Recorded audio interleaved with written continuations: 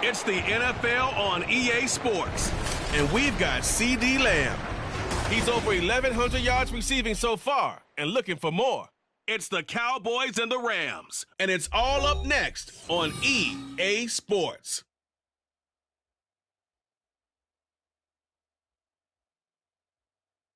The Santa Ana wind so prevalent this time of year, they rolled through and they left us with bright, clear skies here in Los Angeles, California. Today, we've got an interesting Week 11 matchup on tap, as it'll be the Dallas Cowboys taking on the Los Angeles Rams. Along with Charles Davis, I'm Brandon Gaudin. And, Charles, you look at this Rams team as they interplay. They were winners last time out, so they'll be looking, Charles, to make it 2 in a row. And what I enjoyed when I watched their game tape and their victory last week is they put it together in every...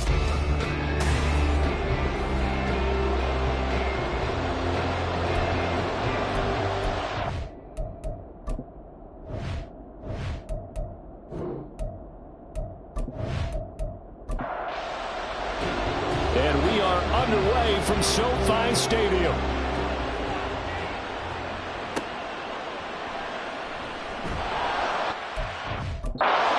Room to run as he's tackled down inside the 20. So out come the Rams now for their first possession.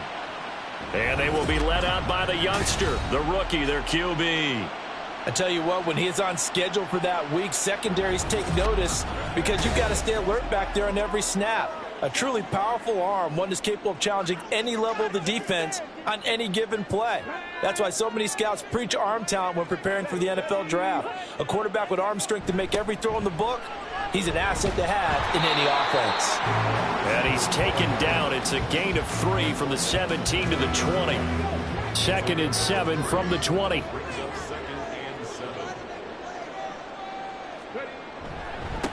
First run now for Kyron Williams. And he'll take this to about the 24, a gain of 3. You look at this Cowboy defense. This unit currently 7th in the NFL, Charles, in stopping the run. Most of their challenges have come in the passing game because against the run, they've been pretty darn good. Now you got to figure out a way to slow down those receivers before they get downfield and maybe make a few more plays on the ball when it's in the air. They'll get only a yard out of that, and it'll bring up 4th down. So on 4th down, on is Ethan Evans to punt for the Rams. They only punted twice in the win last week as he gets this one away. We'll call that a 47-yard punt, a return of just 3. And the Cowboys will take over the football with a 1st and 10.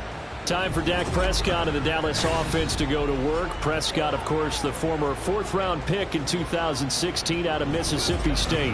And if you go by the numbers, he's had a Pro Bowl-type season. And maybe that's even selling him a little bit short. He's the NFL leader in touchdown passes to this point in the year. And with the end of the season not too far away, he's got his guys playing at a very high level. And this is going to be a Cowboys first down as the tackle made just shy of the 40.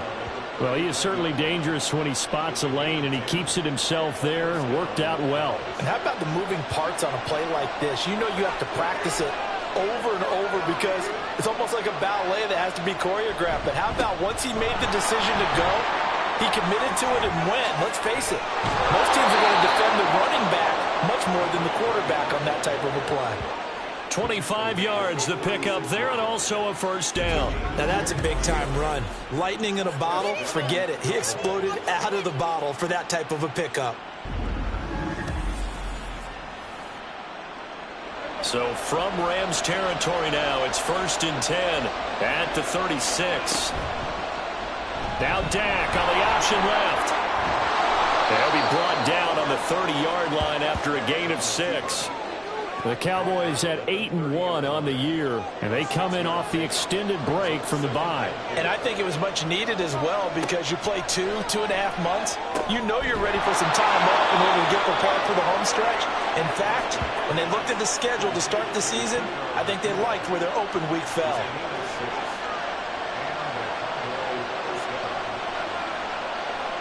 Prescott looks to throw on first. Left side to Lamb. And he's going to be taken down right at the 10-yard line. Pretty solid opening drive here, Charles. They've worked in the run game, the pass game, just steadily getting yards, and now they've got it inside the red zone here with an opportunity. And the only thing they don't have so far is points. But the way that they're moving the ball now, that shouldn't take much longer. And they've established a great balance so far. Running, passing, doing what they want on offense.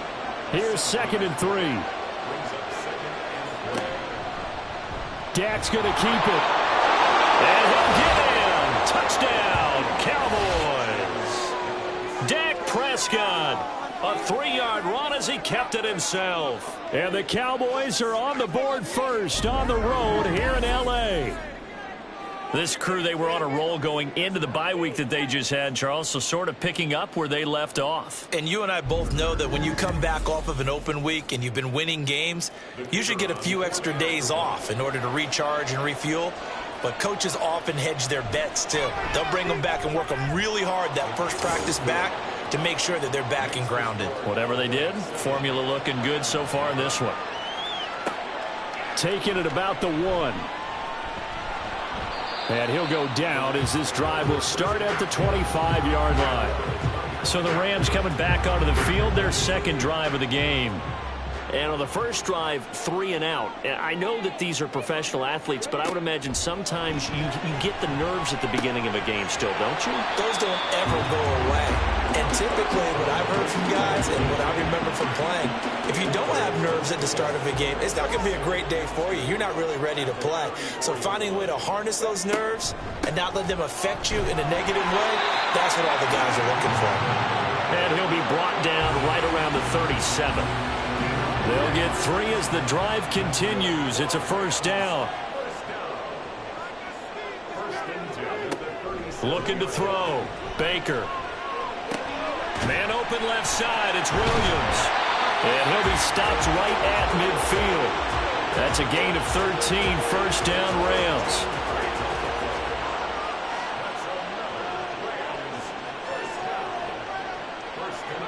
From the midfield stripe, they'll look to throw. Short throw, he's got Kraft. So just 3 yards on the completion there. And it'll be second down. Brings up 2nd and 7 at the Cowboys' 47-yard line. Up the middle, it's Williams. And a strong run there as he'll take this all the way down to the 35. A gain there of 12 yards and a first down L.A. This running game so important for them, and they know that. It helped lead them to a victory last week when he was over 100 yards. Let's face it, it's their identity, and that's what they want to play to. They want to be that team that runs the ball really well each and every week, and right now we're seeing a pretty good pattern of that happening. And he can only manage to get a couple. 2nd and 8 coming up. Now 2nd and 8 at the 32-yard line. Back to throw. Baker. Open man right side is Cup, complete. Only able to gain a couple there, and it brings up 3rd and 5 now. They'll need 5 on this play to move the sticks. To throw is Baker. From the gun on 3rd down. Short throw, he's got Kraft. And he is going to have a Rams first down. They needed 5 there on 3rd down. He winds up getting 7. They brought in a heavy set on 3rd down, and that usually means running play. But we have seen them throw out of that formation. And sure enough, they snuck the tight end out on that one. Wound up hitting him for a first down. And they're going to get him. He's sacked back around the 28. Trayvon Diggs, usually known for interceptions. Here, he gets the sack. So after a rare misstep on this drive, they'll try to make amends on 2nd and 15. Looking to throw. Baker. Underneath, caught by the tight end, Allen. And he'll be out of bounds as he gets this down about the 21 or 22. And the Cowboys here on 3rd down bringing in an extra defensive back. Off play action. Baker. That is caught. And he gets it inside the 10 to the 9. They're able to convert on 3rd down, and that sets up a 1st and goal. And coming into this ball game, this was an offense that wasn't just talking about the notion of ball control. They were preaching it. They wanted to win the time of possession battle, and they've done so here. This drive's taken up quite a bit of the first quarter. Now they are set up 1st and goal. Here's Baker off the bootleg. They're unable to connect, but a late flag comes in. And the contact may have come too early. And since the penalty occurred in the end zone, move the ball to the 1-yard line. First and goal from the 1-yard line. Costly penalty. Williams is going to take this one in for a Rams touchdown. Well, nothing fancy there, Charles. You had 3 tight ends on the field. They were going to run the football. The defense knew it, but the defense couldn't stop it. And I haven't met an offensive line yet that doesn't get more satisfaction out of running the football into the end zone than pass protecting. They had determination on their side, and they got it done.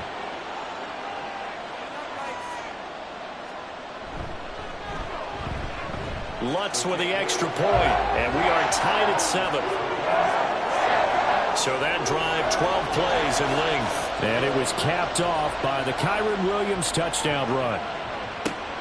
This taken in at the goal line. And in hindsight, probably should have taken a knee as he only gets this out to the 16-yard line. Second drive forthcoming here for the Dallas Cowboys. And you figure this should be a healthy, a rested, a focused unit, and they're working on a good winning streak. They had the week off last week. This is really a team, Charles, that should be in top 4.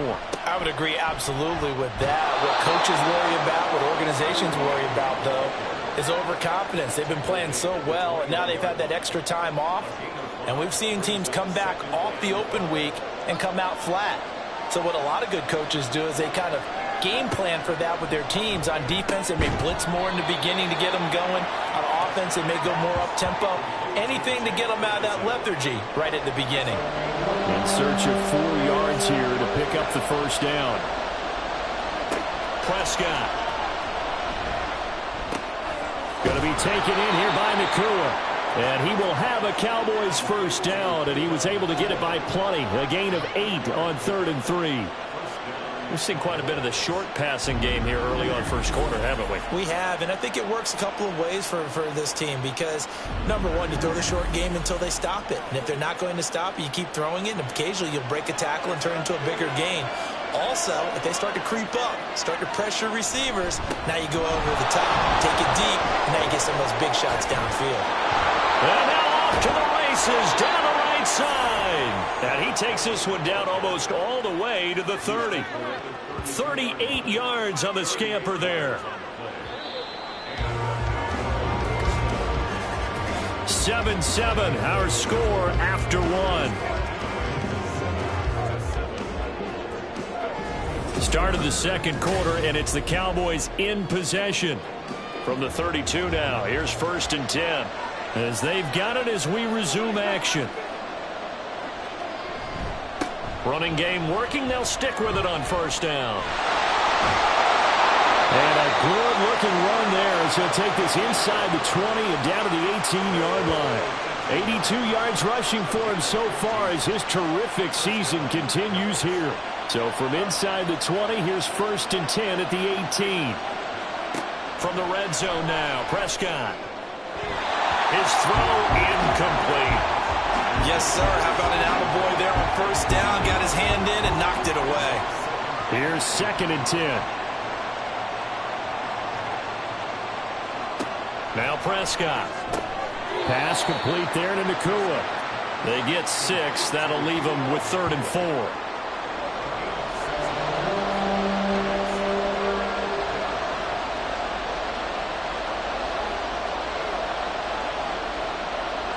Throwing. Prescott.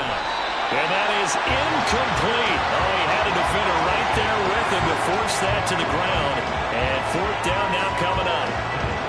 So on 4th down, Prescott off and on is Aubrey for the Cowboy field goal. From the right hash, and this one just a chipping. And his kick here is good. So he's been automatic to this point of the season, and he connects on the field goal there. And what a luxury it is to have a kicker you can depend upon, partner, because he hasn't missed all year long. Converts on that one as well. And kudos to you. You didn't jinx him. From a couple yards deep, he'll bring it out of the end zone. And tackled at the 21-yard line, so a net negative there of 4 yards.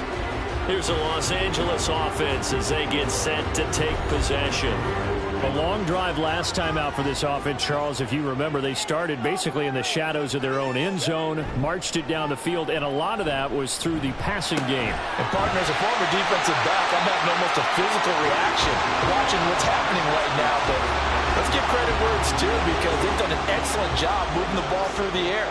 Secondary getting picked apart pass by pass. Obviously, they need to make some adjustments there on the back end. And because offensively, we know that they're not going to be shy about throwing that football. And Kupp going to pick up a Rams first down as he'll get this up to the 39. Back to throw.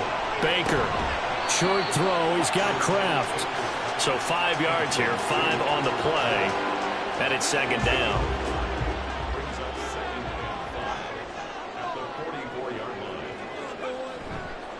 Off the play fake. Baker.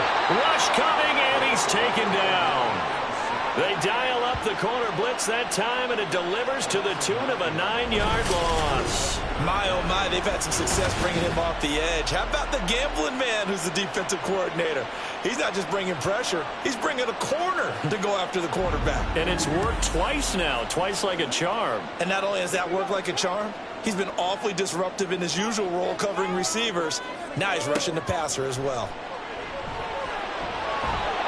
Now the throw on third down, knocked away and incomplete. Certainly looked like someone was very confident in his ability to fit that one in.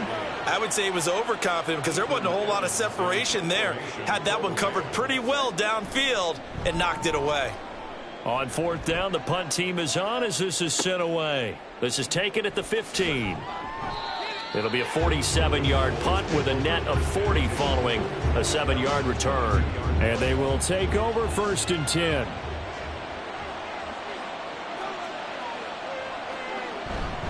They'll start this drive out on the ground. And nothing much materializing there on the first down run. He'll get a couple, and that's it.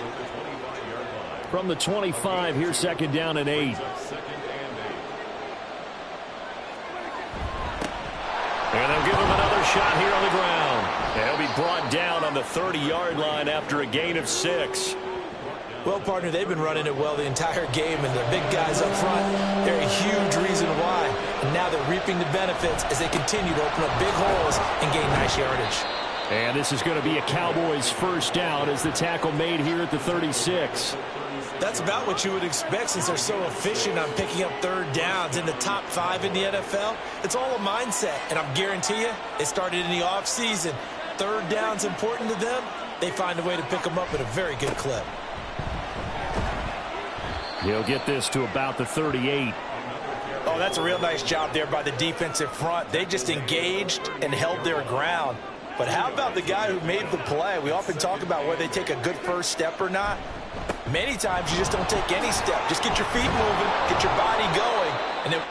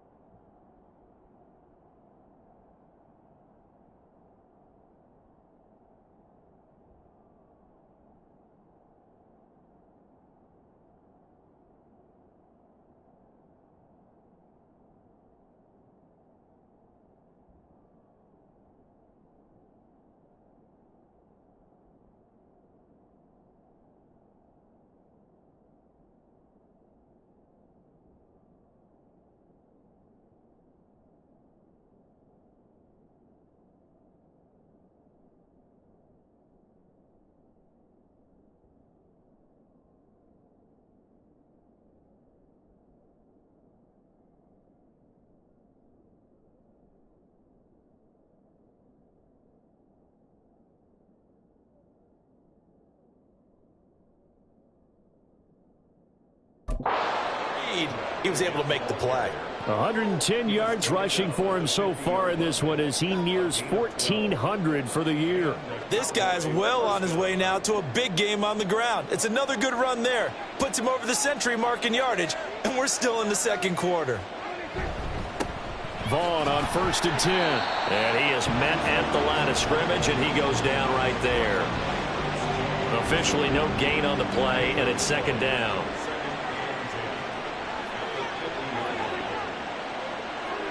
Prescott now from the 50. Looking for the out route, and he's got more. And he'll go out of bounds right around the 40. 9 yards, and that leaves him just short, so it'll be 3rd and less than a yard. Here's a give up the middle. And he's going to have the 1st down yardage to the 35. It's a gain of 4 there, and it gives him a new set of downs. Well, someone's been having a good game so far, and you know something? A lot of it's been power running. They decided to turn him loose again on 3rd down, didn't they? They did indeed. He delivered the tough yards. Now he dumps this off over the middle. Just a gain of a couple there. And that will bring up 2nd down. A gain of 2 brings up 2nd and 8 at the 33-yard line. They'll try and run this one right up the gut. And he's going to get this down near the 20-yard line. It's a gain of 12, and the Cowboys pick up the 1st. I'm not sure how much more evidence they need, partner, than to understand that if they don't start to slow him down, it's going to be a long afternoon here at the stadium because he is just shredding them at this point. And let's face it, coming into the game, they knew he would be. Oh, it's intercepted. A drive killer there. And the Rams are going to get the football here at their own 23. Partner, I think this one went awry very simply because he overestimated his arm strength and his ability to fit it anywhere he wants to. A lot of quarterbacks do that and often pay the price. The offense for Los Angeles returns to the field as we eke closer and closer to intermission. Charles, remember last time out they punted. They would love to get points here, especially if this is going to be their final possession of the first half. Yeah, and this is what close games feel like because the pressure is on both sides, but sometimes the pressure is a little bit higher on the team with the slight edge because they're trying to hold on to that, trying to increase it. Let's see how this one continues. Back to throw now on 2nd and 10. Caught left side, Williams.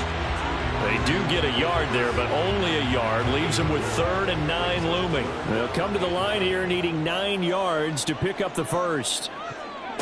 To throw on 3rd down. Baker. Now that'll be caught by Cup. Oh, good. There he goes, right side. And he'll be taken down, but not before they work it across midfield.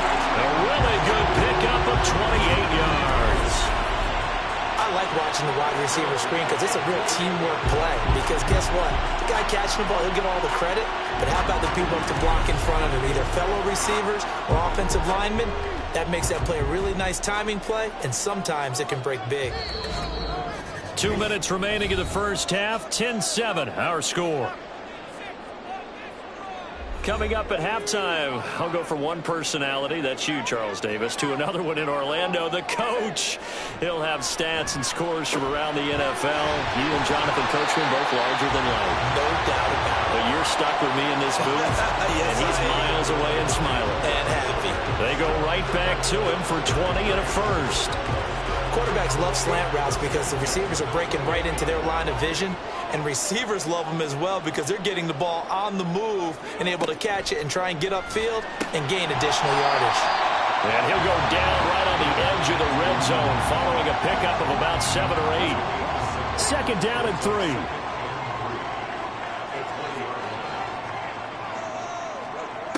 They'll look to throw again. Quick throw that's complete on the inside slant.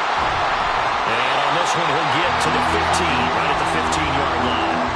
The Rams going to go ahead and use the first of their timeouts as they'll stop it with just over 40 seconds to go in the first half. This one swung out to Williams. And he'll go down here at the 12-yard line.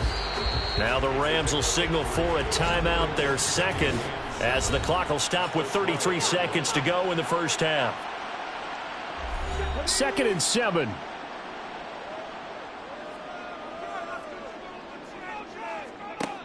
They'll stick with the passing game as he looks to throw. And he's got his man in stride, complete. And he'll be taken down at the 2-yard line. So it's 1st and goal and a great opportunity to get that lead back before the break. Now here's a look for the end zone, but that one's going to wind up incomplete. They're putting together a drive here in the final minutes of the half, but the coverage has been tight all game long, and they certainly want to keep them off the scoreboard here. Again, he'll drop to throw. And it's complete. He's got him in the end zone. Touchdown, Rams. Tucker Kraft In the final seconds of the first half. and the Rams have taken the lead here in the final stages of this first half. That is a near-perfect end-of-half drive right there. And we've seen that many times from the best in the league. But do you really expect to see it done that well by a rookie?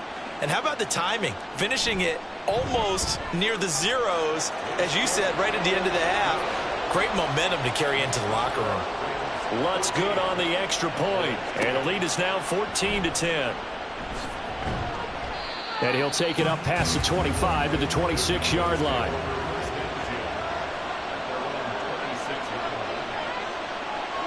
The final second ticks by, and that's going to do it for the first half of play. So we've reached halftime here in a 4-point game. As we'll send you back over to Orlando with our EA Sports Halftime Report, here's Jonathan Coachman.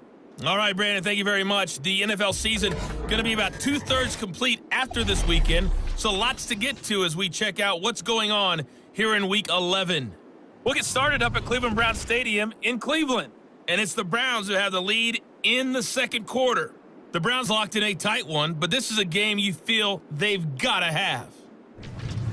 From there, we'll stay in the AFC North as we head to the Confluence to check on the Steelers at home in Pittsburgh.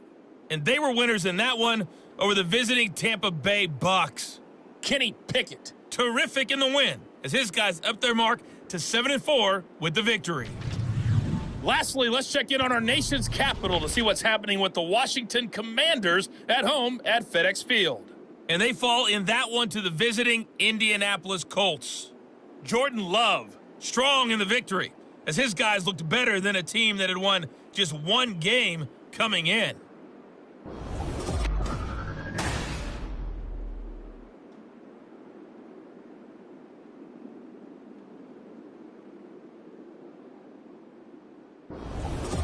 Okay, Coach, adjustments likely going to play a big role in this third quarter in what's been a tight contest so far. From a yard or two deep, here comes a return. And only able to get this to the 19, so probably should have opted for the touchback. Out come the Cowboys now as he'll go on offense first here in this third quarter. Well, Charles, we saw a pretty entertaining first half, close ball game. Remember there toward the end of the second quarter, the opposition scored to take the lead. Now we'll see if these guys can get a score of their own to regain that lead. Yeah, they want to have that type of a response, don't they? Because they want to find a way to take control of this ball game one more time. Gauntlet's been thrown down. They want to see if they're ready to answer it. Coming up now on a 2nd and 15 following that sack. One back in the backfield, he'll get the carry. 5 yards gets him back near the original line of scrimmage as they'll be left with a 3rd and long. But really, that was no surprise there. They've been running it well all game, and I know goals change all the time, but any team will take that type of run each and every time. He's got his target. That's complete. A big play here for Dallas. 46 yards. And the offense is saying to itself right now, only they were all this easy because he was wide open. And once he made the catch, plenty of room to work his way downfield. That was a breakdown on the defensive side of the ball, one that they want to fix immediately. So how about that for a chain mover? They're all the way down inside the 40 now for 1st and 10. And they'll run on the inside handoff. And he's got this down almost to the 20 before he's dropped. 145 yards for him on the ground now, as he has been terrific here this afternoon. We don't talk about it very often, but sometimes there's a dip in intensity when you start the second half, which can manifest itself in some sloppy tackling. And how about right there? He ran right through that weak tackle attempt. The throw over the middle, taken in. They'll go for a gain of 7, and it's second down. Nice rhythm throw there on first down. He located his tight end, made it a nice, easy pitch and catch. Hoping he can break a tackle or two. Wasn't able to do that there, but still good yardage. To throw is Prescott. Open man, right side, it's Lamb. And Lamb going to have a Cowboys first down as he's down to the 11.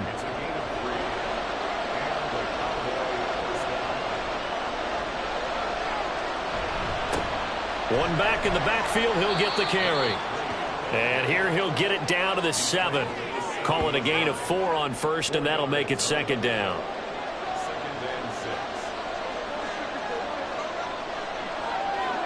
Prescott to throw it. And a quick throw here, that's complete. And the stop will come inside the 5 at the 4. Here comes play number 9 now as they come up on a 3rd and 3. Here's Prescott. And he will not be able to hang on through the contact. It's incomplete. The coverage strong, and now it's 4th down. So on 4th down, Prescott off, and on is Aubrey for the Cowboy field goal. From the left hash, a chip shot here. And this one is right through. And the lead is down to 1 now at 14-13. So they were facing the deficit coming out of the locker room at intermission, and at least they're able to get the field goal to cut into that deficit. Yeah, now your offense feels pretty good about itself, right? A little bit more up to speed coming out of the break. You turn to your defense now and say, hey, we got 3 there. We're chipping into the lead. Can you help us out? Hold them. Let's get the ball back for us.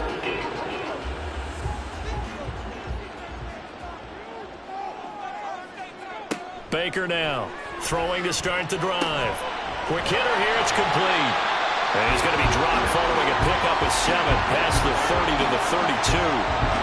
They'll operate from the 32-yard line here, 2nd and 3. Looking to throw, Baker. He's got this to Williams, complete. But he's going to be out of bounds, but not before he gets all the way down inside the 20-yard line. A big play there for L.A. And even 50 yards. A lot of running backs in the passing game, they're just used to check it down to them or maybe dump off passes. This guy, they use him to stretch the field, don't they? Stretched it right there, turned it into a really nice game. So the big play means just like that, they'll operate from the red zone now on first down. Now we give up the middle to Williams. And this has been a familiar sight all afternoon as they stop him behind the line. The defense showing some anger after giving up the big play. This time they'll lose 1 or 2. So the first down run lost a couple. Now they come up 2nd and 12. They run it again with Williams. And he'll get it here to the 10-yard line.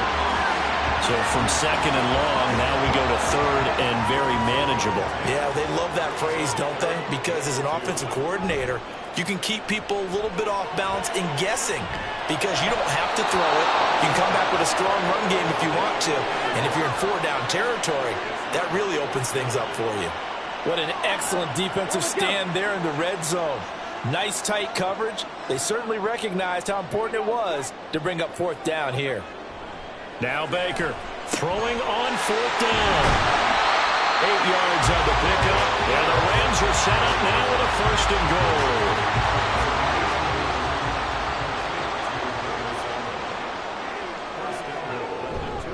goal. Williams is into the end zone. Touchdown, L.A. Finishes off the drive with a touchdown run, Charles. Remember, he also had a catch on this drive as well. And that's what running backs want to be in today's NFL, a complete back. 3 down, stay on the field, run it, and catch it. And he gets it done. Lutz to try to add the PAT.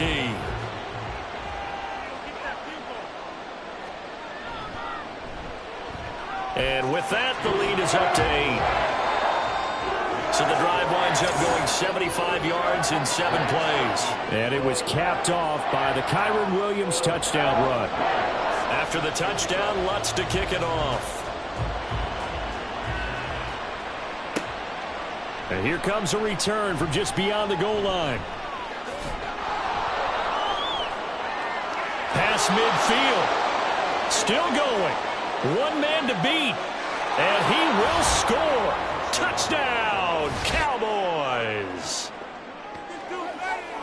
That was a special return, and it happened because he's a special returner. He has to have that approval from his special teams coach's head coach to bring it out of the end zone. But let's be honest, a lot of times when they bring it out of the end zone like he did there, they don't have approval. I mean, I think a lot of times they do, but correct me if I'm wrong. Sometimes it's just a guy getting a feel, right? You're exactly right. What's the old adage? Sometimes you just have to know when to break the rules, and if you do, you're taking on some responsibility, but he was happy to do so there.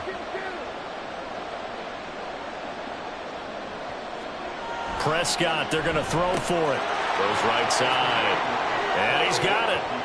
So they went ahead and went for 2 to tie the game, and it works out. So they go with a pass there on the 2-point try and able to convert it, Charles. And a good job by the offense figuring out their 2-point play and using it well. It's interesting how people are using the strategy nowadays, though, isn't it? It really is, and I don't know how much that particular play factored in, but with the PAT moving back in 15-16, that kind of changed things, didn't it? It's really a part of everyone's strategy now. When I talk with coaches and when we sit with them, they always talk about they actually have 2-point periods in practice now, something they never really did before. L.A. readies for its next possession. And they'll be looking to build off of a nice drive last time, a drive that really relied on the quarterback. Making good decisions, distributing the ball well, distributing it accurately, keeping it away from danger. A really nicely run drive. But now the defense, what adjustments do they need to make in the passing game? Pass rush, pass rush, pass rush. Whether it's the guys up front or maybe you bring additional guys, but you've got to disrupt the timing of them throwing the ball. We'll see if they can disrupt it here. And taking it across midfield and inside the 45. Back-to-back receptions for him, and it's another first down. I'll tell you what, a lot of those mid-range throws have been available because sometimes teams get too concerned about the deep ball and they leave too much space in front of them, and these guys have been taking advantage so far. Back-to-back good plays have them on the move on first down. Now a 10th carry. Here's Williams. And he'll just plow right into a host of tacklers. Nothing there at all, and it'll be 2nd and 10. Third quarter, all tied up. This is 2nd and 10. Back to throw. Baker. And this one incomplete. Too much contact to hold on to that one, and it's 3rd down. Now, right where this set of downs started, they need a full 10 here to pick up the first down and move the chains. On 3rd down, Baker. That's complete to Williams out of the backfield. And he'll go out of bounds after taking it a little further down inside the 40. 3 yards, all they could muster there, and it'll bring up 4th down. So now on comes the field goal unit, and wow, this is no ordinary try here. And that is no good. And we will remain tied here in this 3rd quarter. And anytime you see a kicker trot out to try one from 56 yards, you know everything's got to come off perfectly for it to have a chance. If the laces aren't quite right, if he doesn't hit the fat part of the ball just right, it's unlikely to go through, and that one winds up no good. And now Dallas gets set to take the field. And last time they got 3 points, but it was a chip shot field goal. And when you go to the sideline after a chip shot field goal, maybe the offense not too happy.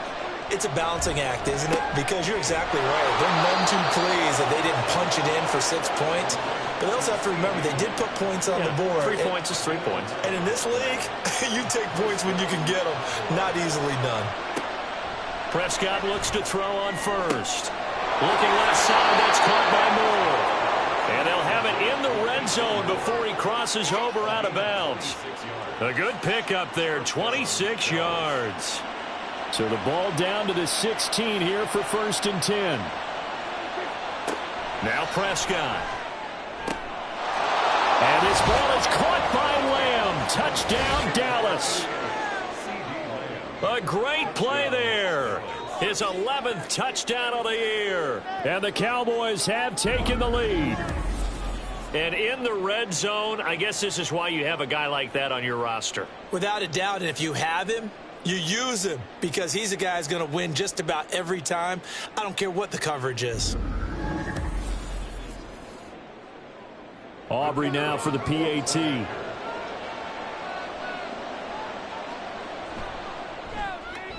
And it's good. That makes it a 28-21 game. The drive there only spanning 3 plays. And it's finished off by the touchdown from CeeDee Lamb. And this will not be returned. It'll come out to the 25. The Rams ready to go on offense. Last time out, they had that long 50-plus yard field goal that they missed. And I'm sure on their sideline they're thinking to themselves, okay, do we still want to try one if we're in that position again? And I would dare say that the answer would be yes. They're going to have a lot of confidence in their kicker. But just to be on the safe side, I'm sure they told their offensive guys, can we get a little bit closer this time? Closer. Yeah, well, you know, I'd rather get in the end zone first and foremost. But if all else fails, less of a field goal attempt for him. And he'll be upended at the 28-yard line. Just a 3-yard gain there. Here comes 3rd down and 7. Operating from the gun, Baker. Able to find the open man. That's complete. And he is going to have a Rams first down as they're able to get the 3rd down conversion. Well, you can absolutely feel the thought process there. They just gave up the touchdown. So in the huddle, they're telling each other, you don't want to give it back now on a 3-and-out. Nice job of making sure that they wouldn't, and they pick up the first down. He'll be dropped shy of the 40 despite powering through the tackle. From the 38 now, here comes 2nd and 8.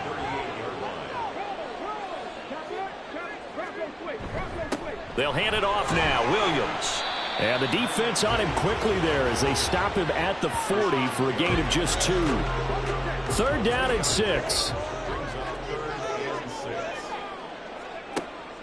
Looking to throw. Baker. Into a double team, and it's intercepted. Picked off by DeMarvion Overshown. And to the 43. So down inside the 45 to the 43-yard line. That's where they'll take over. The disaster there, I mean, you saw it coming. The pressure gets knocked down, the interception. Sometimes the best throw you make is the one you don't make. Exactly. Take care of the football. He'll also learn how to shrug his shoulders, take the proper slide steps to alleviate some of the pressure. But occasionally, like the one we just saw, sometimes just hold on to the football and take the hit. And he gets it inside the 35 and just shy of the 30.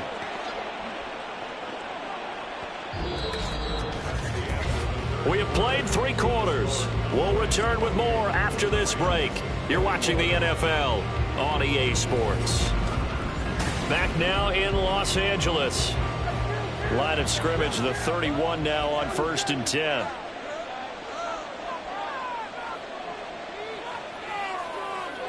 Prescott. And this nearly an interception, but it's incomplete. Well, a turnover really would have helped him there, but not to be. 2nd and 10. Here's Prescott.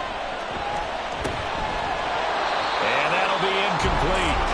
Took a pretty good shot as he tried to pull that one in. Couldn't hang on. 3rd down.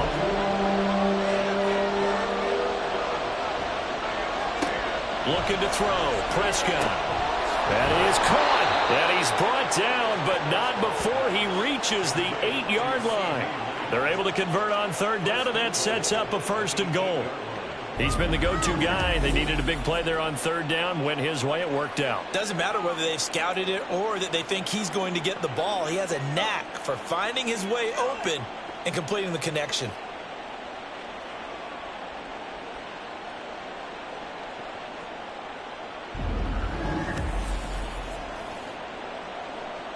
So 1st and goal, 6 points here would go a long way toward wrapping this one up.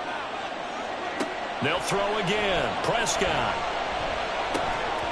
And it's incomplete. Boy, he doesn't drop many like that one. 2nd down. Nothing on 1st down, so the ball remains at the 8-yard line. 2nd and goal.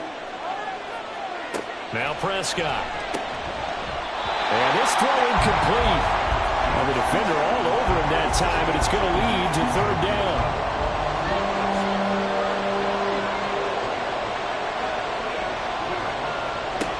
Prescott now. Touchdown, Cowboys.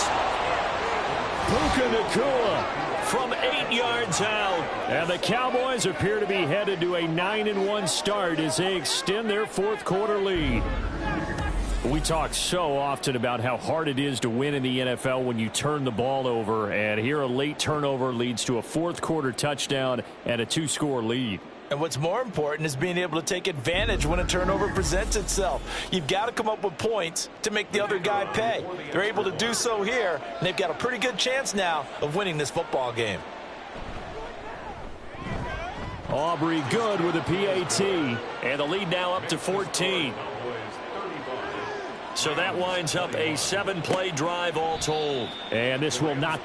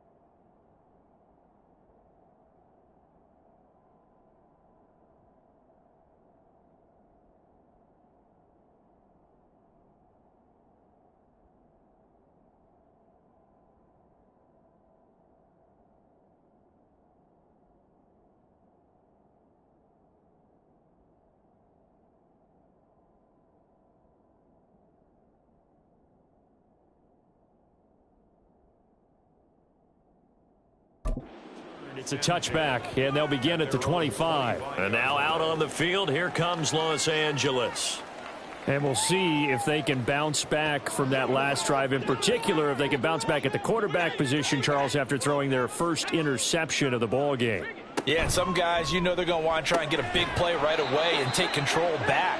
Others, they're going to look to hit a couple shorter passes and get a little momentum back that way.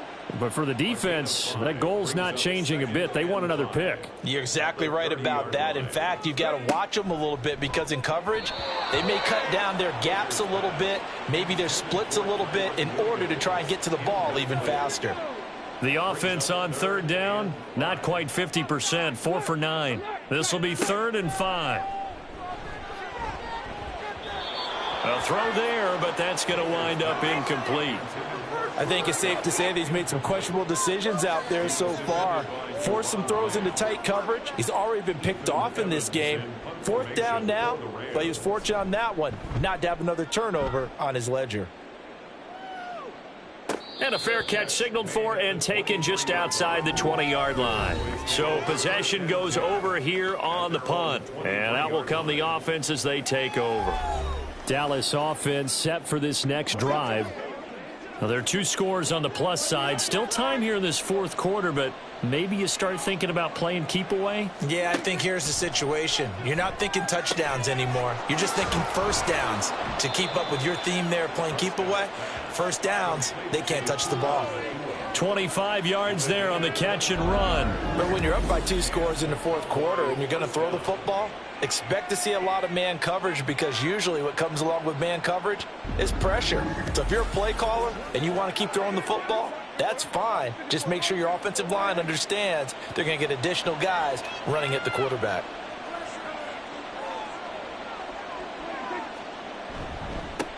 On first down, they'll go to the ground attack. That's going to go as a loss of 4, and it'll be 2nd down. Brings up 2nd and 14 at the 44-yard line. Throwing, Prescott. Oh, and a heck of an effort there as he'll make the diving catch. They call his number again. It's his 6th catch and a first down. Well, normally you might say start running the football. You've got the lead here in the fourth quarter, but the way that they've passed it with such success, I don't know, maybe keep throwing it. Yeah, I think you brought up something that goes against conventional wisdom, right? In this stage of the game, You would think you would switch to a running attack, but you're exactly right. They've thrown it so well throughout the game. He's got a man, complete. And this is caught for a Cowboy touchdown. 3 touchdown passes now for Dak Prescott. And the Cowboys are about to make it 4 straight as they add to this fourth quarter advantage. So an important touchdown right there is now they're really beginning to pull away. Yeah, this was a tight game until not too long ago. But since then, they've hit the accelerator. And they pushed the lead up to 3 scores here in the fourth quarter. And I don't see them looking back. And now before we get to the extra point, remember all touchdowns do have to be confirmed by the replay official. They're taking a peek at whether or not those feet were in bounds, and obviously a big call here in the end zone. And not just the feet. How about the hands? How is the ball possessed while the feet are hopefully getting down in bounds? That's what they're trying to look at to see if it all comes together. So they called it a touchdown originally, and this will stay a touchdown after the video review, so they had it right. Now the extra point up and good by Aubrey. And the lead now to 3 touchdowns at 21. So after the touchdown, Aubrey now to kick this one away. And he won't return this one. He'll go down to a knee, and they'll start at the 25. And the Rams getting set to go now. Well, I think that the folks here had hoped that maybe this home atmosphere would carry their guys to a surprise victory, but it does not appear that that's going to be the case. Just too much to handle on the other side in this one. Baker throwing to start the drive. He'll drop this down to Williams. And this will be a gain of 5 as he gets it to the 30. Ball on the 30. They'll come up with a 2nd and 5. At the 30-yard line. Operating from the gun. Baker. And his throw here's incomplete. Oh, I like the calmness of how he played the ball here. No panic in his eyes as that throw arrived. Tracked it from the moment it left the quarterback's hand, and that's just where he needed to be to knock it away. To throw is Baker from the gun on 3rd down. And that will be incomplete. Well, they weren't scared to let it fly, but it falls to the ground and brings up 4th down. And they're indeed going to go for it here on 4th down. So trailing here in the last quarter. Let's see how this plays out. Work in the middle of the field, and he's got a man complete. And he is going to have the Rams first down by a couple of yards, it would appear, as they're able to convert on 4th and 5. Back to throw again. Short throw. He's got Kraft. And this winds up a gain of 4 to the 41. From the 41, here's 2nd and 6. At the 41-yard line. They'll look to throw again. And he drops it incomplete. And their struggles continue here. As soon as he leaked out and began his route, someone on the defensive side broke with him and arrived just in time to separate him from another reception. Got a man, and he hits him in stride. And he is going to have a Rams first down as they're able to get the 3rd down conversion. 2 first downs have them up near midfield now on 1st and 10. 48-yard line. Now a shotgun snap as they'll look to throw. Oh, he dropped it. And that's pretty indicative of the way this one's gone. Now a 2nd and 10.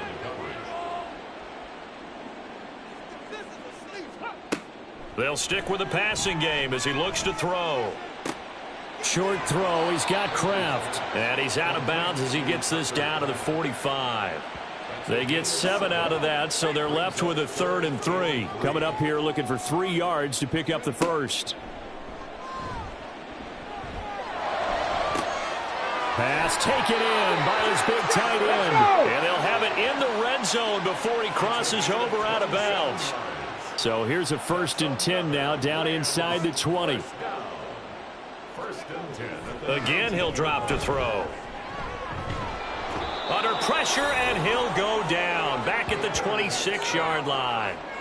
Max Crosby has now recorded 10 sacks on the season, and it's never going to take a sack. You really don't want to take one down here in this part of the field down near the red zone.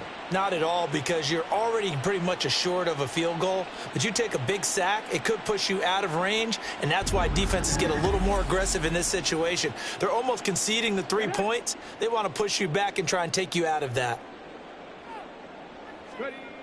Here's Baker to throw on second down. Able to find his man, Kraft. And he'll go out of bounds in the red zone just inside the 20. They'll wind up getting 10 back as that sets them up for third down.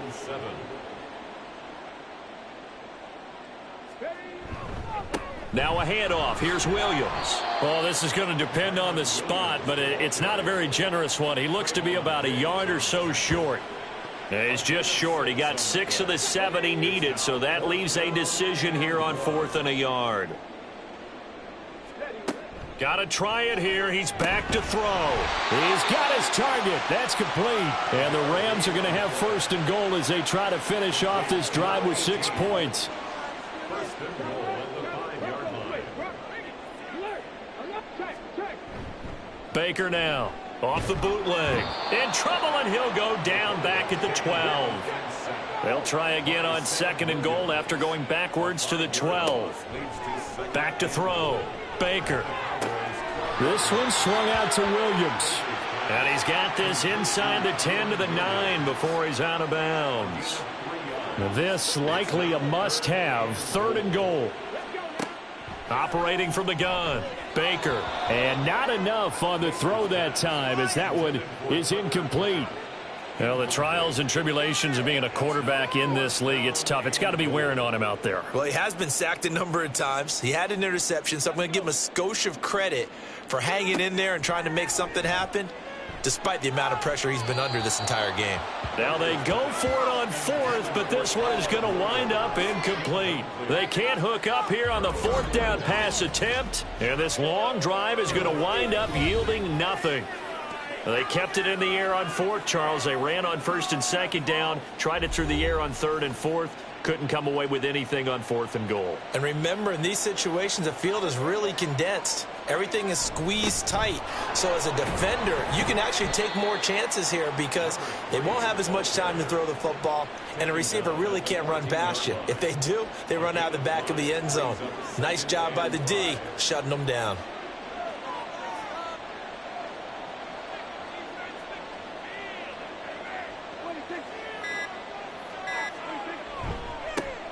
They'll try and run some clock here as they keep it on the ground. And he'll be taken down at the 18. It's a 5-yard gain, but they'll still be a yard short here with 3rd down now looming. Just 2 minutes remaining here in the 4th quarter of what has been a one-sided affair. 3rd down and 1.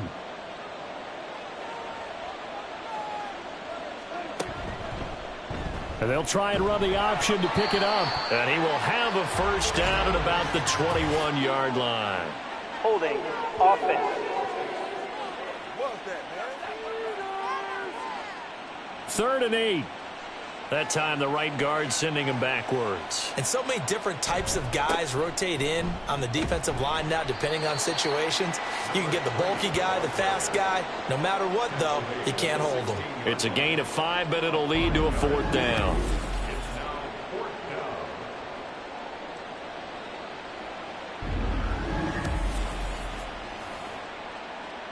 Here's Ryan Stonehouse now. Always a good sign when your first punt comes in the 4th quarter.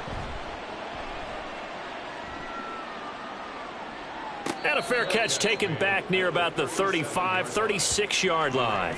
So a change of possession here on the punt. And the Rams will go on offense here with a 1st and 10. So good starting field position for them here as they come up 1st and 10 at their own 37. Throwing to start the drive. Baker, he's got it to Williams.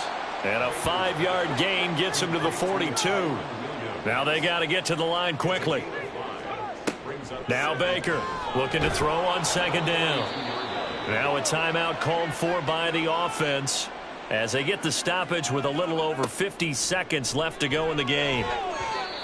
Now a third down throw, but it misses the target, incomplete. This has been a rough one, to put it mildly, for them. And after this one's done, you just feel like at the post-game press conference, this team's going to have a lot of questions and definitely not a lot of answers. As expected, they're going for it to keep the drive alive. And it's incomplete. They cannot convert, and they turn it over.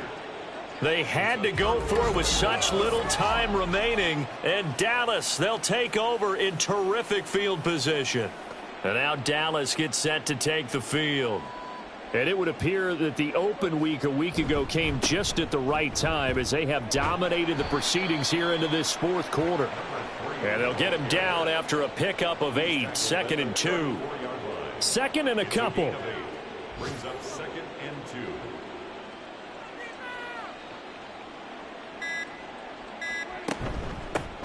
And they'll keep leaning on the running game. Back to the ground. And this time not quite to the 30. It'll be down at the 31-yard line. So it's a win here for the Cowboys. And it was Dak Prescott, their quarterback, who really led the charge. Yeah, he was definitely the X factor. He had 3 touchdown passes, ran for another, and really had this defense grasping for straws throughout much of this ball game. So for the Cowboys, the great run they've been on continues as they move to 9-1 now. That'll do it for us. For Charles Davis and all our hardworking crew, I'm Brandon Gaudin. You've been watching the NFL on EA Sports. For more, find us on Twitter at EA Madden NFL.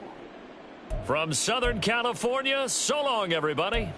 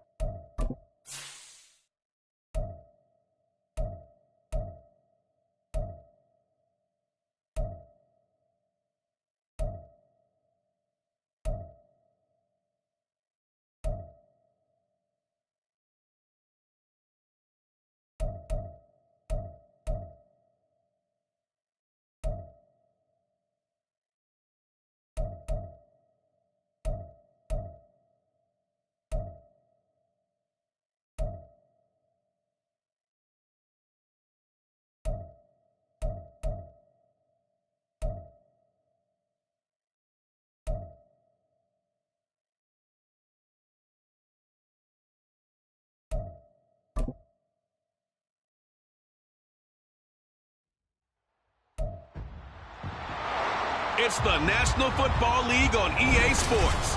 And we'll see Bijan Robinson. He really helped drive them a week ago with a 3-touchdown game. It's the Falcons and the Ravens, and it's all up next.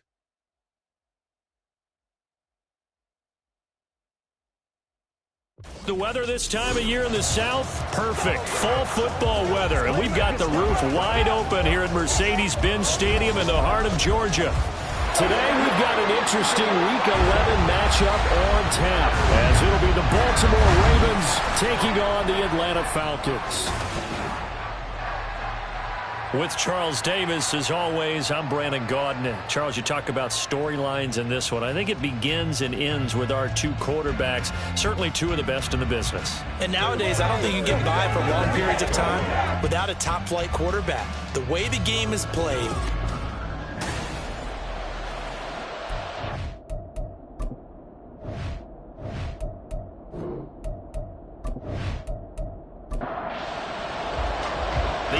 season has hit high gear, and off we go in Week 11 on EA Sports. He opts to not bring this one out. The first drive will start at the 25. Here comes the Ravens on offense, and the man in charge from Louisville, the former MVP, Lamar Jackson. he had the numbers of a game last week that if you win, you talk about him being a gritty guy, managing the game, getting it done. But they lost. So obviously 2 interceptions, 1 touchdown pass, that's not going to be good enough. Got to get that changed around.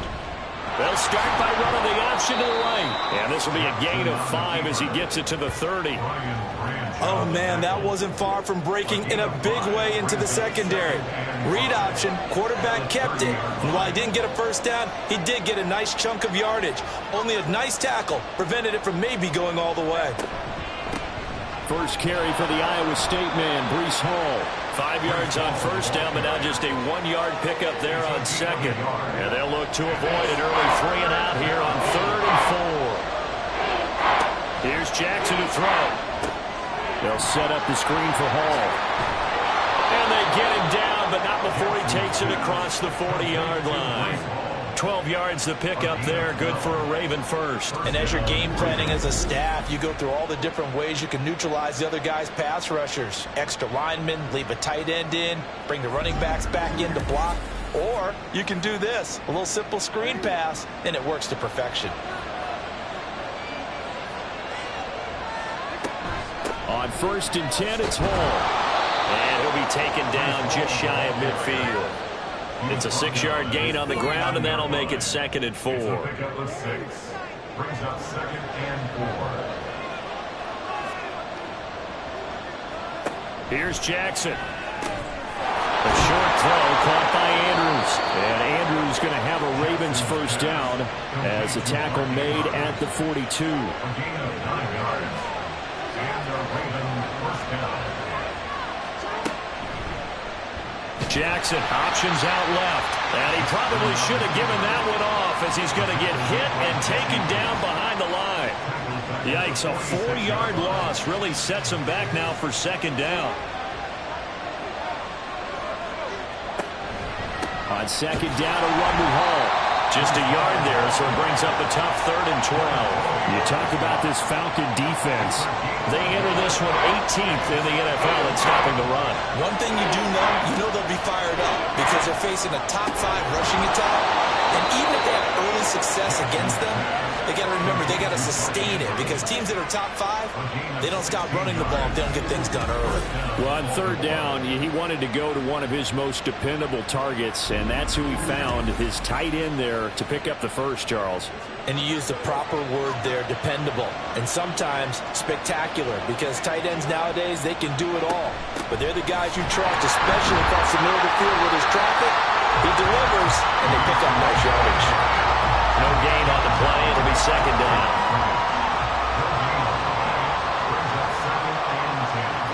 Throwing is Jackson. But escapes this. But in the end, the pressure too great, and he goes down. Disrupting that play and dropping him was Arnold Ebiketie. They just gave up a sack there, and if I'm not mistaken, they gave up 4 last week, didn't they? Yes. And just looking really porous, aren't they? They really are, and I'm wondering if Oh, he tries to force it in, and it's intercepted. And the Falcons are going to take over here at their own 22-yard line. So far this season, this defense has had their issues against the pass, so that's a great sign for them to get the early pick. A confidence builder for them and an absolute shock for the quarterback because he went into it. He saw the numbers we saw. He watched them on tape. I think he came into this one thinking this is going to be a big day, and it very well could be. But early in this one, advantage defense.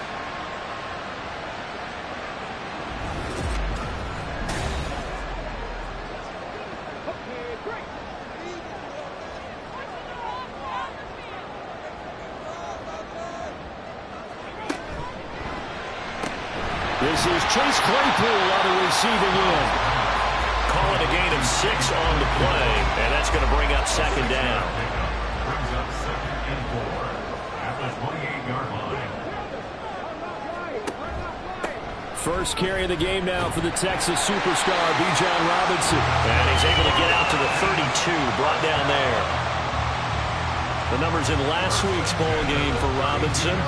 20 carries, 135 yards, and a touchdown. And the way they ran the ball in last week's game has to be satisfying to their entire staff because they're seeing not just a back gain big yardage, but they're seeing an offensive line really in sync. Well, they're going to get about 3 here out of this first down run, and that'll bring up 2nd and 7.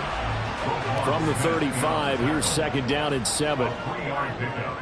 Brings up 2nd and 7. From the shotgun now, here's an inside give. And brought down, but not before reaching the 45-yard line. The Falcons at 500, sitting at 5-5. They were winners their last time out, so they'll be looking to make it 2 in a row. And so much about football, partner, comes down to mindset. Being in the right frame of mind, and the best way to get in that good frame of mind, winning. So they come in feeling good. They've got the home crowd behind them. I think they're going to be tough to beat in this one. They work now on 2nd and 9. 2nd and 9. Stroud looking to throw. Open man is Kyle Pitts, his tight end. They'll wind up getting 7 on the play. And now that sets up 3rd and 2. They'll come to the line, needing only 2 yards to gain the first here. Robinson will try to pick it up. And he's going to have a first down as he's brought down at the 44-yard line. But just 4 yards on the pickup, but that's good enough to extend the drive.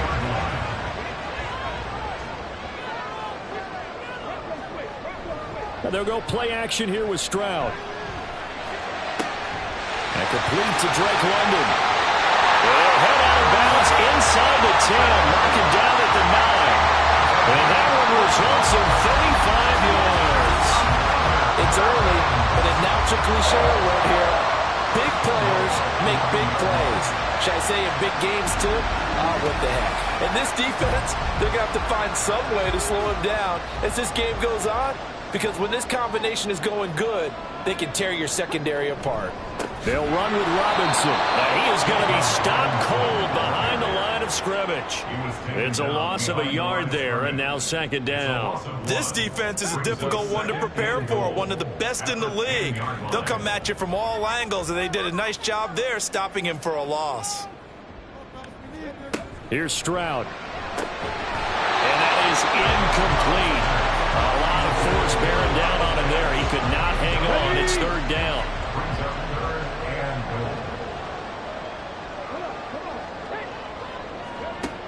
Throwing now is Stroud. Mr. Pitts, and he's got him. Touchdown Atlanta. Kyle Pitts with touchdown number 8 on the year. And the Falcons use the early turnover to get on the board first here in this one. No surprise there. 3rd and goal down here. That's where they're going to look for their tight end. Yeah, you want that big guy running his routes because it doesn't matter who they cover him with. If it's another big guy, he might use his bulk against him. If it's a shorter defender, might go over the top.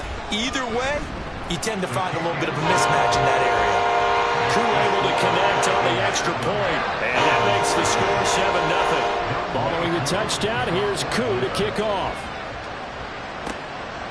And he'll elect not to return this one, so they'll bring it out to the 25 on the touchback. Baltimore set to take over here for their second possession of the game. They threw an interception the first time they had the football, wound up leading to a touchdown the other way. How do you approach drive number 2? Going back to your game plan coming in, everyone has matchups that they like better than others. Where they think they have an advantage, dial up some of those plays. Try and go to those spots and get your offense moving. Well, they came into this game saying it was important that they set the tone and show that they can run the football. And I believe that they've done that here in the first quarter. On first down, right back to Hall. And he's over midfield and into Falcon territory. It's a 7-yard carry to set them up with a 2nd and 3. A 7-yard pickup brings up 2nd and 3. Option play, here's Hall. And this won't be enough to pick up the first. A gain of 2, 3rd and 1. Here now, 3rd and a yard. And they'll try and run the option to pick it up. 20! And they will finally get him down, but not before he takes this to the Falcons' 11. A big-time gain there on the keeper, using his legs to hurt him. First down. And this, I mean, it's certainly something to watch out for. He is not afraid to call his own number on plays like that, and here he takes it for good yardage. And we know this defense prepared all week for this, but sometimes when you see it in person, it's a whole different ball game, and all that preparation, it goes right out the window. So how about this for field position after the big play? Inside the 15 now as they come up on 1st and 10. And he's got his man in stride, complete. And this will leave him a yard short. Nice pickup of 9 yards on first down. 2nd and 1 from the 2. 2nd and 1 at the 2-yard line. Paul on a give up the middle. And I think they stopped him again. They did at the 1-yard line. After 7-0 on EA Sports. Raven football here as we begin quarter number 2. This will be play number 7 on the drive. 3rd and a yard. Jackson's going to keep it. And that one going nowhere from the start as he's met in the backfield and goes backwards. Nothing doing on 2nd and 3rd down after that 9-yard gain on 1st. Well, he's had success running the football in this one. Yeah, that's undeniable. But that time, the defense was on to him. And partner, I think the more you see a play like this, the more they're able to diagnose it quicker and easier for them to defend it. I think you have to dress it up a little bit and show maybe some different formations and looks. Tucker's kick is good. So a long drive gets him down inside the 5, but ultimately they settle for just the field goal. And I have to think that if maybe they were a yard closer, that would have made their decision tougher, and I think they likely would have gone for it. But in this situation, they just decided to take the 3, and I think it was a smart move. Kyle Pitts returns to the field along with the rest of this offense for the upcoming series. And CD, assuming he stays healthy, assuming the health, should get to that 1,000-yard mark pretty easily. And the best part of what he's done so far is it allows him and the team to relax their pursuit a little bit. Meaning, if they just have normal games, they'll get to the 1,000-yard mark. They don't have to force anything. But one of the reasons he's having the year he's having is what I call route-running arrogance. They think there's no one that can cover them. No matter how many people are put in his direction, it just doesn't matter. He's going to find a way to beat them. And so far this year, he's done exactly that. He sure has. 2 yards the loss, 2nd and 12. The running lanes have definitely not been there for him here in the first half, and I don't think it's all been his fault. His offensive line hasn't given him much space. A loss results there. And he tackled at the 45 following a gain of just 2. But not much on that run, Charles. No, that's exactly the way to execute a run blitz there. They guessed correctly that they would move the ball on the ground, honed in on it, and stopped them. Mark that down for a win in the defense's column. Able to find the open man. That's complete. And he's going to be taken down with the first down at the Ravens' 31-yard line. That's a 3rd down conversion of 24 yards there. Nice play. And that's well executed there on 3rd down. And I love the confidence that they had to let their tight end try and find some space in the middle of the field, right in their quarterback's line of vision. And QBs love to make that easy throw. and they hooked up there for a first down. Now they'll throw it with Stroud here, 1st and 10. And that one drops down, incomplete. Good coverage there, forced the ball free, and it's 2nd down.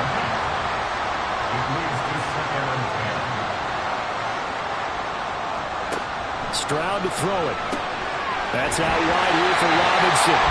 And he's going to be taken down with the first down at the Ravens' 17-yard line.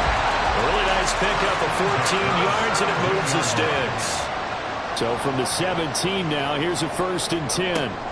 A shotgun snap to Stroud. And he'll take this beyond the line of scrimmage as he slides to a hole. He'll wind up getting right about 4 there on the scramble, and it's 2nd down. On the bootleg, Stroud. And he just chucked that one out of bounds, out of everyone's reach. Maybe a wise call not to take a sack in this part of the field. It brings up 3rd down.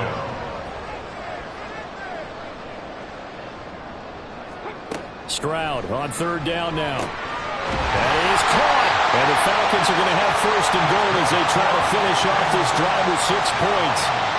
Well, they've had a great, impressive drive going here. That pickup ensures the drive continues. And not only do you continue the drive, which is demoralizing for the guys on the defensive side of the ball right now, but you make your own defense happy. They're able to get a little more rest over on the sidelines while this one continues downfield. It's a loss of 5 there, bringing up 2nd. This defense has really flown around in the first half. They've gotten to the ball carrier before they can really get started. Offense got to come up with something else in order to try and get this running game going.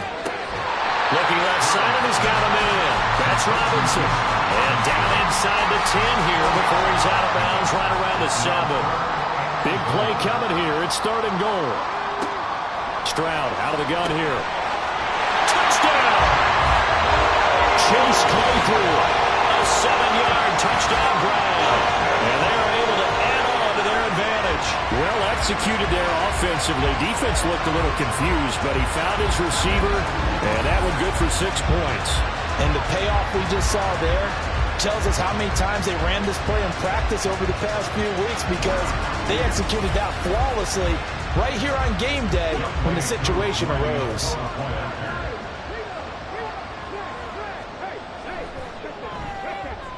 Extra point by Koo, up and good. And that pushes the lead up to 11.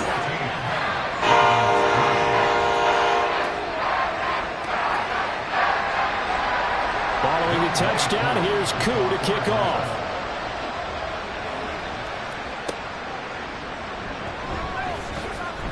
And just shutting him off there. Breece Hall helped leading out this offense for another series. And he's sure looking like a lock for a 1,000-yard season. Don't know if he's going to get it in this game, but he'd probably like to, just to get past that point. Yeah, and if he doesn't, as you noted, there's still time, still opportunity. There's still more games to be played. So, yeah, it's not a lock, but barring injury, it certainly looks like he's going to get there. And what an accomplishment that is. Anytime you get over 1,000 yards, you're celebrated in the NFL. It's been quite a season. Still a couple chapters left in that book, though. And he'll be taken down at the 20 after a gain of just 1. Absolutely love the effort there. The ability to flow from his inside spot and stop that one at the line of scrimmage. Nice linebacker play. On 3rd down, Jackson. He's got his man. That's Wallace. And he will have a Ravens first down as they're able to get the 3rd down conversion. CD, with that last pass, he joined a group of about 50 other men that are over 30,000 career passing yards. So, look, he's not at the top, but that's pretty good company. Yeah, it's not the most exclusive fraternity in the NFL, but it's a pretty good one, isn't it? You still have to put some numbers up in order to get in, okay? The secret knock is still there. How about him getting it done? Proud of him. And he'll have it past midfield almost to the 40 before being taken down. Chewing up big yardage. Another nice gain there. This one goes for 20. This offense finding its legs now. Here's another 1st and 10. They run it with Hall off the option. And, boy, this defense again really making things tough on him as they stop him for no gain. So after the run for no gain, here's 2nd and 10. at the 41-yard line. Now Jackson. A short throw caught by Andrews. They do get a yard there, but only a yard. Leaves them with 3rd and 9 looming.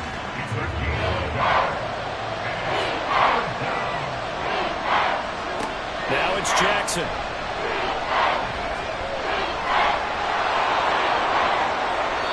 Opted to run for it. The decision a good one. Picking up the first, getting 14 yards on the scramble.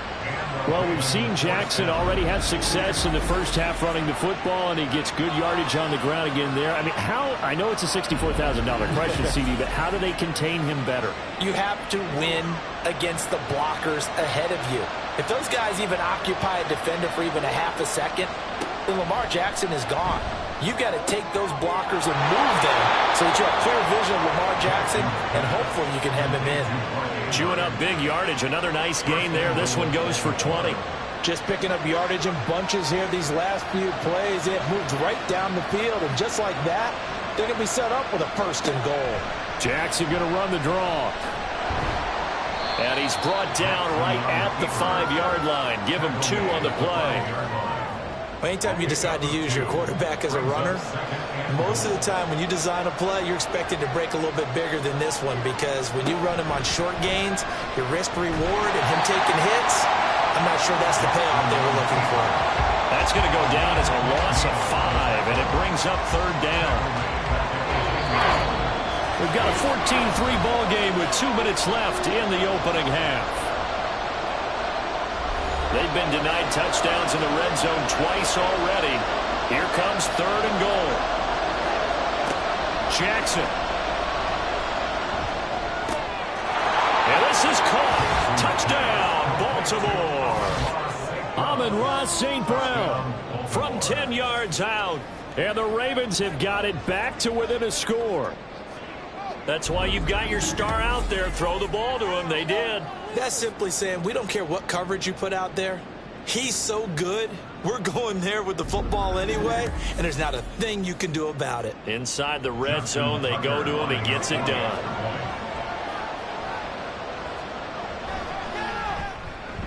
Tucker able to connect on the extra point, and that makes it a 14-10 ball game. Ravens 10.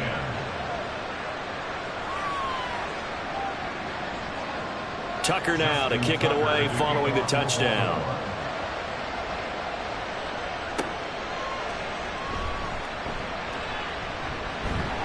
And a decent return out to the 27-yard line.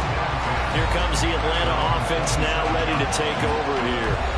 So for this offense, Charles, remember, drive 1 made it to the end zone. Drive 2 resulted in a touchdown as well. Now they'll try to make it 3 for 3.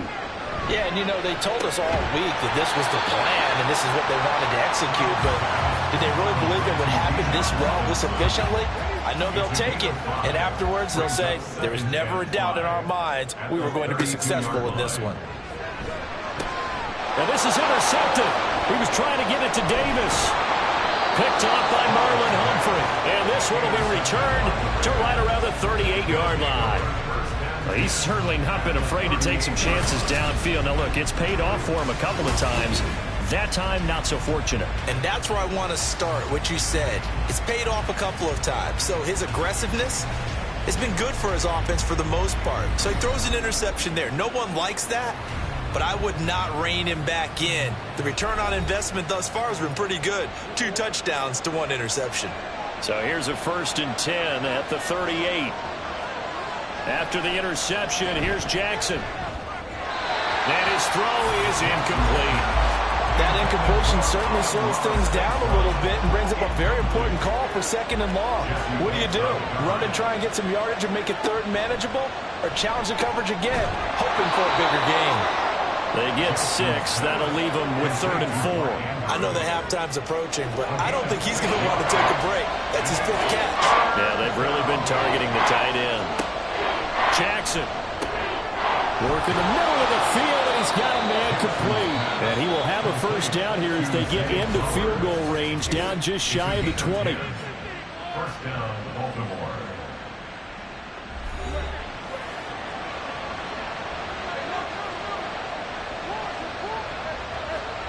Throwing on first down, it's Jackson. He's got his man, it's Andrews. And he's going to get a solid gain of 9 before being brought down. Second and right at a yard. Now another timeout called for by the offense, as it'll come with 36 ticks to go in half number 1. Second down and a little more than a yard here. Jackson now. Got a man, it's caught for a Ravens touchdown. Amon-Ra St. Brown with his second touchdown of the game, 4th of the year. And the Ravens will take the lead here in the final minute of the first half. That could be an important swing right there, a touchdown of the final minute of the half to take the lead. And I like the point you just made there. Could be an important swing because now that they have the lead, if they can carry that into the locker room at the half, they'll feel really good about what they accomplished in the first 2 quarters. Tucker with the extra point, and it's now 17-14. So that drive spanned 5 plays, and it's capped off by the Baltimore score.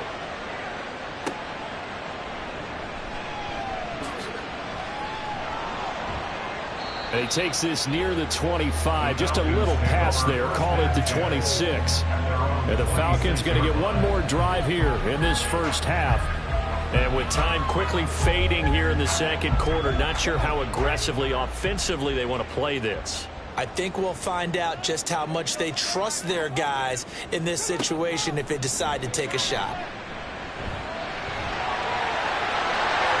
And Stroud wisely slides down safely after picking up the first down. Now the Falcons going to use one of their timeouts. Stroud to the air on 1st and 10. Throw left side complete. That's Robinson. The Falcons going to use the second of their timeouts as they'll stop it with 17 seconds to go in this first half of action. Throwing again on 2nd down, but this time it's incomplete. And a smart play there. He's probably saying, I wish I would have done that on the last drive instead of throwing the interception.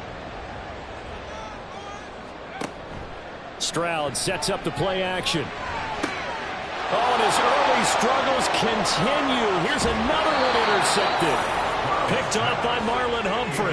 And the Ravens are going to take over once again at their own 37-yard line. Second straight drive now here, Charles, that have ended with an interception. And I just wonder, because I don't think it's going to rattle him necessarily, but I also wonder if it's going to unnerve him a little bit. Does it lead to another one? Or does he find a way to pull it together and become sharp again? The Raven offense set at the line for this next drive. And only 6 seconds on the clock, so time likely for just one play. Yeah, he's going to be out of bounds, but not before he takes it inside the 40. And defensively, they were in zone coverage there. Do you have to be a little careful? You're losing playing against a good quarterback like he is to not play too much zone? Yeah, you have to be careful about how much time you're giving up. I think it's a good point you just brought up. So maybe if you still want to play zone, you go to a zone blitz scheme, and you can drop anyone out of your defensive front, defensive end, defensive tackle. It doesn't matter. You just exchange someone to bring more pressure towards the quarterback and still try and cover downfield. All right, Brandon, thank you very much. The NFL season going to be about 2/3 complete after this weekend, so lots to get to as we check out what's going on here in Week 11. We'll begin up in the Steel City, Acrisure Stadium in Pittsburgh, and it's the Steelers out in front in the second quarter. Kenny Pickett with a couple of touchdown tosses. From there, we're off to check out another game, and they have the lead in that one over the visiting Indianapolis Colts. Aiden O'Connell. 2 touchdown passes thus far. Lastly, we're off to the Rocky Mountains, Denver, Colorado. See what's happening with the Broncos. And they were winners in that one over the visiting Houston Texans. Javonte Williams. A touchdown run in the victory. Both of these offenses had their share of high points in that first half. Each team had some big moments, and it would seem this could turn out to be a game where the last score wins.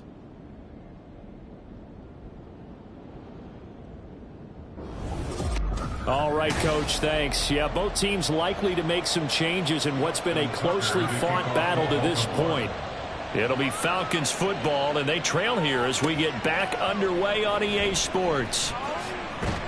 And he'll get it up across the 20 to the 21-yard line. So we get set to start this third quarter. Here's the Falcons offense now.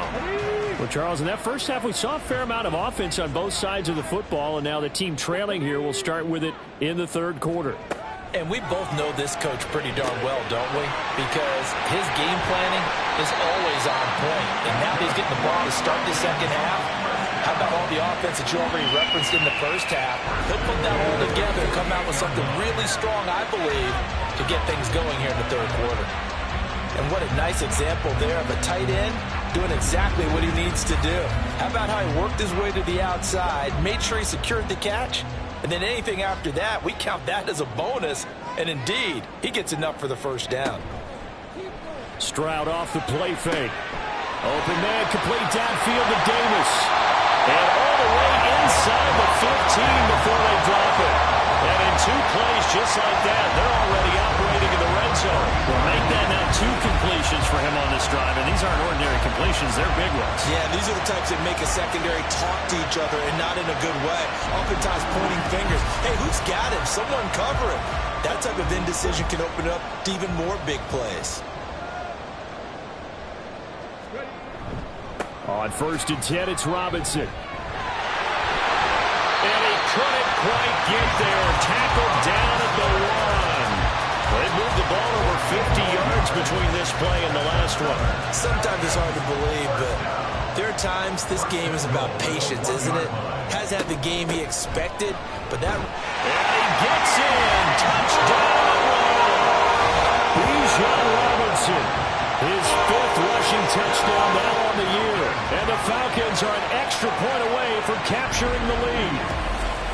So he had the nice run to get him down there, was stopped just short of the goal line, but they go right back to him, CD, and he delivers to finish the drive off. A little extra determination there, don't you think, partner? You notice he didn't tap on his helmet and say, get me out after the run down to the end zone. He said, I almost got in. I'm going to get in on my own. I'm staying in. And he carries it across the goal line. From a couple yards deep, he'll bring it out of the end zone. And he'll be stopped right around where he would have been had he gone down to a knee, maybe a yard shy of there at the 24. The Ravens offense getting ready now for their first possession of the second half.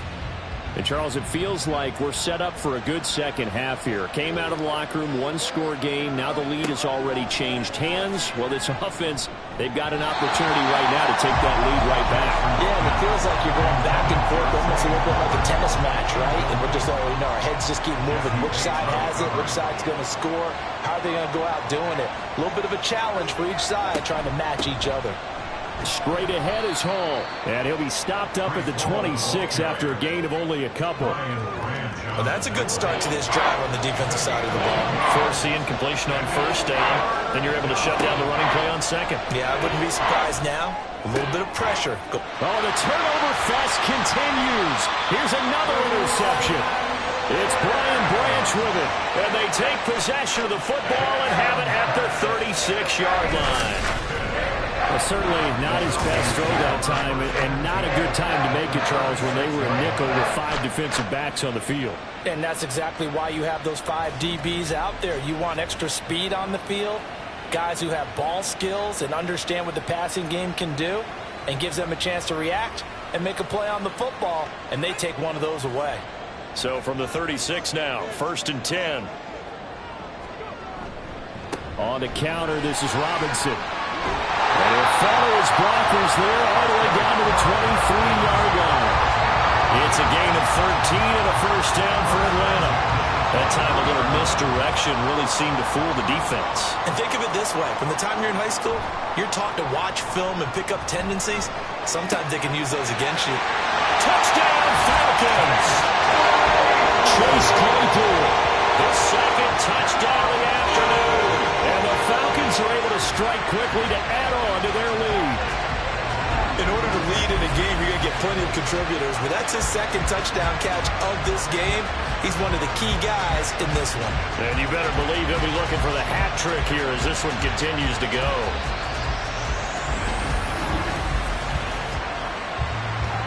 Coup now for the point after.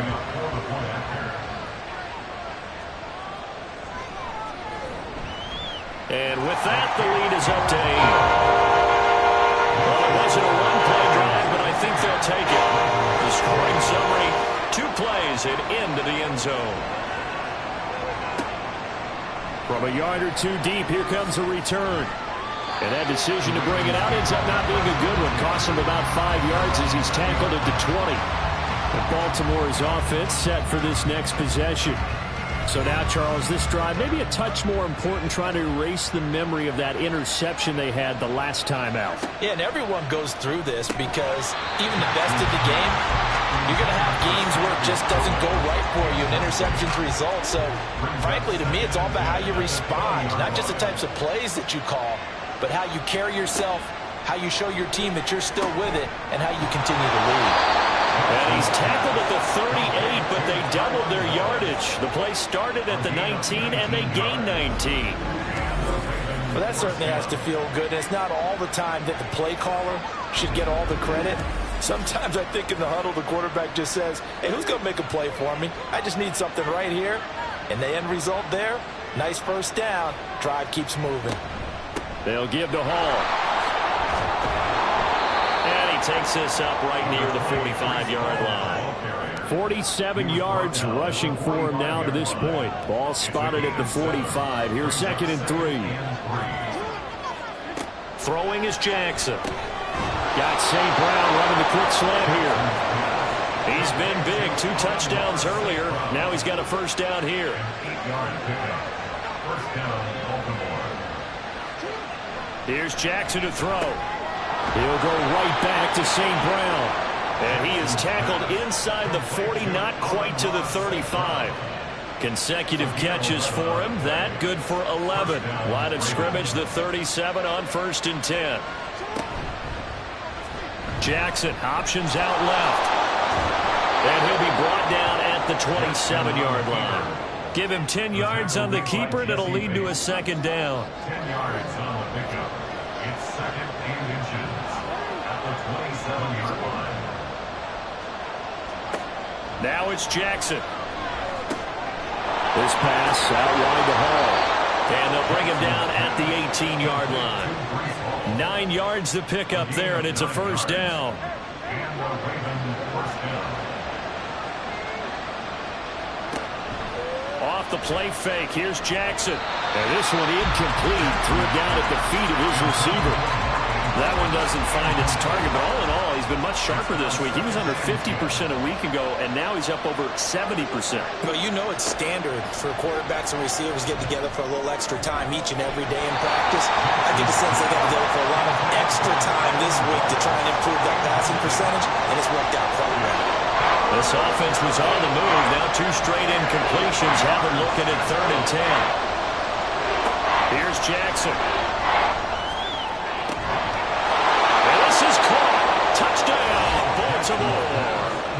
Amon-Ra St. Brown, an 18-yard touchdown grab. And the Ravens have cut the lead back down to 2. It's been quite the game for him individually. A trio of touchdown catches now. So pick a route, any route. Whatever you want him to run, he's going to do it and do it well and end up in the end zone. This has really been fun to watch. Jackson and the Ravens still on the field. They'll go for 2. They'll look to throw. Throws right side. And he's got it. So they went ahead and went for 2 to tie the game, and it works out. So they go with a pass, and it works there on the 2-point try. Charles, just in general, what are your thoughts passing versus running on 2-point conversion? Situational? It is situational, and you have to know your team. What is your strength? Because so many people think you have to throw the ball in a 2-point conversion, but the stats will tell you that running it is about as proficient. So know your team and go to your strength. So right back to square one, tied at 28 as he kicks it away. And he'll get it up past the 20 to about the 22. And the Notre Dame man, Chase Claypool, in this offense, ready for their upcoming possession. He's been his typical solid and reliable self, hasn't he, Charles? When you have that go-to receiver that you can count on in the situation where you absolutely have to have him, there's nothing better for anybody who's throwing the football. But the best part is the payoff. 2 touchdowns already.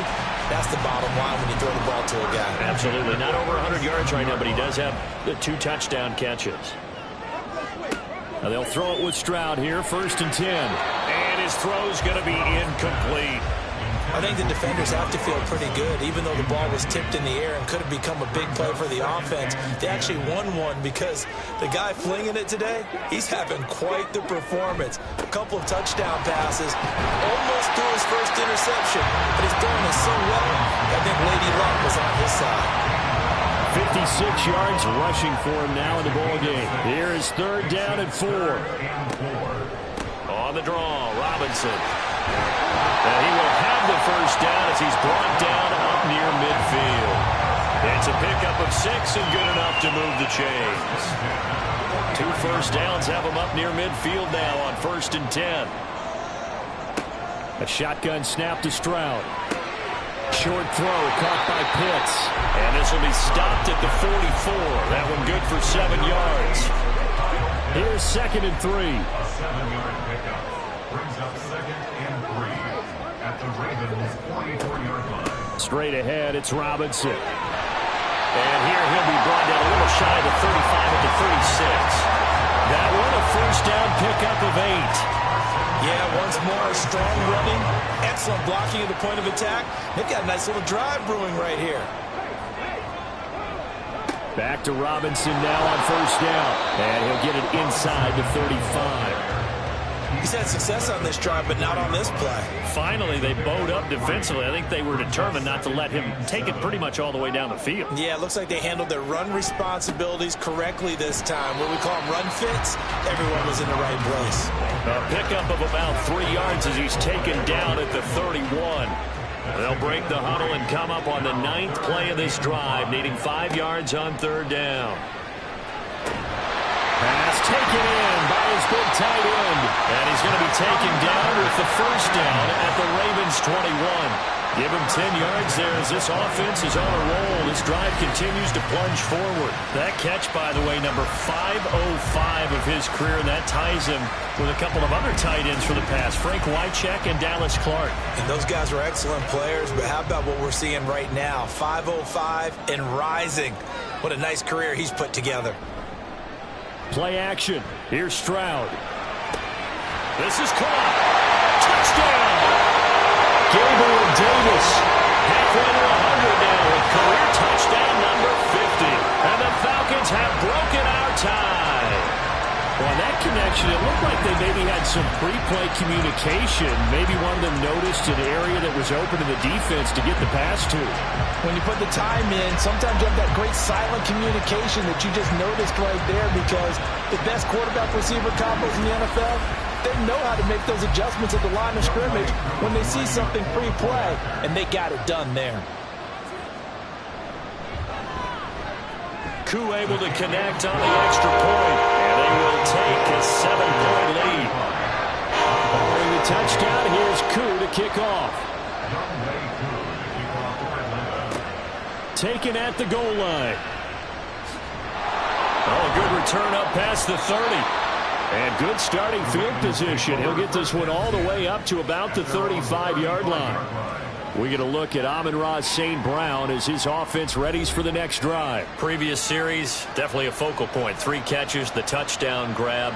As a DB, or former DB, is there a number of catches on a drive you're like, oh, he got the best of us?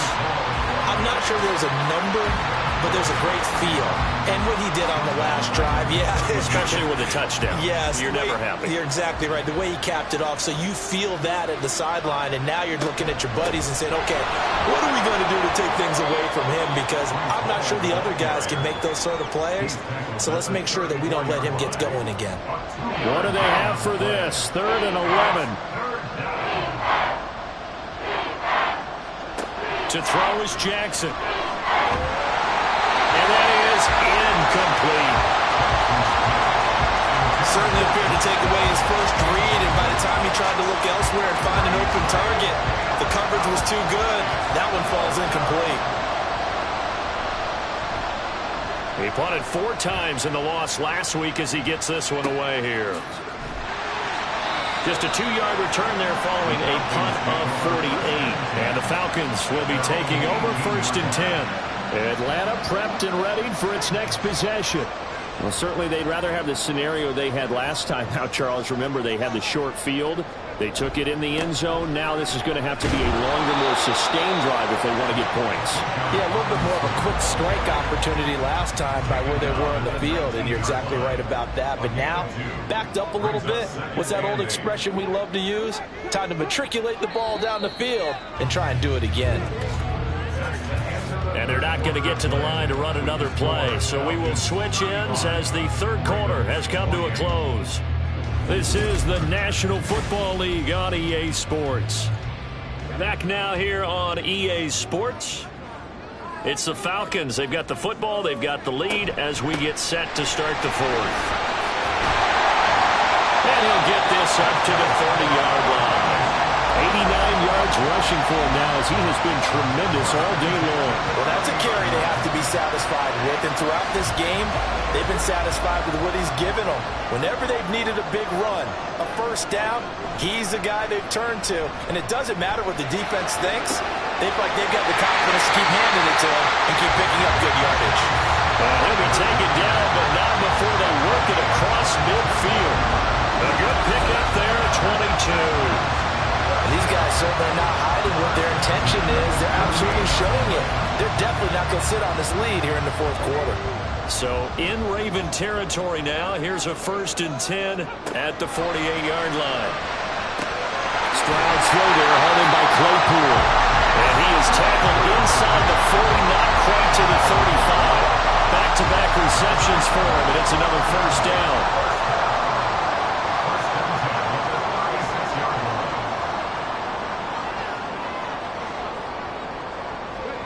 Stroud looking to throw. Caught out left side by Robinson. No gain on the play. And that'll make it 2nd down. Second and 10 at the 36-yard line. Stroud.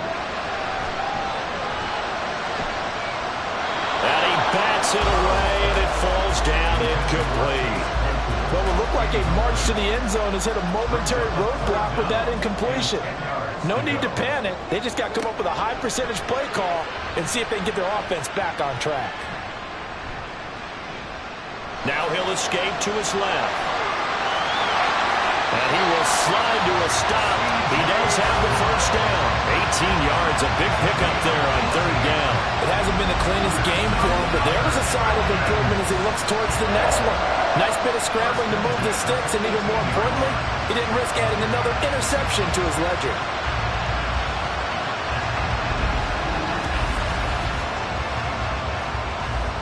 So from inside the 20, here's 1st and 10 at the 18. Stroud to throw it. Over the middle, caught by London. So the completion good for 6 yards, and that'll bring up 2nd down. Brings up 2nd and 4 at the 12-yard line. Here's Stroud. And this throw a bit late as he couldn't reach back for it. They don't get the hook up there, but you really have to marvel at how precise he's been throwing the football these last couple weeks. Oh, that's a perfect word for it, precise, because if you're at 70% or better 2 weeks in a row, you have a job as long as you want one in this league, won't you? I mean, let's face it, it's not just West Coast offense either. He's putting the ball downfield as well. His back has been a dependable safety valve all game, so he went back to him when his first read was covered. Just unable to connect, so the play results in no gain. A 29-yard attempt. Koo knocks this one through the post. So after 5 touchdowns offensively, hey, maybe it's time to get the kicker a little work, and he's able to connect there. I love that empathetic side of you. You're worried about him getting some action, getting to be a part of the game. Well, he got in and got it done.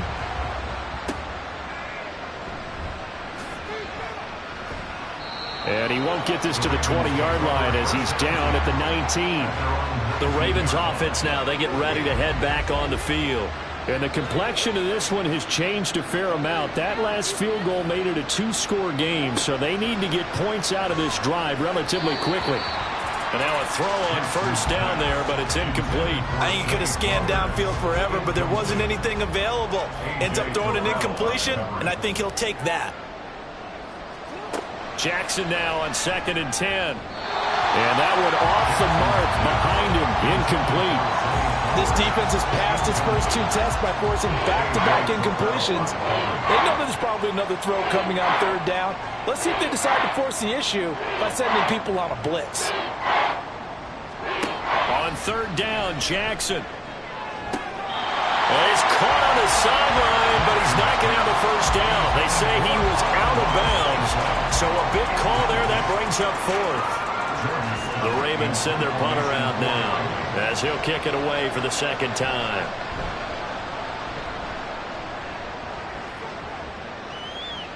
Fair catch called for and made at about the 32-yard line. Atlanta now coming out on the field. They've got a chance now to put this game away following that last defensive stop and punt. 1st and 10, it's Stroud. Able to hit his target, Claypool. And they bring him to the ground just shy of midfield. That play going for 16 yards to start the drive, 1st down. Partner, I like that they're staying aggressive on offense because to me, this drive is what is known as a put-away drive. You score here, that might put this one to bed. I like the fact that they're playing with confidence and not playing with fear.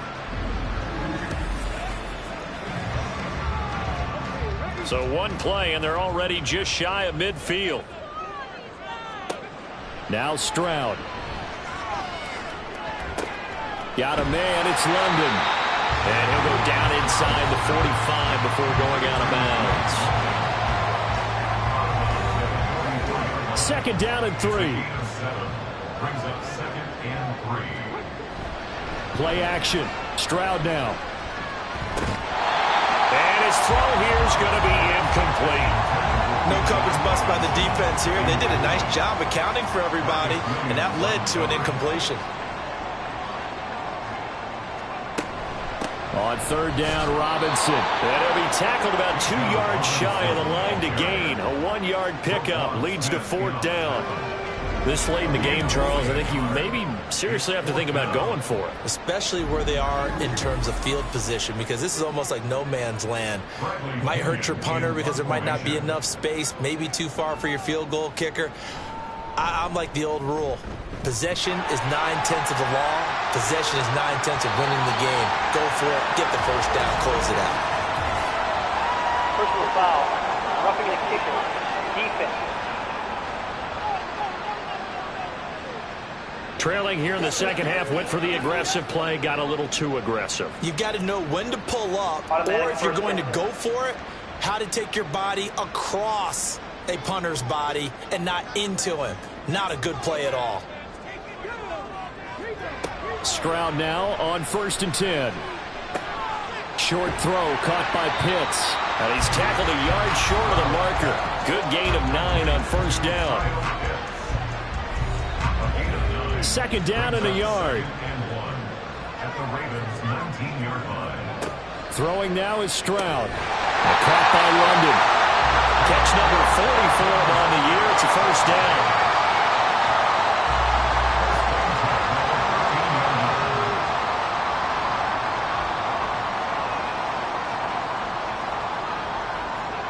Stroud working out of the gun. And that is incomplete. Oh, the coverage a little too good there, and it's 2nd down.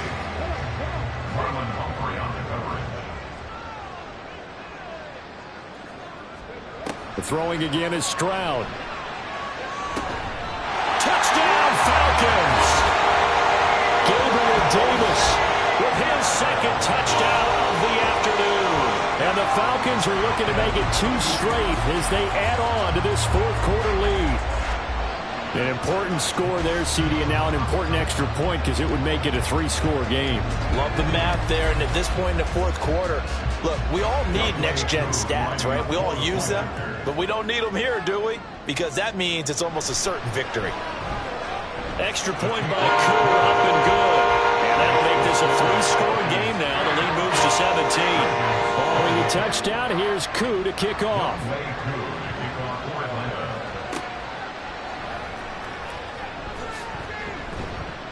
And out a little across the 25 to the 27. We get a look at Amon-Ra St. Brown as his offense readies for the next drive. So far, he has the trio of touchdowns. Obviously, it's been a pretty good game for him. So if this were hockey, they'd be throwing their hats out on the ice for the hat trick, right?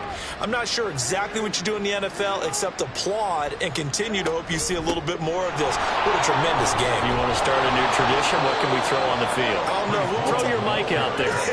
A lot of fans would like that. Cut his mic off. 3 touchdowns so far. Second and 4. On second down, here's Jackson toward the center of the field, but it's incomplete. At this point, down big, you'd have to imagine this defense are just going to sit back, blanket the field as best they can. Yeah, this is actually the easy part of the game for them because, just as you noted, they can sit back, keep everything in front of them. But they blanketed the field the entire game using a variety of coverages. 8 yards there on a first down.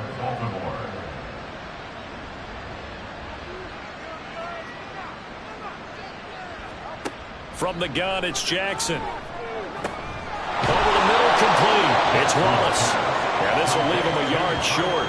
Nice pickup of 9 yards on first down. Just need a yard here. 2nd and 1.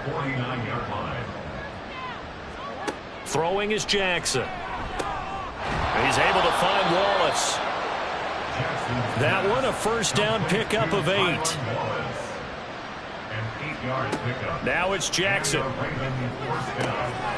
the out route, incomplete. That's Wallace. And brought down, but able to get it to their 30-yard line. On 1st and 10, it's Jackson. That'll be caught. It's St. Brown. And they are able to stop him, but he does take it all the way to the 2. Here's Jackson. There's Flowers. He's got it. Touchdown, Ravens. 2 yards on the touchdown there. And the Ravens have got it back to a 2-score game here in the 4th.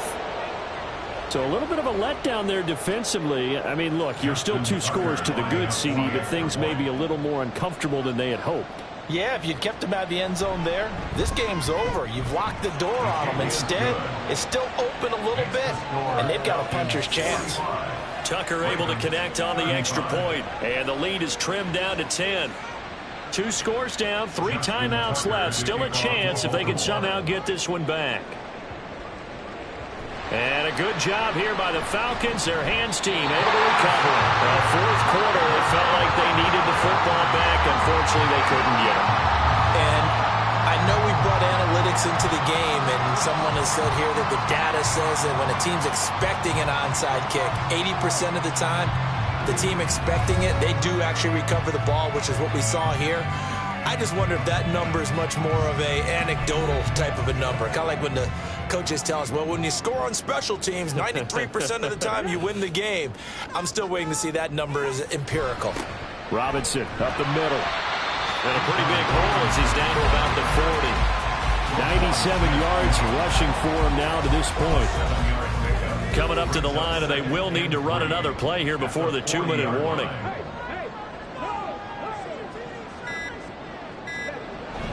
On second down, another shot for Robinson. And this won't be enough to pick up the first. A gain of 2, 3rd and 1. 2 minutes left to play in this football game here on EA Sports. So it's Falcon football as we welcome you back. Now this is a big 3rd down, and you'd have to think we'd see a timeout right away if they can't stop him here. Robinson with another carry. And he's going to have the first down yardage as he's down at about the 30-yard line. On the give, here's Robinson. And for one of the few times here today, this run's not going to go anywhere. And quickly, we're going to get another stop here with 1:54 left as they call the timeout defensively. And he is going to have a Falcons first down, and it would appear that that's going to be the one to do it. And they take a knee.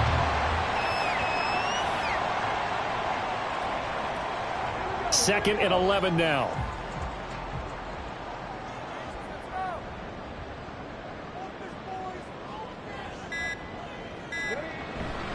They'll run this one right with Robinson. And he'll fight his way down right around the 12. Give him 3 yards on the run there. That still leaves him with a difficult 3rd and 8 coming up. Brings up 3rd and 8.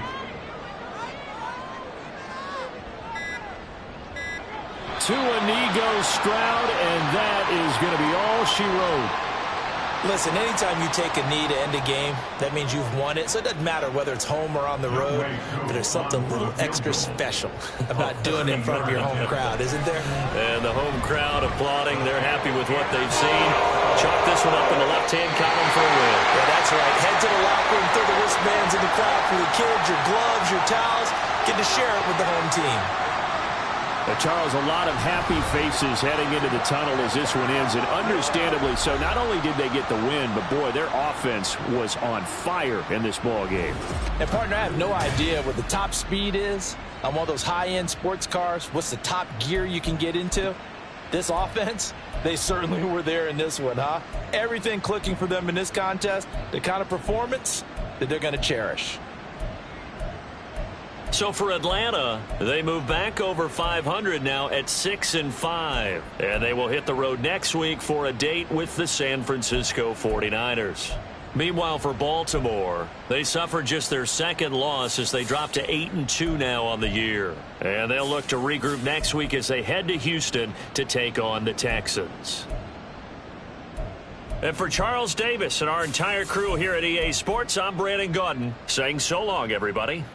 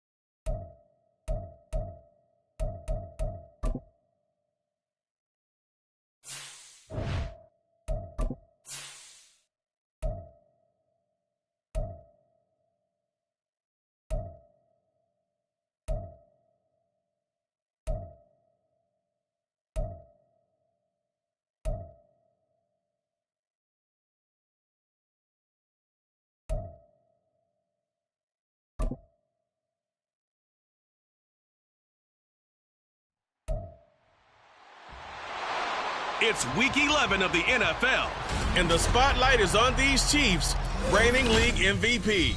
After his last game, he's now across 3,000 yards for the season. It's the Chiefs and the Chargers on Sunday Night Primetime.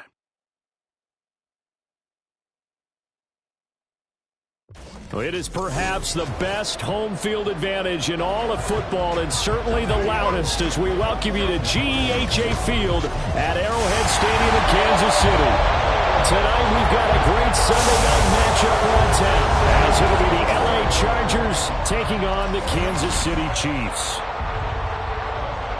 With Charles Davis, as always, I'm Brandon Gaudin. Charles, you talk about storylines in this one. I think it begins and ends with our two quarterbacks, certainly two of the best in the business. And nowadays, I don't think you can get by for long periods of time without a top-flight quarterback. The way the game is played, with all the responsibility he has and how the game flows.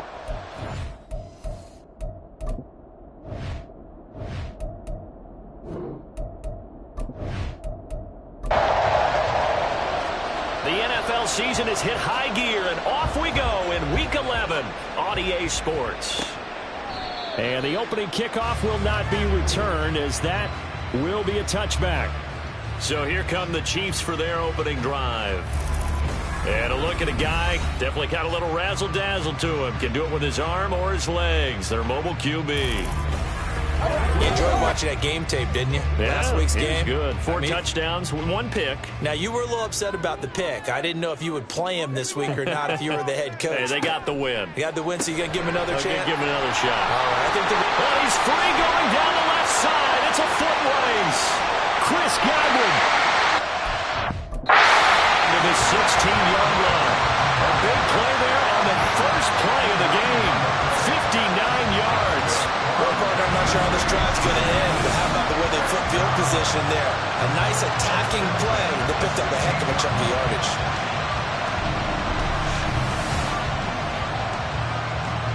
A real field flipper there, as all of a sudden they've got a first down in the red zone. And it's straight. It's Pacheco. And he'll get it here to the 10-yard line. It's a 6-yard pickup, and it gets him to 2nd and 4. It's a pickup of 6. Brings up 2nd and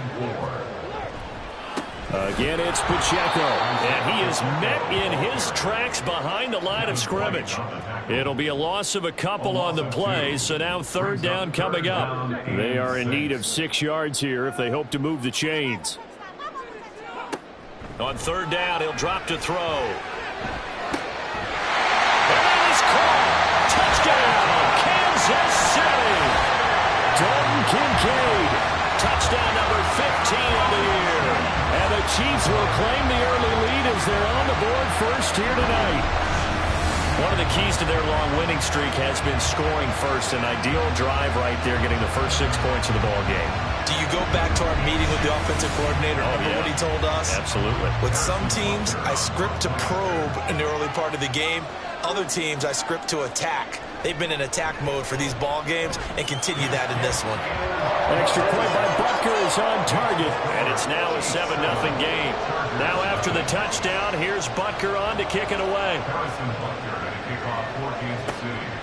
And here comes a return from just beyond the goal line. And he'll be brought down shy of the 20, so the decision to bring it out of the end zone, not a good one. So here's the Charger offense making their way out. And they are led out there by their mobile quarterback. Brandon, I don't know about you, but when I heard he threw 5 touchdown passes last week, I thought, well, he's going to be the AFC Offensive Player of the Week. I didn't need to hear any other stats, and it turned out to be right. That's exactly right. It seemed like every time we turned around, he was throwing one in the end zone. But he doubled down. He said, I see 5 more in this game. Challenge accepted. Challenge. Throwing on first down, but this one winds up to be incomplete. 2nd and 10. And, CD, you look at this defense, what kind of pressure are they under trying to stop a team that has won 5 games in a row? Well, to me, it makes their job harder because you know you're going up against an offense that's playing at an elite level, and sometimes you can get too caught up in trying to play the perfect game. You're trying to be too precise, too fine, instead of just letting it rip. And I think that's more the priority than trying to be absolutely perfect. They'll run with ETN. And he's taken down, but able to slip across the 35. A 10-yard pickup, and it's enough for a Charger first down. Plenty of things to talk about here, partner, but to me, their defense gave up a touchdown on the first drive. How about how they're responding, coming back? That's a big third down pickup to keep their drive alive. He's airing it out for Williams, and it's knocked away and incomplete. Trying to find Jamison Williams, and it's second down. You talk about this Chiefs defense. They're in the spot statistically that you don't want to be in against the pass. Number 32 in the league, dead last. That was a nice play right there, but overall this season has been an absolute disaster. A total lack of communication on the back end. They need a leader who can put this team, this unit, on his shoulder pads and carry them to the right spots. Now a shot taken on third down, but it's going to wind up incomplete. Zone coverage there, and they were playing deep.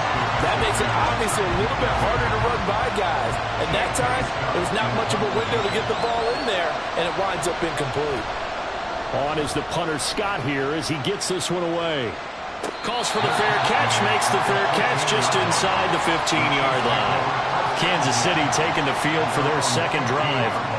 And it's only November, but the playoffs, we know how it works. They'll be here before you know it. If it ended today, they would be the number 1 seed.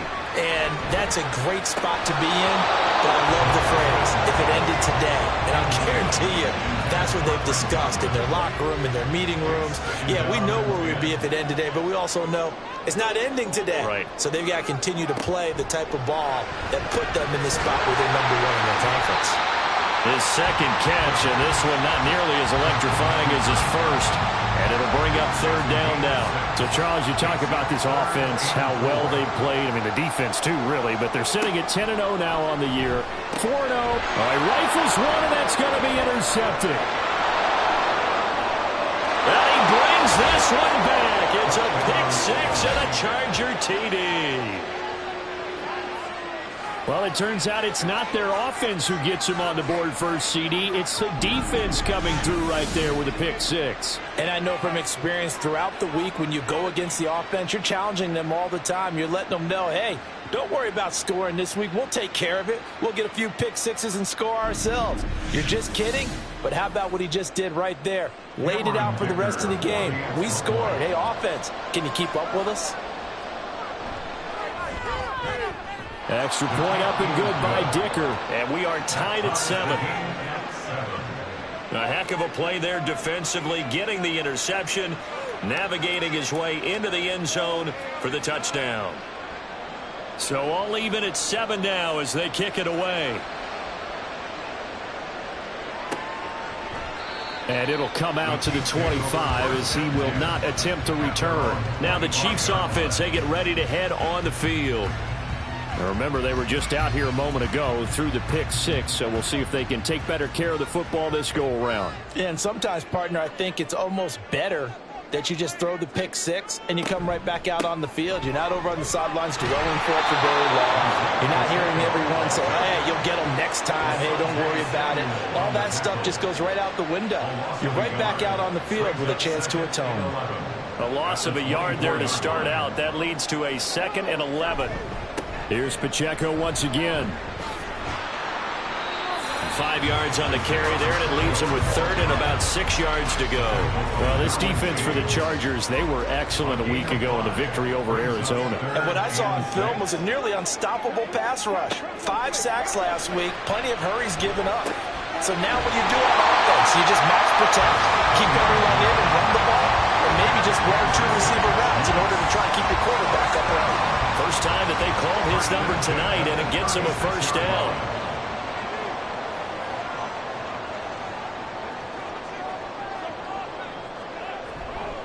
A give right side for Pacheco. And this defense not giving him anything there. Maybe a yard up to the 36.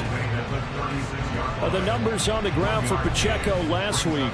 14 carries, 85 yards. And when you measure numbers for the guys that carry the football, it's not just the yardage. How many times do they ring the bell? How many times they get into the end zone? And now that he has 15 for the year, everyone gets to celebrate, starting with his offensive line. A second down pass play there, but it's incomplete. When you talk about the defense for these Chargers, they were excellent a week ago in the victory over Arizona. And what I saw on film was nearly an unstoppable pass rush. They had 5 sacks last week, plenty of hurries. So now do you just max protect on offense, keep everyone in, and run 1 or 2 receiver routes to make sure your quarterback stays up? Listen, the coverage may be too good that time as he breaks away for 19 with his legs and a first down. He's a talented runner, and that means he's always looking for bigger and bigger gains when he takes off.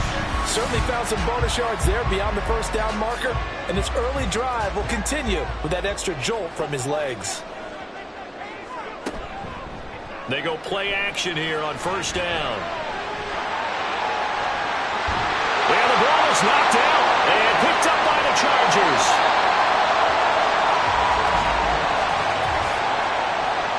Holding offense. So holding on the offense, they go ahead and decline the penalty, and the ball will change hands on the fumble recovery. They'll look to throw now on first down. And his throw's going to be incomplete. One thing that you're going to see from this offense is that they love the matchup with their wide receivers against this secondary. That one wasn't successful, but don't expect them to back away from attacking all game long. And he's taken down, a cheap sack. It was Leo Chanel who got in to drop him. Well, the pass rush has been a real strength of late. They know how to get after the quarterback. Absolutely. 4 sacks last week. That's their first one here. Anything in particular you've seen from them or on film? I think that they're winning athletically up front, winning those one-on-one battles, but also when the offensive line wants to keep everyone in and mass protect, they know how to scheme their way back to the quarterback as well. That was no 3rd and 2. That was 3rd and 16, but they get the conversion anyway. Despite writing it down on my notes, I never give enough credit to the offensive line, and we have to here. The protection, that's what made this play a success. Quarterback had to wait for his crossing route to develop, and that takes a little bit of extra time.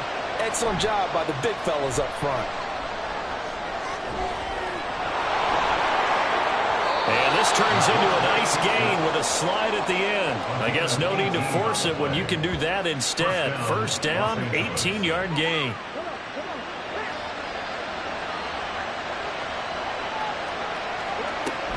ETN up the middle. The numbers on the ground for ETN last week. 21 carries, 120 yards even. When you put the ball in the end zone 13 times on the season, one thing is apparent. You didn't do it all on your own. Offensive line is creating some nice space for you, and you're probably getting some good blocks downfield from your wide receivers. 2nd and 9 now. And that'll fall incomplete. He was hit just as he let that go. And now it's 3rd down.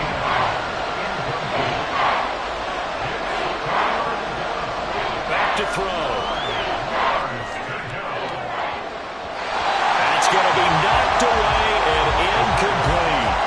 They decided the opportunity was there and launched a deep ball, but he was unable to get away from the defender, couldn't create space, couldn't uncover the end of the route, and that one winds up incomplete.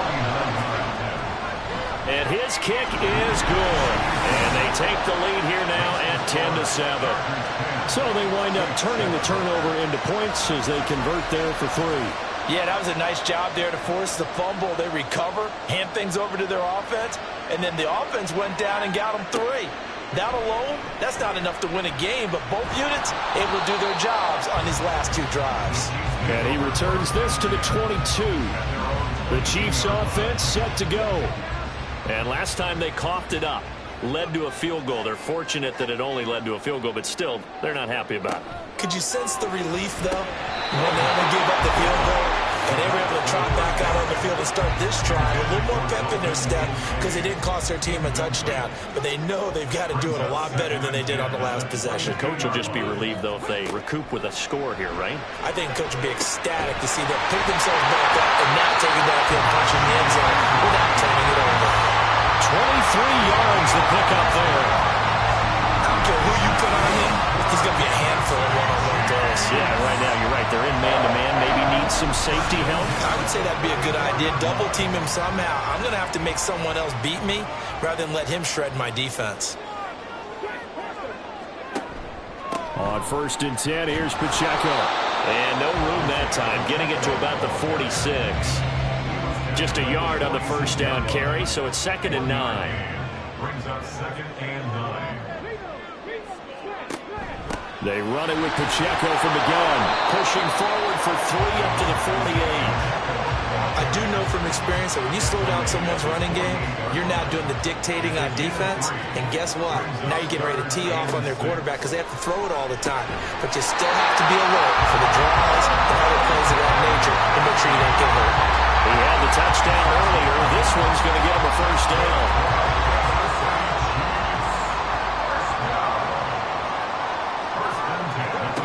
He'll drop to throw. That'll be caught by Rice. And he's going to get this down near the 30-yard line. The Chiefs have got the passing game rolling a bit. And another first down. Looking to throw. He finds his man, complete. It's Blake. And just 3 yards on the catch there. He couldn't get away. And it'll be 2nd down. At the Chargers' 27-yard line. Again, he'll drop to throw. He'll check this one down to Pacheco. And he's brought to the ground with another first down at the Chargers' 17-yard line. 10-7 our score after 1 right here on EA Sports. Second quarter from Arrowhead. It's the Chiefs in possession. So from the 17 now, here's a 1st and 10. As they've got it as we resume action. Forced out to his, and he can't get rid of it. He's taken down. Joey Bosa make that now 8 sacks for him on the season. Well, last game he had 2 sacks. Got another one here, picked up right where he left off. Brandon, he spent the entire offseason working on new moves, new techniques, trying to add to his arsenal of pass rush. And pressure coming, and they got him once again. It'll go in the books as a 7-yard loss on the sack, and it's 3rd down.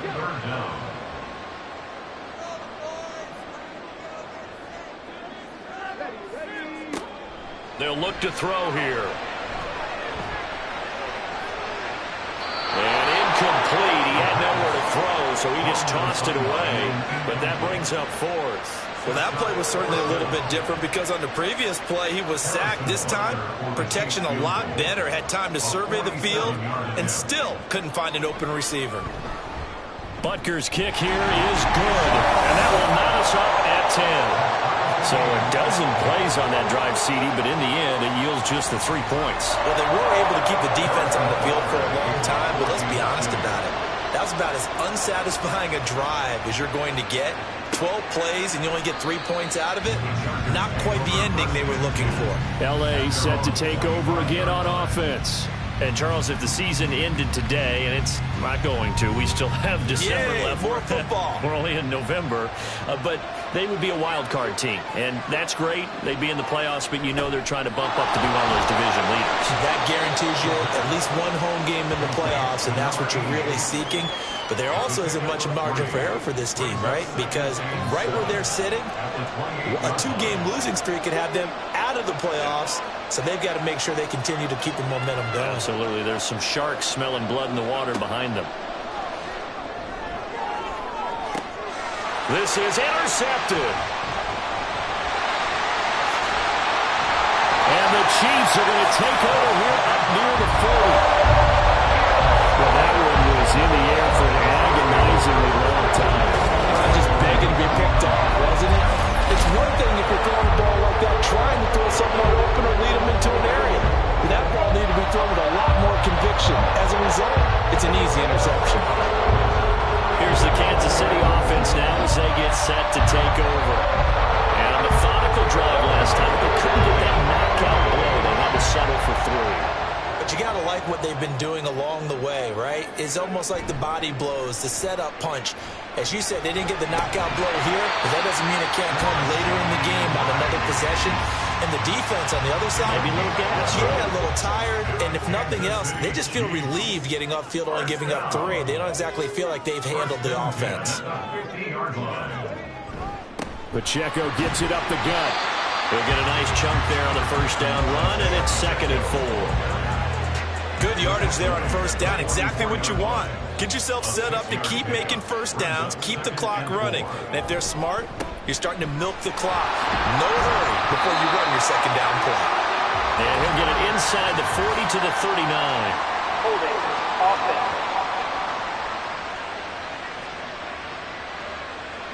They'll come up now on a 2nd and long after the hold.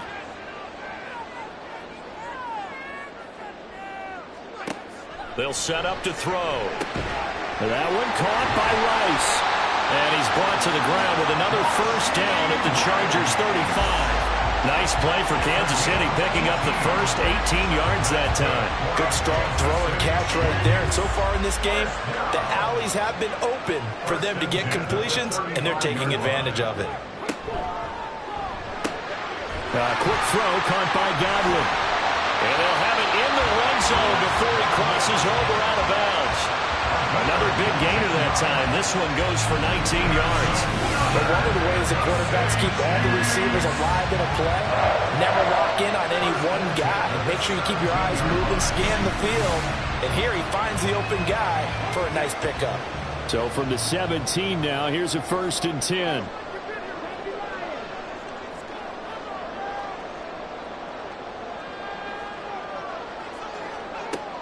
They'll look to throw. And he's got it. Touchdown, Chiefs. Dalton Kincaid, his 2nd TD of the game and 16th on the season. And the Chiefs have moved out in front. The CD, you know, anytime they get close to the red zone, he is such a threat. And there he is again already, his 2nd touchdown of the ball game. And I know it's probably a little bit of a failing on my part, but you know I watch a game through defensive eyes, and I don't understand what the coverage was. And we remember, of course, all scoring plays need to be verified upstairs. And I think they're going to at least take a look at this. They're taking a peek at whether or not those feet were in bounds, and obviously a big call here in the end zone. And not just the feet. How about the hands? How's the ball possessed while the feet are hopefully getting down in bounds? That's what they're trying to look at to see if it all comes together. So they called it a touchdown originally, and this will stay a touchdown after the video review, so they had it right. Extra point by Butker is on target, and that makes it a 17-10 score. Now after the touchdown, here's Butker on to kick it away. And he'll decide to not bring this one out as their drive will begin at the 25. And the LA offense ready for this next possession. Well, still early in this one, Charles, but the last time this offense was out there, they threw their first interception of the ball game, so trying to avoid repeating that mistake here on this drive.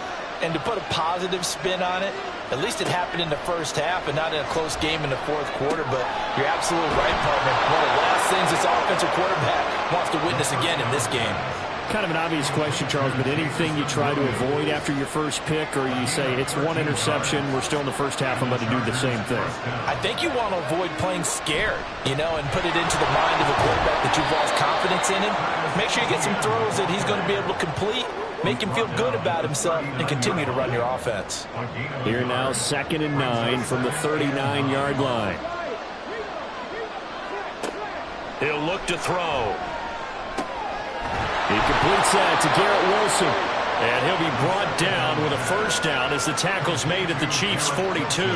The Chargers passing game rolling a bit here. They've got another first. And that's a more than acceptable read right there because it's zone coverage, so timing is everything. This time he waits for his man to come open, puts it right on him, and they pick up a first down.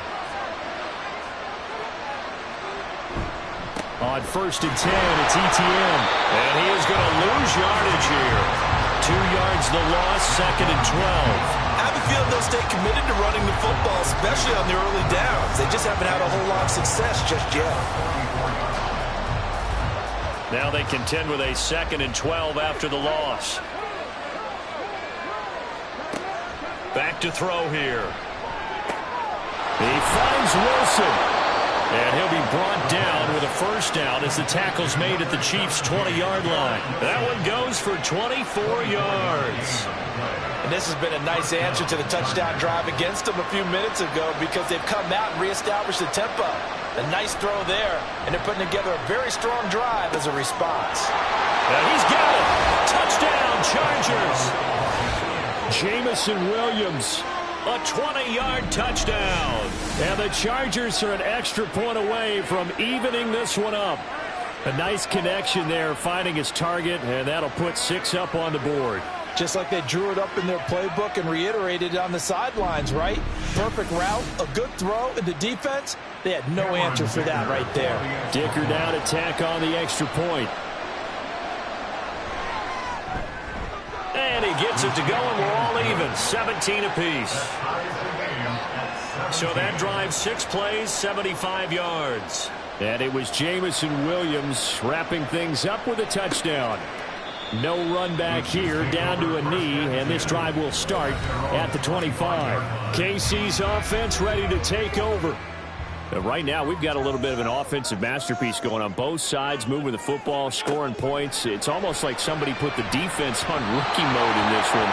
I mean, we haven't even left the first half, Charles, and we're certainly on pace for a shootout. An excellent start for both offenses. The fans have to be enjoying this to seeing all these points go up on the board. As a former defender, you know I'm not enjoying this at all, but right now, both these teams just trading haymakers. Let's see if anyone slips up first.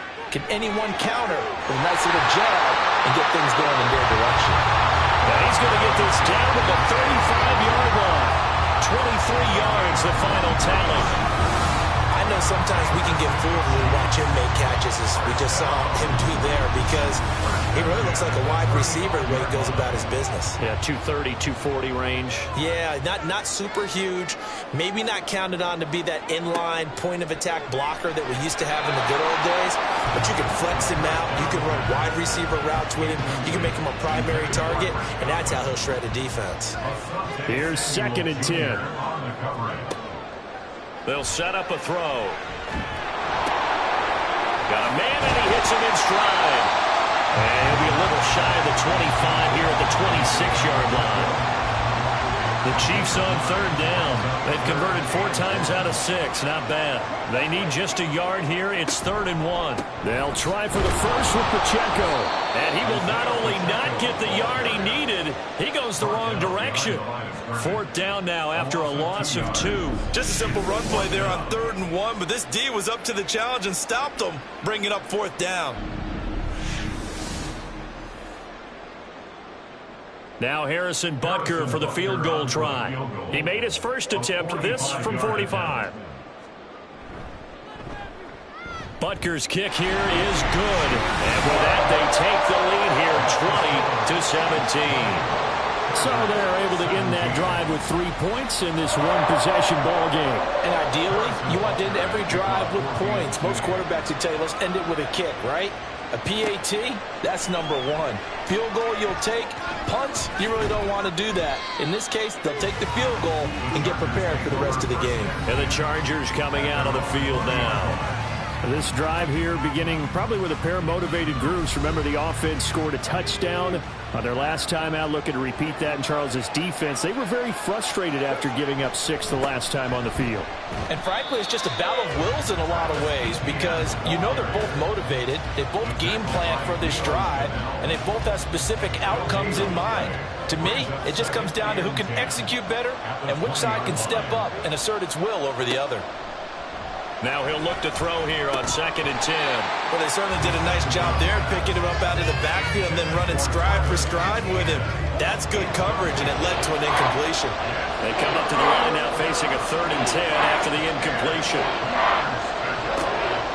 Now back to throw. That is caught. And he is going to have the Chargers first down as they're able to get the 3rd down conversion.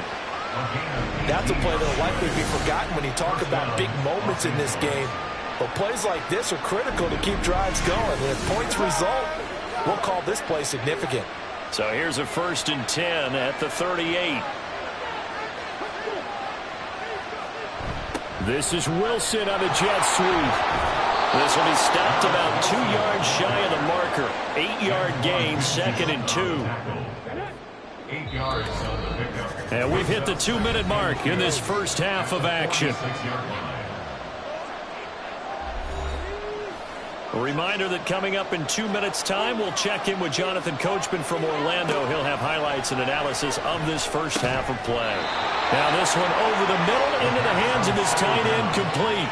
The Chargers passing game rolling a bit here. They've got another first.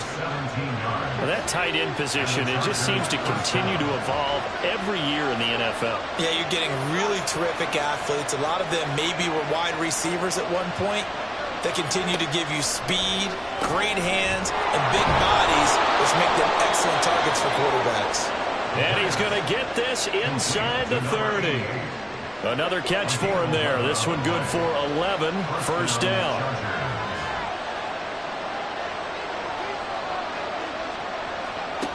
They're going to look to throw. Looking left sideline, it's complete. And he's down inside the 5 at the 4 before he's out of bounds. 23 yards on the play.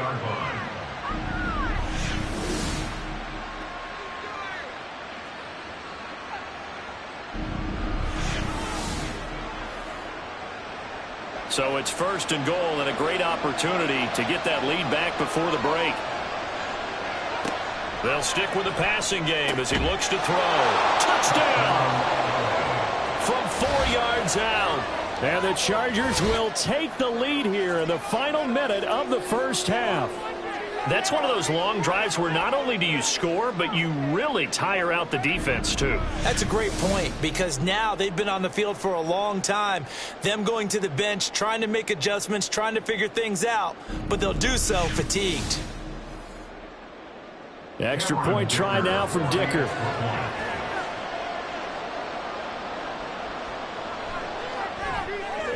And that will make this a 4-point game.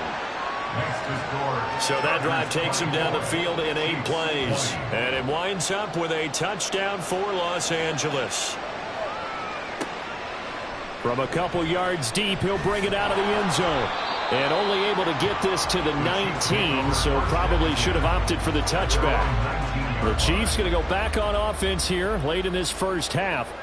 With his slim deficit closing in on the end of the first half, we'll see if they can move this at least into field goal range and try to get 3 out of this drive. The Chiefs now going to use the first of their timeouts as the clock will stop with 45 seconds to go in the first half. This to the tight end, Kincaid. First down now, but that clock rolling. He'll look to throw. Got his man complete over the middle. That's Rice. And he gets this one to midfield before he's brought down. Now another timeout called for by the offense. From the midfield stripe, they'll look to throw.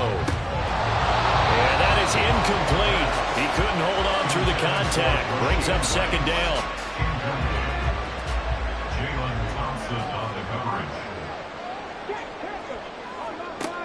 They'll look to throw again. Over the middle, complete. That's Blake. That'll leave them with a 3rd and 2 coming up. They got 8 yards there. Now a timeout. 7 seconds left in the first half.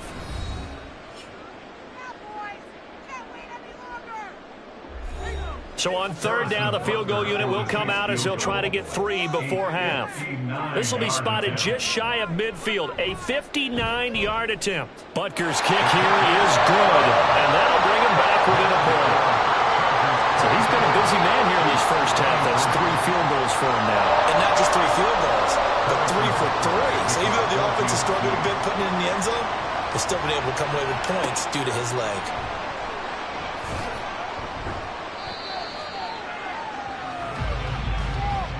So we've reached halftime in a wild first half. We'll take a minute to catch our breath as we'll send you down to Orlando and we check in with Jonathan Coachman for our EA Sports Halftime Report. Coach.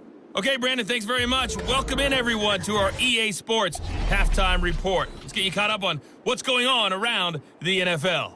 We'll begin up in the Still City, Acrisure Stadium in Pittsburgh, where it was the home team who were able to hold serve and get a victory in their stadium. Kenny Pickett, terrific in the win, as his guys up their mark to 7-4 with the victory. From there, let's head off and check out a second game. And they fall in that one to the visiting Indianapolis Colts. Jordan Love, strong in the victory, as his guys looked better than a team that had won just one game coming in. And finally, a good one on Monday Night Football between the Chicago Bears and the Minnesota Vikings.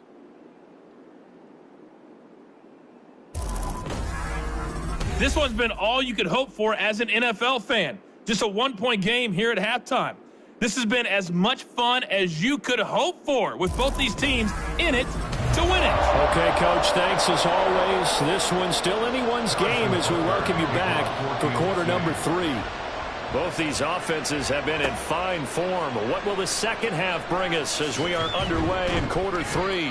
And he will be brought down here inside the 20. Good coverage as he's dropped at the 17. The Chargers getting ready to go here to start this third quarter. As this offense takes the field to begin the opening drive of the second half, Charles, remember in that first half, good through the air and really all around an outstanding offensive performance. Absolutely. They reached the end zone several times. The passing game working awfully well, and most importantly, partner, yeah, they went to the tunnel with a lead. They come back out with that lead. Absolutely. NFL coaches, we know they're perfectionists in a lot of ways, but they had to like what they saw in that first half. They try to throw on second down, but this one is incomplete. An incomplete pass on that last play, and that means they'll need to come up with something here on third down. They'll drop to throw.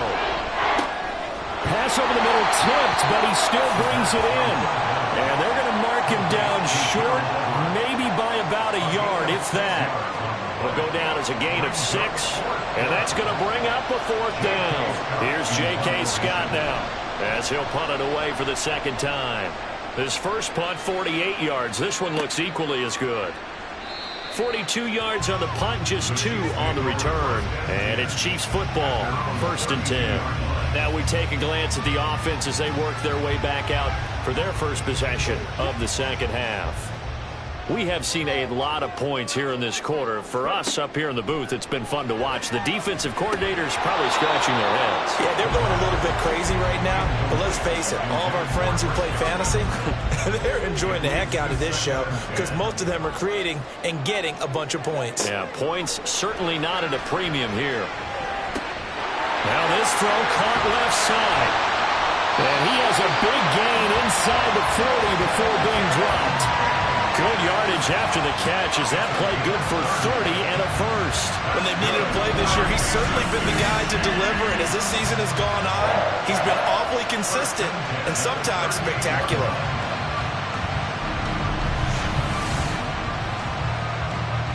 So how about that for a chain mover? They're all the way down inside the 40 now for 1st and 10. Now a shotgun snap as they'll look to throw. A short throw pulled in by Kincaid. That's good. The completion there for 7 yards, and it'll be second down.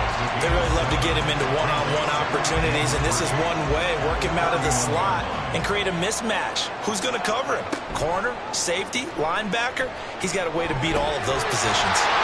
And here's a throw right side taken in by his tight end. And he's brought down, but not before he reaches the 8-yard line. 23 yards, the final tally.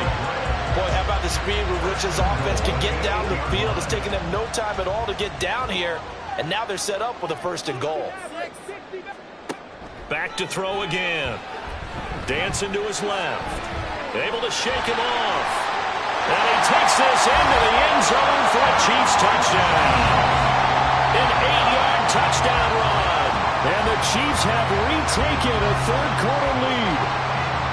So a very strong first drive in the second half, Charles, as they turn that halftime deficit into a third-quarter lead. And they were pretty purposeful there, weren't they? Measured in their approach. But, boy, they executed awfully well, moving the ball down the field. Andy Reid never one to shy away from taking chances. He'll go for 2. They'll try and throw for it. And it'll be intercepted.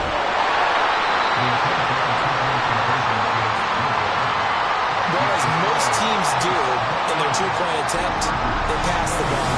Instead, it gets intercepted. And remember, if you pick it off, you got a chance to take it all the way back, get 2 points yourself, right? Yeah, not the case there, but that's why you got to be really careful with those throws, especially to the outside. Now after the touchdown, here's Butker on to kick it away.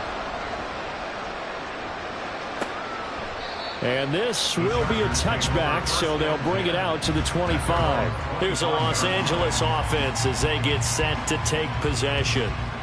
Charles, a very uninspired effort. The last time we saw them out there was a quick 3-and-out, then they punted the football. Yeah, and you never want to get stopped so soundly during a series, but what would be even worse now is letting it happen again right here. They've got to get going. And that one drops down, incomplete. Good coverage there, forced the ball free, and it's second down.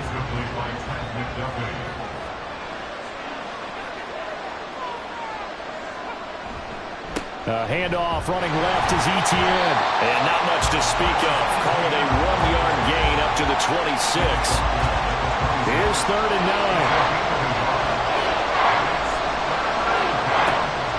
He'll drop to throw. Able to find the open man. That's complete. And he'll have it past midfield almost to the 40 before being taken down. Well, that's how you convert on 3rd down with an explosive gain of 34. Well, this game has certainly had no shortage of offense. Both teams have been revved up from the start. And here's yet another big play. Boy, both defenses have just got to be dragging out there because they've been run ragged throughout.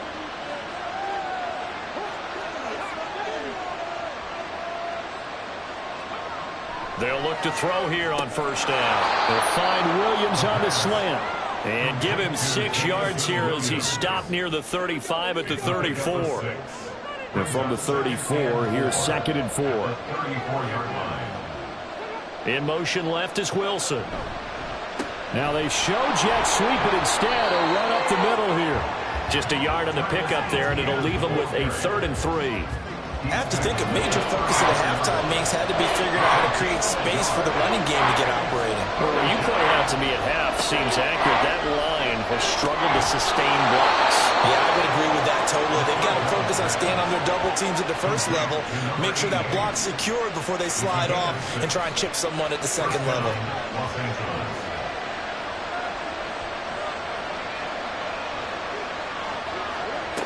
Now on 1st down, he'll drop to throw it.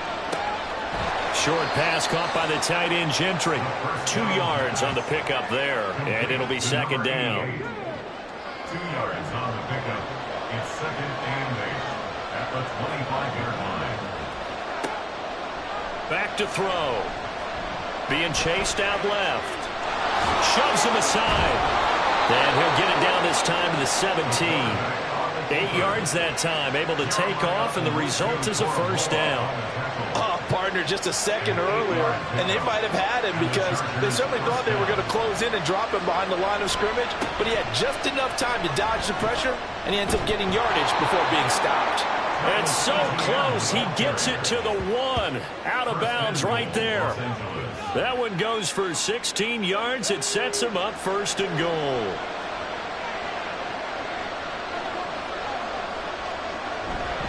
Etienne is not going to get in here as they push him back to the 2-yard line.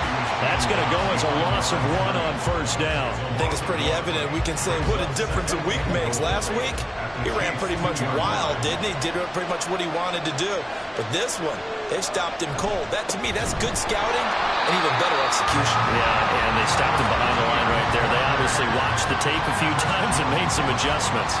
It'll go down as a 2-yard loss, and it brings up a 3rd down. And now 3rd and goal coming up, the loss on 2nd down. That just means this crowd's going to get even louder, and they'll get a little bit of extra help from the defenders as they exhort them. And it's caught on the deflection, and this is going to be a touchdown. There was no going through the progressions on that touchdown pass. Yeah, nor was it necessary. His receiver won that route early, presented himself. No reason to wait. Go ahead and put it on him and score a touchdown.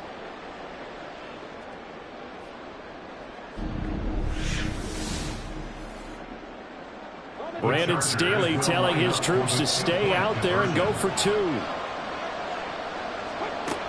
They're going to keep it on the ground. And he got it on the touchdown run, but he won't get in here. He'll be stopped short And they'll come up empty on the drive for 2. And in the third quarter here, they were trying to push that to a 3-point game, but instead it'll stay at 1. And I'm a big proponent of not chasing points or going for 2 too early. But in this case, I understand why. You know, if you kick an extra point, you're just up 2, right? So a field goal still puts the other team ahead. So you go for 2 here and protect the field goal lead. They didn't get it done, though. Out is the kickoff unit as they run up and send this one away. And he'll just sit on this one as their drive will start at the 25. And the Chiefs offense ready to go again. As this offense comes back out here, Charles, they're trailing in this ball game. And they've been on the sideline for a while. They did score their last time out, but they just had to watch that long, sustained drive. So we'll see if they can shake the rust off. Yeah, and that's always a question that you have when you have to come off the bench after having sat there for a long time. Are you ready to go? Are you loosened up? But even more so, are you mentally alert and ready to put your best product out there? Here's 2nd and 7 now from the 28. They'll set up to throw. And they get him down, but not before he takes it across the 40-yard line. Opted to run for it. The decision a good one. Picking up the first, getting 14 yards on the scramble.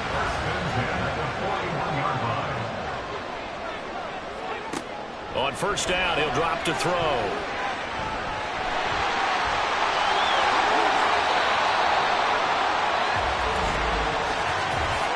Illegal block in the back. Offense.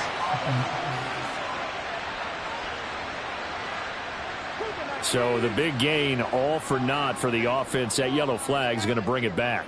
Oh, what a tough look for the offense because they see all that yardage lost and that ball's walked back and then some behind the original line of scrimmage. And he is tackled inside the 40, not quite to the 35. That one good for 12 yards into Kansas City first. Kansas City Chiefs. First down. First and 10 at the 37-yard line. On the handoff, it's Pacheco. Down at the 35, it'll be 2nd down. Well, these two teams, they met up way back in the season opener. It was the Chiefs who got the road victory there, so now looking to claim the season series at home in KC. Pacheco gets it again on 2nd down. And it's been like this all night long. Nowhere to run as they stop him behind the line. So 3rd down now. They need the 27-yard line for a first. From the shotgun, he'll look to throw. Pass taken in by his big tight end. And they are able to stop him, but he does take it all the way to the 2. The previous play, they barely got back to the line of scrimmage. Now they pick up over 30 yards. What a game he's having. They've not been able to stop him or even slow him down. He's got 2 touchdowns already. That could have been a 3rd. He's got the secondary coach asking people for answers. Can you help me out? Because we are not slowing him down. He'll look to throw. Toward the end zone, but that's going to wind up incomplete. When you run in the slant, timing is everything. And against that man coverage, there was no space available and incompletion as a result. 2nd and 2. And that is caught for a touchdown, Kansas City. Noah Gray, a 2-yard touchdown grab. And the Chiefs have answered back with a 3rd quarter touchdown of their own to retake the lead. That's just how they drew it up, CD. His first read was there, got it to him quickly, and into the end zone. Absolutely excellent execution by all involved. And the coordinator, yeah, I give him credit, found the perfect play call. Quarterback let it fly as soon as the target came free, and his guy made a nice catch. Just how you draw it up in practice and then execute it in the game. And he will dive into the end zone, and the 2-point conversion is successful. And they're able to ground it in there on the 2-point try. And you and I were talking before the game that 2-point conversions from the 15-16 season, what has changed, what hasn't changed, partner? Yeah, I'll tell you what's changed is just your normal strategy, because now you're either kicking the football with the ball on the 15-yard line, or if you decide to go for 2, they put it on the 2-yard line. So what are you thinking as a coach? Do I risk it? Do I go for it here? Do I try and gain a strategic advantage and maybe go for 2 early? That's what people are wondering about. And he'll be brought down shy of the 20, so the decision to bring it out of the end zone, not a good one.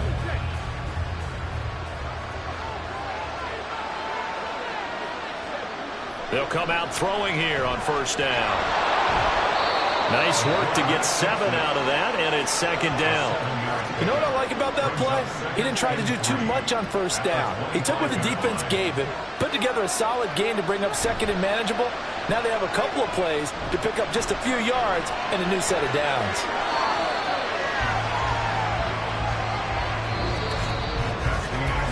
One quarter remains here on a Sunday night.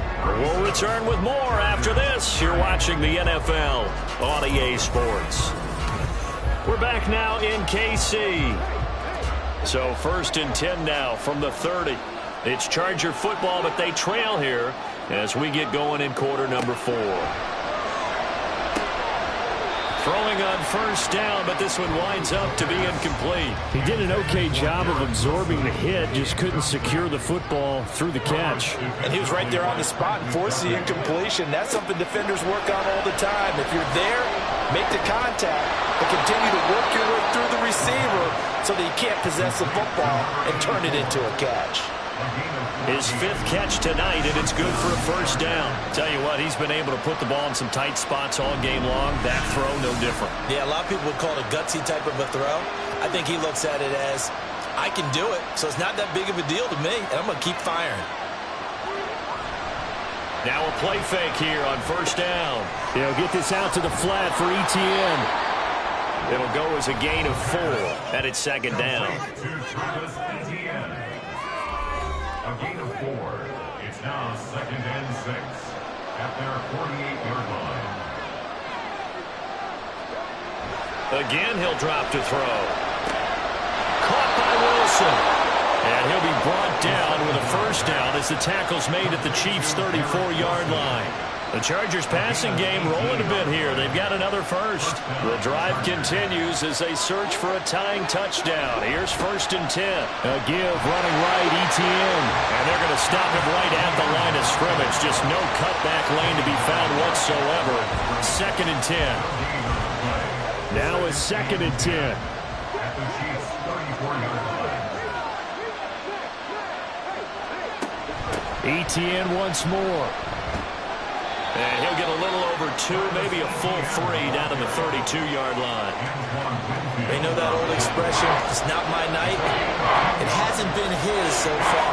I don't know if the legs are a little bit heavy. Sometimes having to hang out all day and play doesn't exactly play to your advantage, but it's been a tough go for him. And every time he looks up, somebody's there defensively. That was the same case on that play.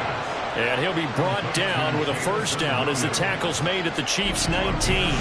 The Chargers passing game rolling a bit here. They've got another first. I like the design that we're seeing right there. This is what they need. Down by a touchdown here in the 4th. They just need to keep working their way downfield.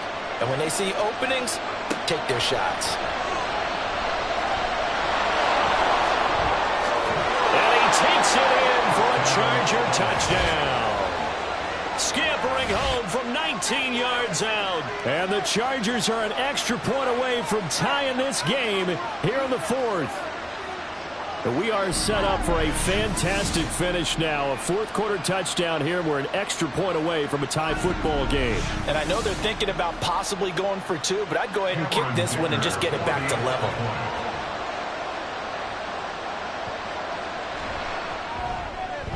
Don't forget the extra point. It's up and good. And, partner, we've got a tie game here in the 4th. If you've been waiting all day for Sunday night, it's been worth the wait. All tied here in the 4th as the kick is away. This fielded right at the goal line.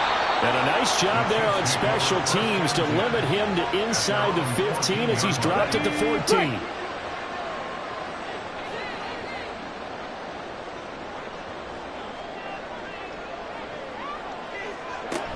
They'll start the drive here with Pacheco. And he almost gets this to the 30, taken down about a yard shy. They may want to go back to that one. First play of the drive, good for 15 and a first down. That's pretty much meat and potatoes right there, wasn't it? Just go right at them and let your big horse charge up the middle. Not too fancy there, was it? Nothing fancy at all, challenging that defense. And on that go-around, the offense won the challenge. And he'll take this ahead for about 4. Second down coming up. From the 33, here's 2nd and 6. 2nd and 6. They'll run out of the gun with Pacheco.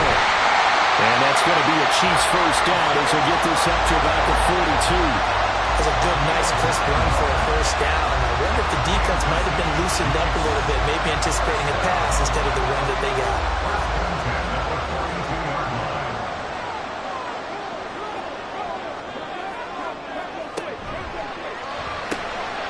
Throw right side, taken in by Godwin.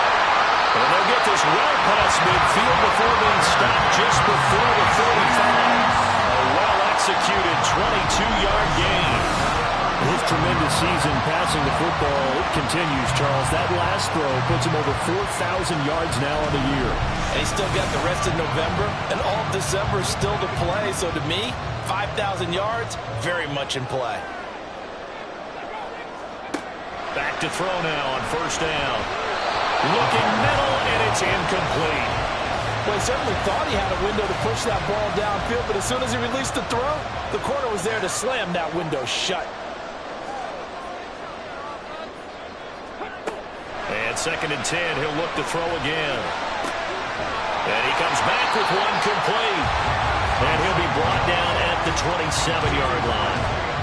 9 yards, not quite enough, and they'll be left now with 3rd and 1. They'll stick with the passing game as he looks to throw. Work in the middle of the field, and he's got a man complete. And he will have a Chiefs first down as they're able to get the 3rd down conversion. Would it be safe to say that as precise as routes are supposed to be run in the NFL, maybe they're not quite as precise in college ball? That's accurate, yeah. And I think we saw a college route in the NFL there. Just find the soft spot, find the dead zone, and find the first down. And that's what he just did. So now 2nd and 10 after the incompletion on first down. They'll look to throw again. This taken in by Kincaid. Down he goes at the 10 with a solid pickup of 8. The Chiefs on 3rd down. 6 conversions and 9 tries. They've done a great job of picking these up. Here it's 3rd and 2.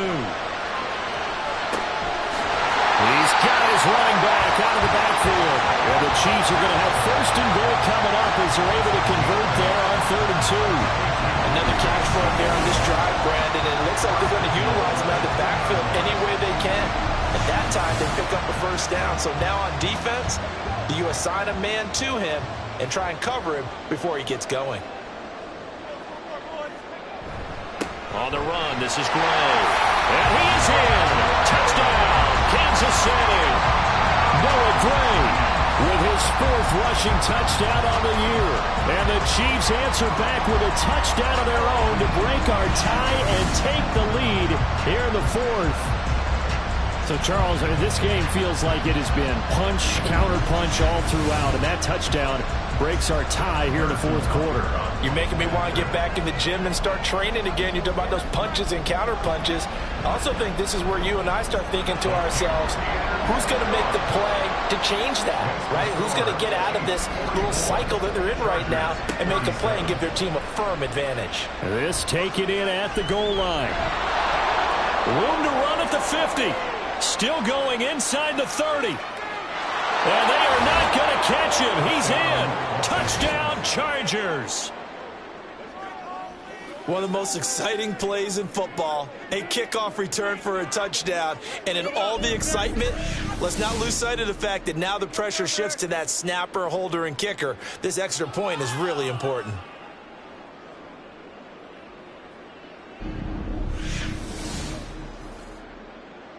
Dicker down to tack on the extra point.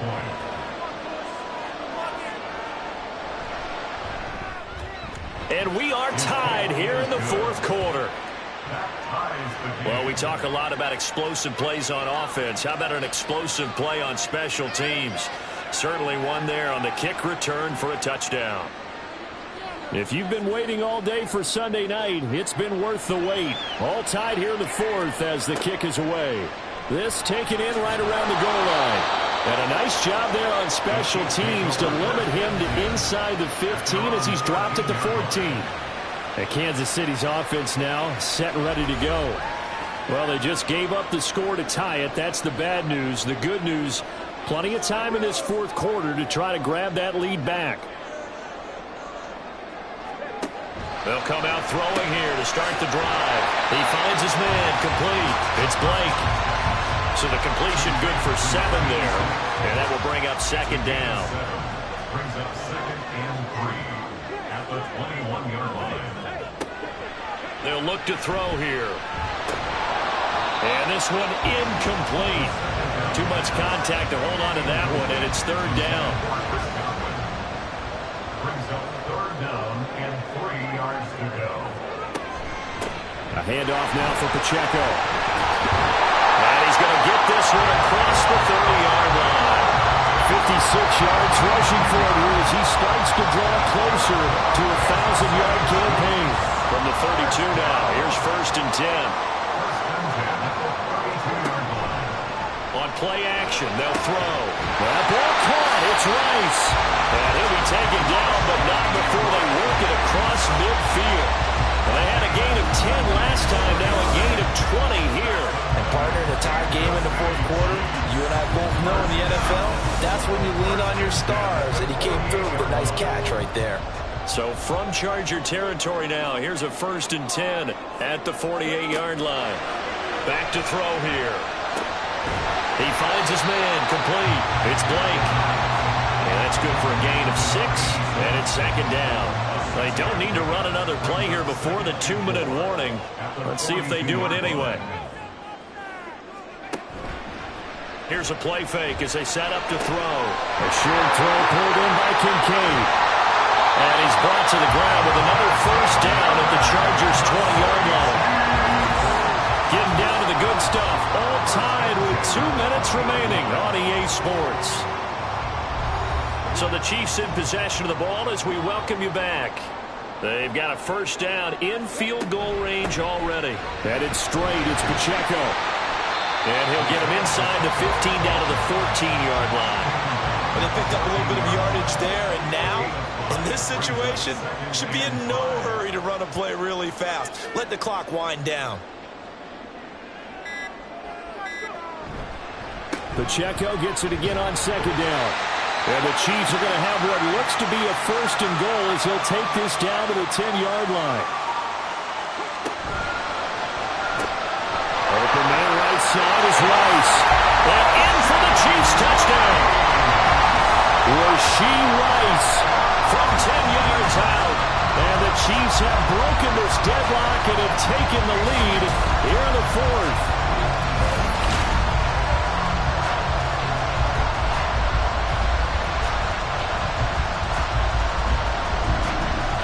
That score deserves our respect, deserves our excitement. But I'm looking at the clock, and I'm thinking there's a long way to go in this one. Ideally, they would have liked to milk a little bit more time off. Now on the other sideline, you start to get the crew together and say, this is what we practiced the 2-minute drill for, right? Yeah, you hope you've been in that situation before, and if you haven't, you just have the confidence, hey, let's go down there and get this thing done. But, boy, that's a big score right there to give them the advantage. And he will make it to the 20-yard line and no further. So the Chargers now down by 7, 1:07 remaining.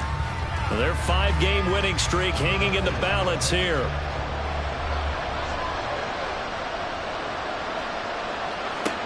Back to throw. And that is incomplete. Now the coverage a little too good there, and it's 2nd down.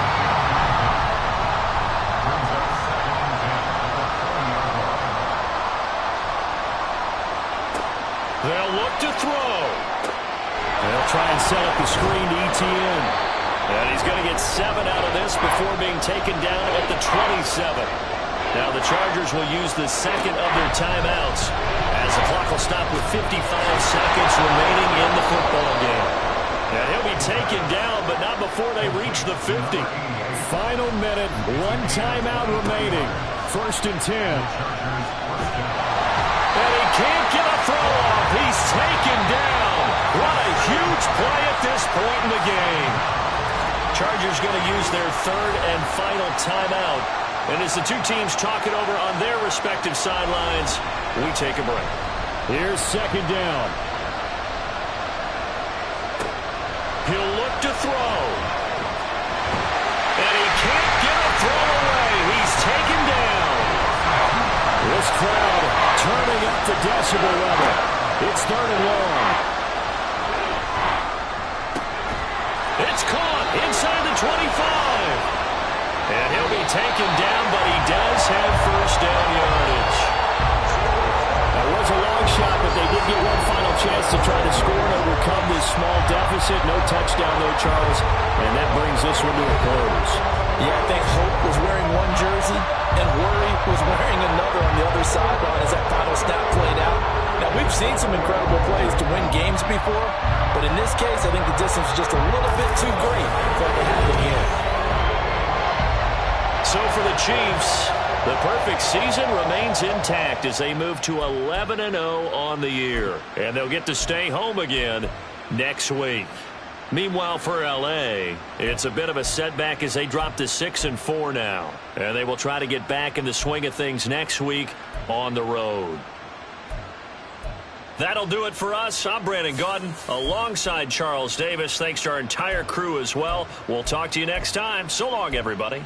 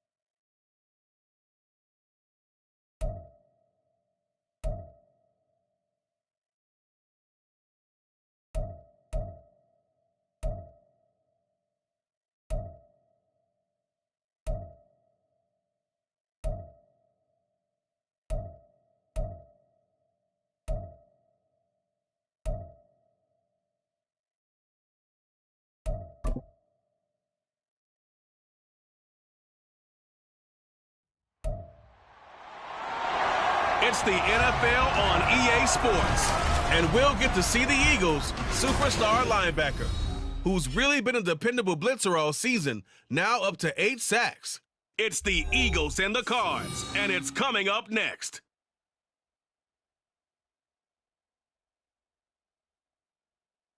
Opened back in 2003, have a look at the Lincoln Financial Field, where 70,000 are rocking and ready to go in Philadelphia.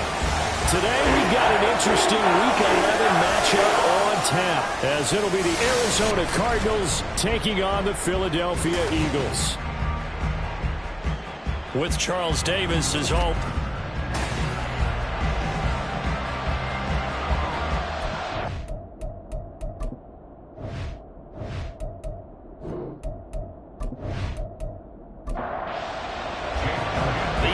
Season has hit high gear, and off we go in Week 11 on EA Sports.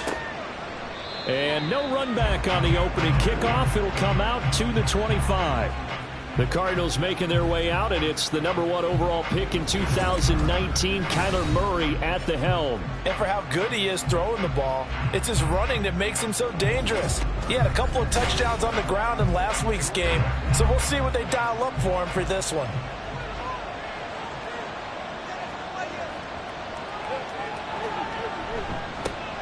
They'll start on the first down. And he gets forward up the middle, but only for a couple. It'll be second down. They'll break the huddle, come up on 2nd and 8 at the 27-yard line. And, Charles, you look at this defense. They were a very loose group coming into the week, knowing they kind of had the upper hand going into this one. Take it on a team that hasn't won in a month and a half. And that works well for you if you establish your dominance early in the game against a team that's struggling. Eagle pressure, too much this time. Down he goes. The son Reddick, he's the one to get him, and that is sack number 7 for him on the year. On 4th down, on his Logan Cook to punt.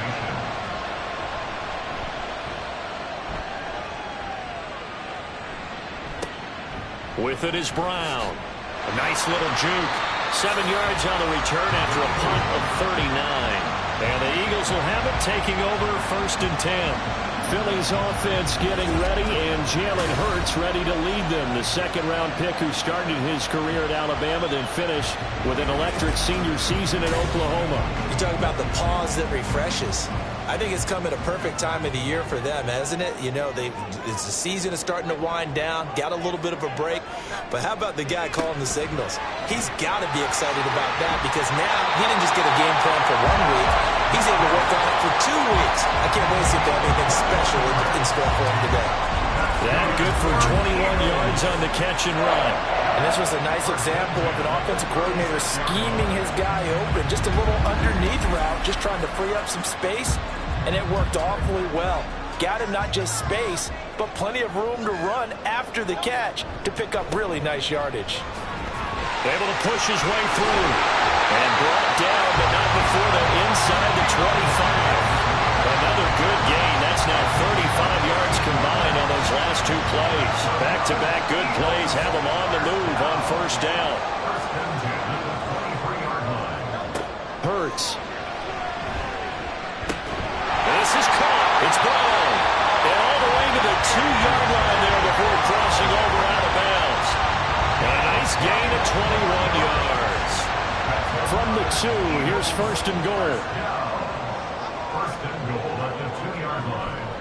Swift is into the end zone. Touchdown, Philadelphia.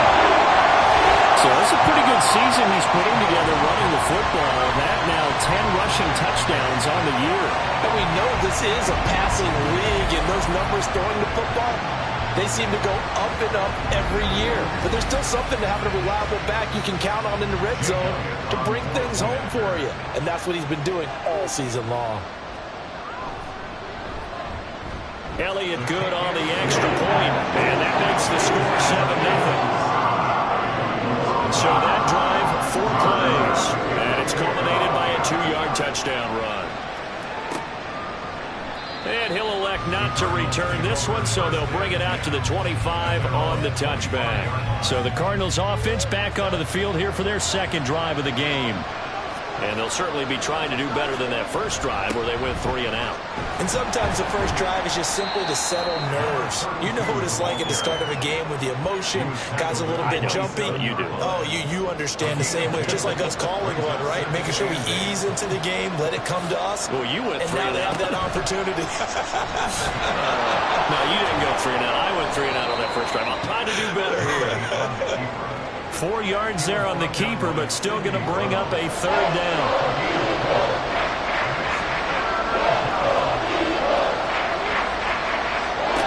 To throw, it's Murray.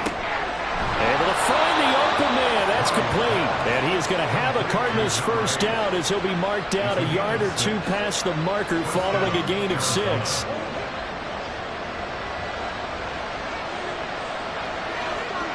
Murray now. And there is Amari Cooper, his first catch. And he'll be taken down across the 50 at the 45 in enemy territory. And call it a gain of 19, and it moves the chains.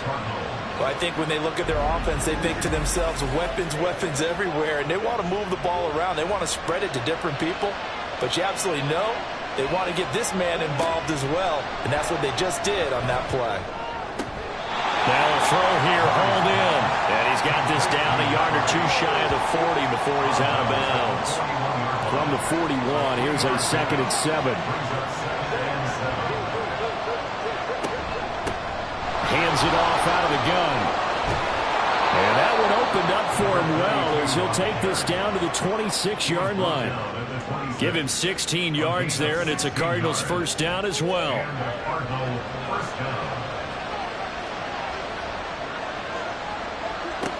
Murray going to throw. Oh, it's intercepted. A drive killer there.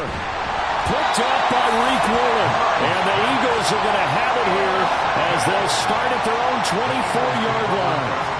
And that's a great example of ball skills right there, partner. You and I do a lot of games, and I can't tell you how many guys look to run with the football before they've intercepted it. So that's a nice job of focusing on the task at hand and coming away with the interception. So back onto the field here come the Eagles for their 2nd drive. Well, just 2 series in here, Charles, but everything's gone to script so far. They got a touchdown on their first drive. Their defense holds, and now they've got a chance to take a 2-score lead. And to co-sign with you, exactly the start they scripted up. And really, that kind of start, that can set the tone for the game for them. Oh, a heck of a move. Man. And they work this well upfield across the 45. 23 yards on the pickup there and a first. Pretty explosive run on that inside handoff, and when you're a runner of his caliber, you don't need a big crease. You really don't, but also what we're seeing is an offensive line that's taking charge at the point of attack, aren't we? Not only they're controlling the initial contact, they're actually utilizing what they call the stream, the next 2 to 3 seconds to continue to move people. 14 yards there and an Eagle first down.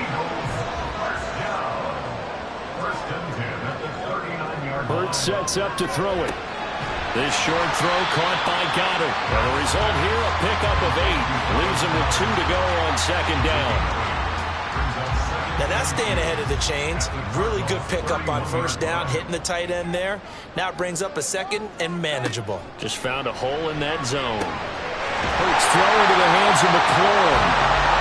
First catch here by McLaurin, and he's got himself a first down.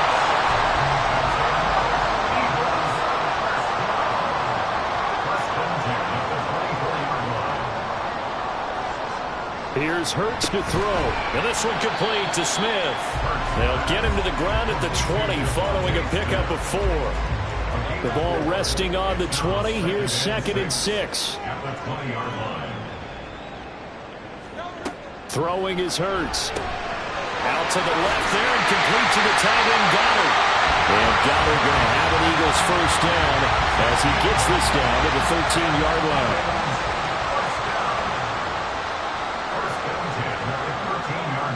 Again, he'll drop to throw. And this will be incomplete. Physical play on the football there, and it's 2nd down. After the incomplete pass, here now is 2nd and 10. A handoff, Swift running to the left. And he'll be dropped at about the 11 after only a yard. Well done to sniff that out defensively. He had it diagnosed pretty quickly. I love that description because diagnosed is perfect on that one. Read his keys, made the play. And that's going to be caught for an Eagles touchdown. DJ Chark, his third touchdown now on the year. And the Eagles have taken a 13-0 first quarter lead. Well, they have to be loving this start to the first quarter. Well, the way that they're going, I mean, you're about 2 touchdown drives already. They feel very confident and feel like they have all the answers in this game. They're 1 point away from going up 14-0. Maybe they press the advantage and go for 2. Elliott good with a PAT, and it's now 14-0. Now after the touchdown, here's Elliott on to kick it away.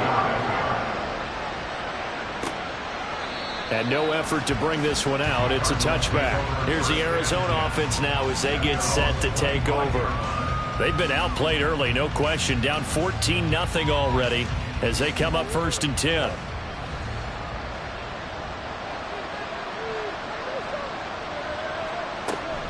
They'll start this drive out on the ground. And he's going to take this ahead for right around 3 yards, but no more than that. 2nd down. He was brought down at the 28-yard line. It's a pickup of 3. Brings up 2nd and 7. From the gun, he'll hand this off. And they get him behind the line, so that short gain on 1st down quickly negated. It'll be a loss of a couple on the play, so now 3rd down coming up. Here's Murray as he sets to throw it. Oh, this will be incomplete. The rush gets home just as he was letting that go. That could have been worse. Instead, it's 4th down. Here's Logan Cook now to punt this one away.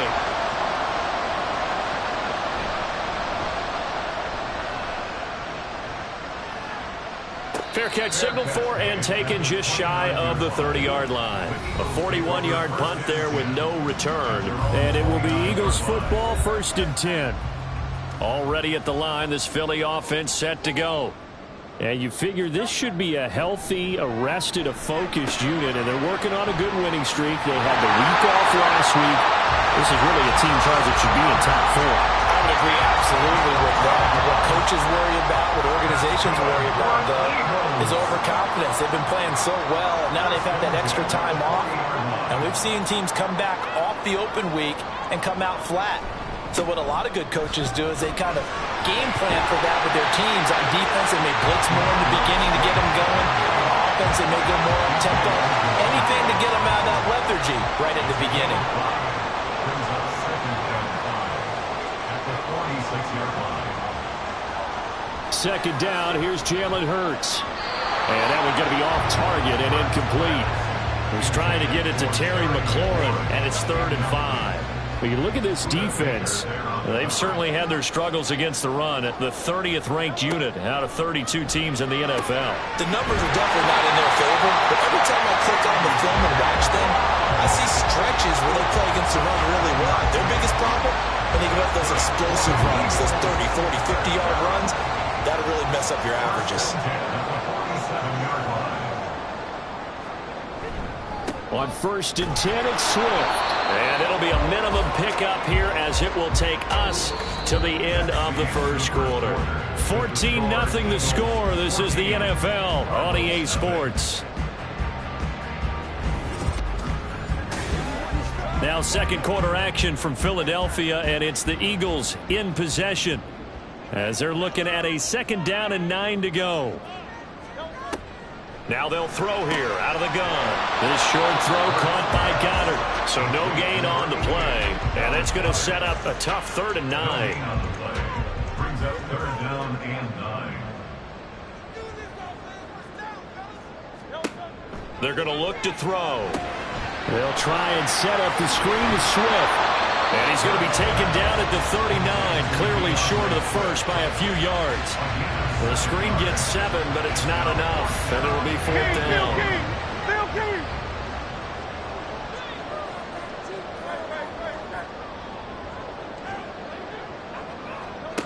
He'll drop to throw.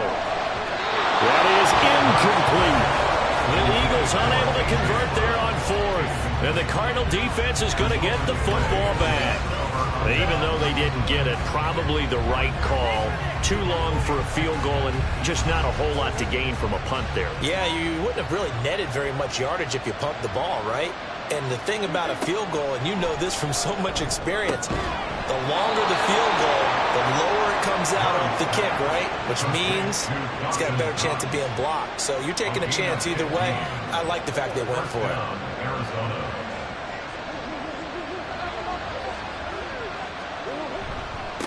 On first down, they'll go to the ground attack. 5 yards is the tally on first down. That brings up 2nd and 5. And that's exactly what you want on a first down run. Pick up 5 yards, bring up 2nd and 5. The defensive line, though, they've got to figure out a way to out-leverage the guys up front because the offensive line is winning at the point of attack. A second down pass play there, but it's incomplete. Let's face it, if you want to get back into the game, these are the kind of throws you got to hit. It's wide open right there. Got to be able to get it to him, don't you think? And those are the throws that haven't been available to them every time he's dropped a pass. Yeah, that's a big miss. And they went the wrong way there. Losing yardage back at the 43-yard line. Excuse my snarkiness here, but isn't the idea of completing a pass supposed to mean you get downfield and gain yards? Especially on third down. Yeah, that one. How about the defense? Figured that one out in a big way. Yeah, they completed it all right and lost yardage. And he's going to miss this one. Wide to the left from distance. It's no good, and this will remain a 2-touchdown game. I don't care who you are. 60 yards is a very ambitious attempt. Hard to make even in practice in the best of conditions. And now, worst of all, you give the other guys the ball to start their drive at midfield. DeAndre Swift and the Eagles back out there. The passing game, they've had more success there than the running game. Maybe something they game plan for. How come they didn't tell us about it? Because they wanted to keep it a secret. We did ask, didn't we? But I think what happened in this one is they've realized that they've established the run pretty well, and teams are going to key on that. They thought they could open it up and have success through the air, and that's exactly what's going on. Yeah, they've had success at least so far here in the second quarter. The throw over the middle, taken in. And he'll go down, but not before getting this inside the 30. 23 yards to pick up there. I think it all came together there. In breaking route. Drove it with excellent pace. Money throw right there to move the sticks. Here's a handoff to Swift running left. And just no chance of turning the corner. He can only get back to the line of scrimmage. 2nd and 10 coming up. No gain on the play. Brings up 2nd and 10 at the 28-yard line. They'll stay on the ground with Swift. There he goes left side. And he is into the end zone. Touchdown, Philadelphia. DeAndre Swift, his 11th rushing touchdown on the year. And the Eagles take a 3-touchdown lead. You get in a 2nd and long situation down here in the red zone, I'd say most defensive coaches would think pass, let's bring some pressure. So this is kind of a tendency breaker here to hit him with something on the ground, and he'll take it all the way into the end zone. Elliott good on the extra point, and it's now 21-0. Just a 4-play drive that time. And the finishing touch was a nice long run into the end zone. Now after the touchdown, here's Elliott on to kick it away.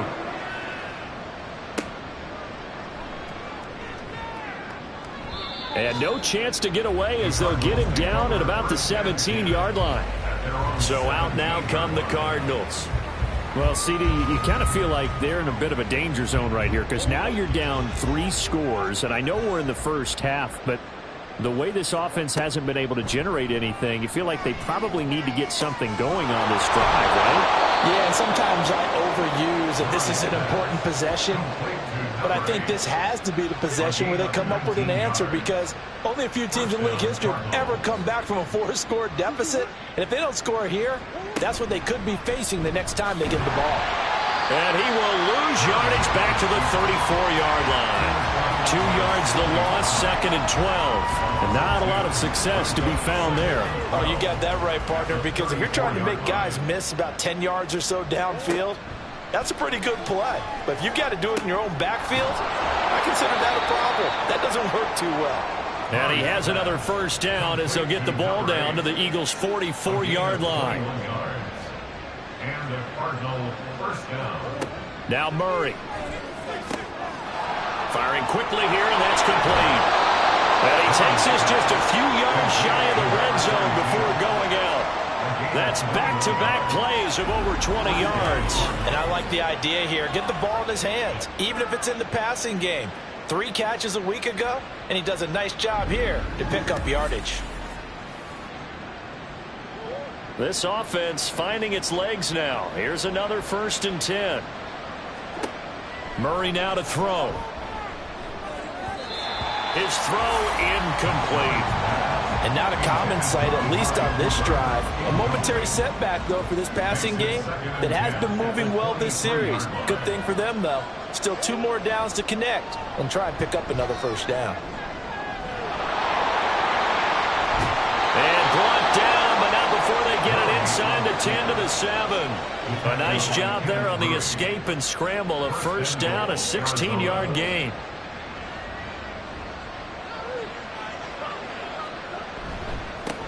One back in the backfield, he'll get the carry. And that'll move him a little closer as he takes it from the 7 down to the 4-yard line. 2nd and goal from inside the 5. Brings up 2nd and goal. And they'll run again. And this time he'll get down close to the goal line, but not quite in as he stopped at the 1-yard line. The Cardinals on 3rd down. They've only converted once in 4 tries. They're looking at a 3rd and goal here. They'll try to run this one in. And he is into the end zone. Touchdown, Arizona. Taking it in from a yard out. And the Cardinals are able to cut into that deficit. Well, this had not been the greatest of first halves to this point. They've been pretty well dominated in all phases of the game, so this was an important drive just to show they can move the football and finish. And now they're on the board here on the touchdown run. Extra point by Carlson, up and good. And they'll cut the lead to 21-7. Daniel Carlson set to kick off. And this will not be brought out. It's a touchback. Well, let's shine the spotlight on the former Georgia Bulldog, DeAndre Swift, who's set to begin this next drive. And he's well on his way to a 100-yard game. He's already more than halfway there. We're only in the 2nd quarter. And what I've always loved about running backs is they'll tell you, I had no idea how many yards I had. Right. Those guys have an innate sense of where they are in a ball game and how many yards they've accumulated because you know they're always working towards 100. He's been working well towards 100 here. 2nd and 6. They go play action with Hurts. Got an open man. It's Washington. And they take him down, losing yardage back at the 27. It'll go down as a 2-yard loss, and it brings up a 3rd down. They'll be in search of 8 yards here as they hope to convert the first down. On 3rd down, he'll drop to throw. This short throw caught by Goddard. And he's able to get this one up to his 30 before he's out of bounds. So the completion good for just 3. And that'll bring up 4th down. Out now is the punter, Braden Mann.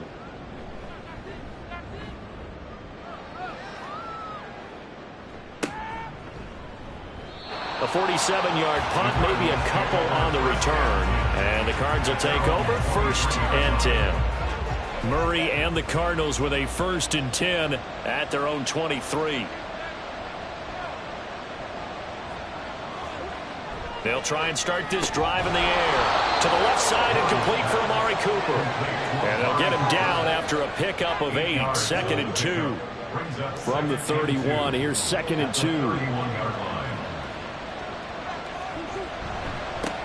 One back in the backfield, he'll get the carry. And he'll get it up near the 35, right at the 34 here. They'll get 3 as the drive continues. It's a first down.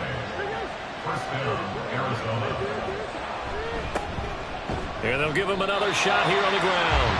Well, boy, this defense again really making things tough on him as they stop him for no gain. 2 minutes remaining in this first half of football. At the 34-yard line.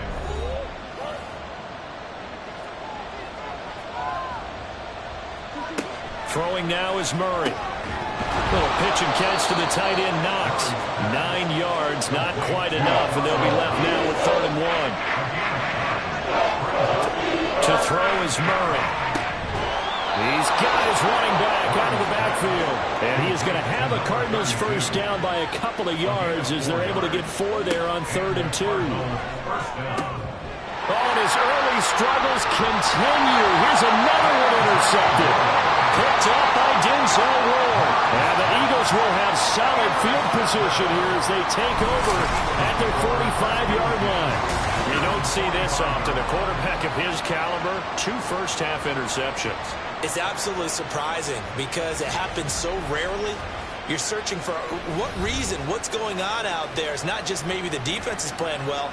Is his horoscope off? His biorhythms? What is it? You went horoscope on us, David. Well, I was thinking maybe REM sleep was off. I'm trying to come up with something. Anything, right? On first down, Hurts. He finds his tight end, Goddard. That's complete. That'll go for a gain of 7. And that's going to bring up 2nd down. Creeping up on a minute to play in this first half. Hurts.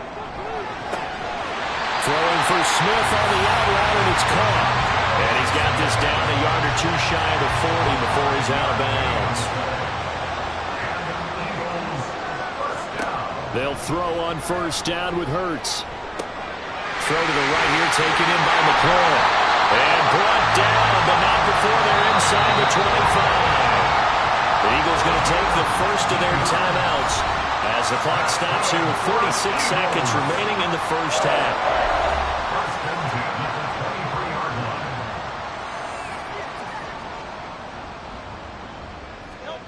On 1st and 10, it's Hurts. He's got Dallas Goedert, his tight end, over the middle. And that catch, he just hit number 800 in his NFL career. And just think, that puts you in top 35 range all time in the NFL in terms of number of catches. One significant guy in that number, Shannon Sharp, who was a tight end. That's big-time play right there. Hurts sets up to throw it. And that is incomplete. I see the surprise in your face there, partner. That is a rare incompletion from him. He's been on point this entire game. He has percentage completion-wise way up. Not that time. The kick by Elliott is good.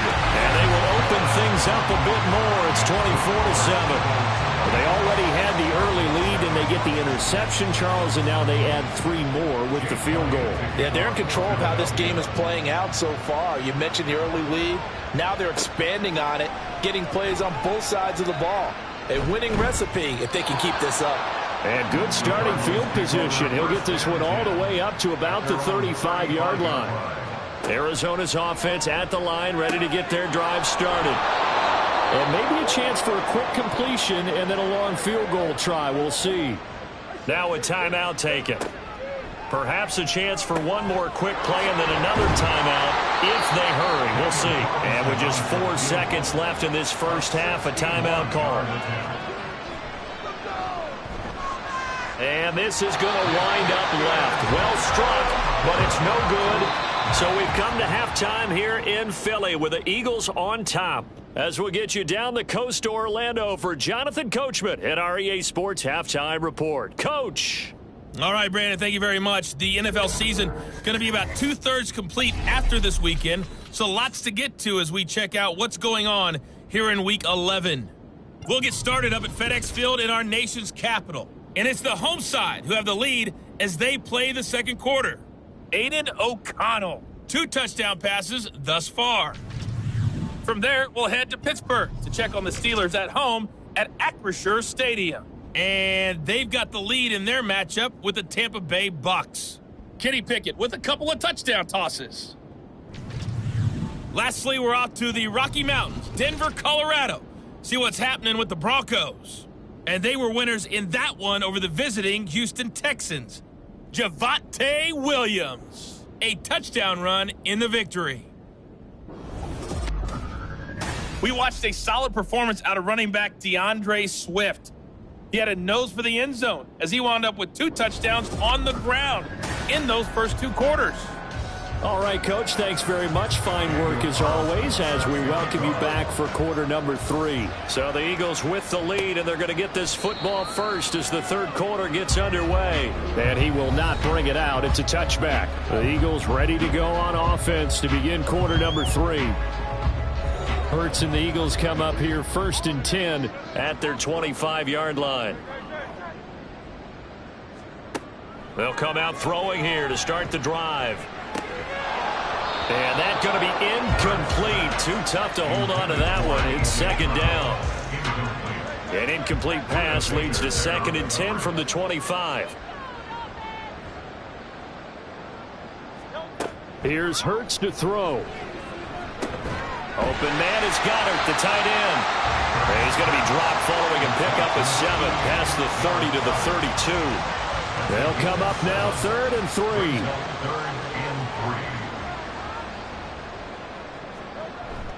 They'll try and run here with Swift. And he will have a first down as they get him to the ground at the 37. They get 5 out of that one, and it moves the chains. On 3rd down, that's a good job of situational football and understanding where the first down marker was and getting there. Throwing is Hurts. Man open left side is Brown. Calling a gain of 6 on the play, and that'll make it 2nd down. It's the pick of the 6. Brings up 2nd and 4. They will run straight ahead with Swift. And this one not going anywhere. They get him at the 44 for a gain of just a yard. 3rd and 3. Brings up 3rd and 3. Throwing from the gun, it's Hurts. And this is going to be incomplete.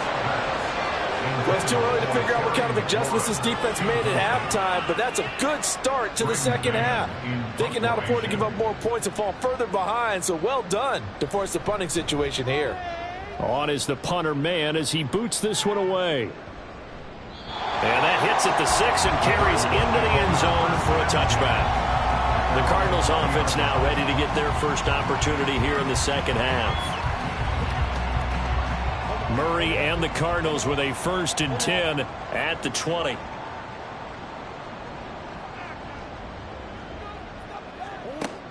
Now back to throw. And his throw here's incomplete. That certainly appeared to be a play call where they were just trying to make 2nd down, 2nd and short. I think they thought the coverage was off a little bit more than it was. Nice job there pressing up on it and forcing the incompletion. Murray's throw here taken in by Knox. That'll leave him with a 3rd and 2 coming up. They got 8 yards there.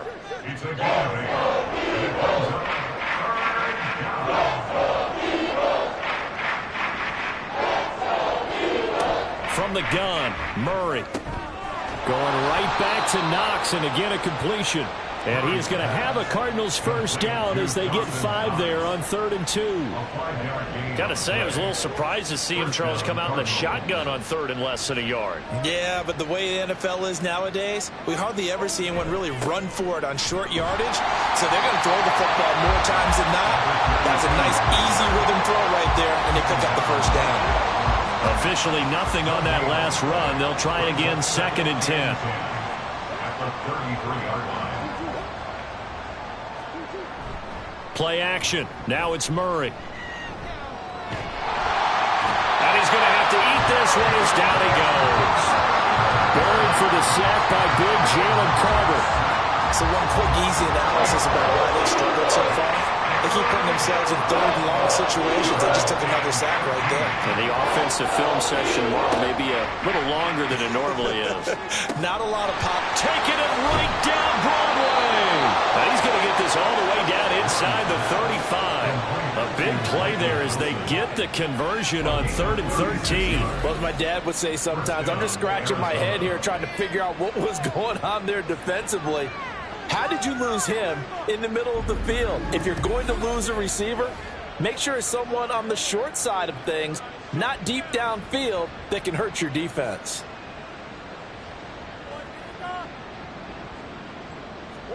Throwing on first down is Murray.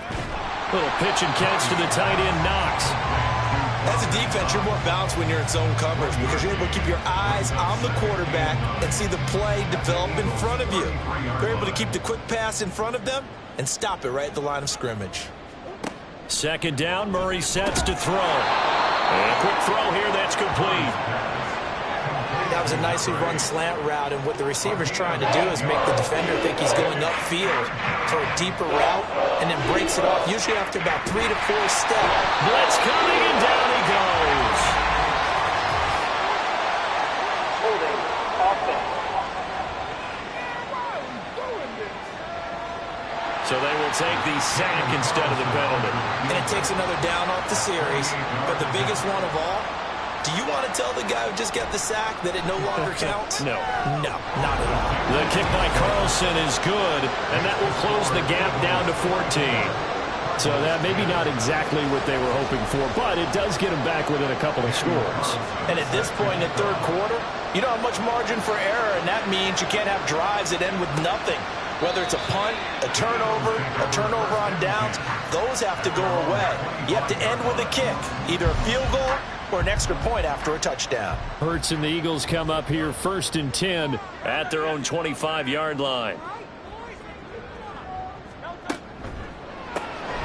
Here's a quick throw caught by Smith. And they work this right upfield across the 45. A good pick up there, 22. Now we get into the psychology of the whole thing, because a lot of teams with a 2-score lead in the third quarter, they almost become defensive with their offense, just playing not to lose. I think with this team, you got to figure at this point, this is a great... Oh, that's into a double team, and it's intercepted. Picked by the linebacker, Brian Asamoah. He's still on his feet. And they will score. It's a pick six for the Cardinals touchdown. So that potentially a turning point here this third quarter. A 2-score lead down to 1 now following the pick six. And that had to be the message at halftime for this defense, delivered and accepted.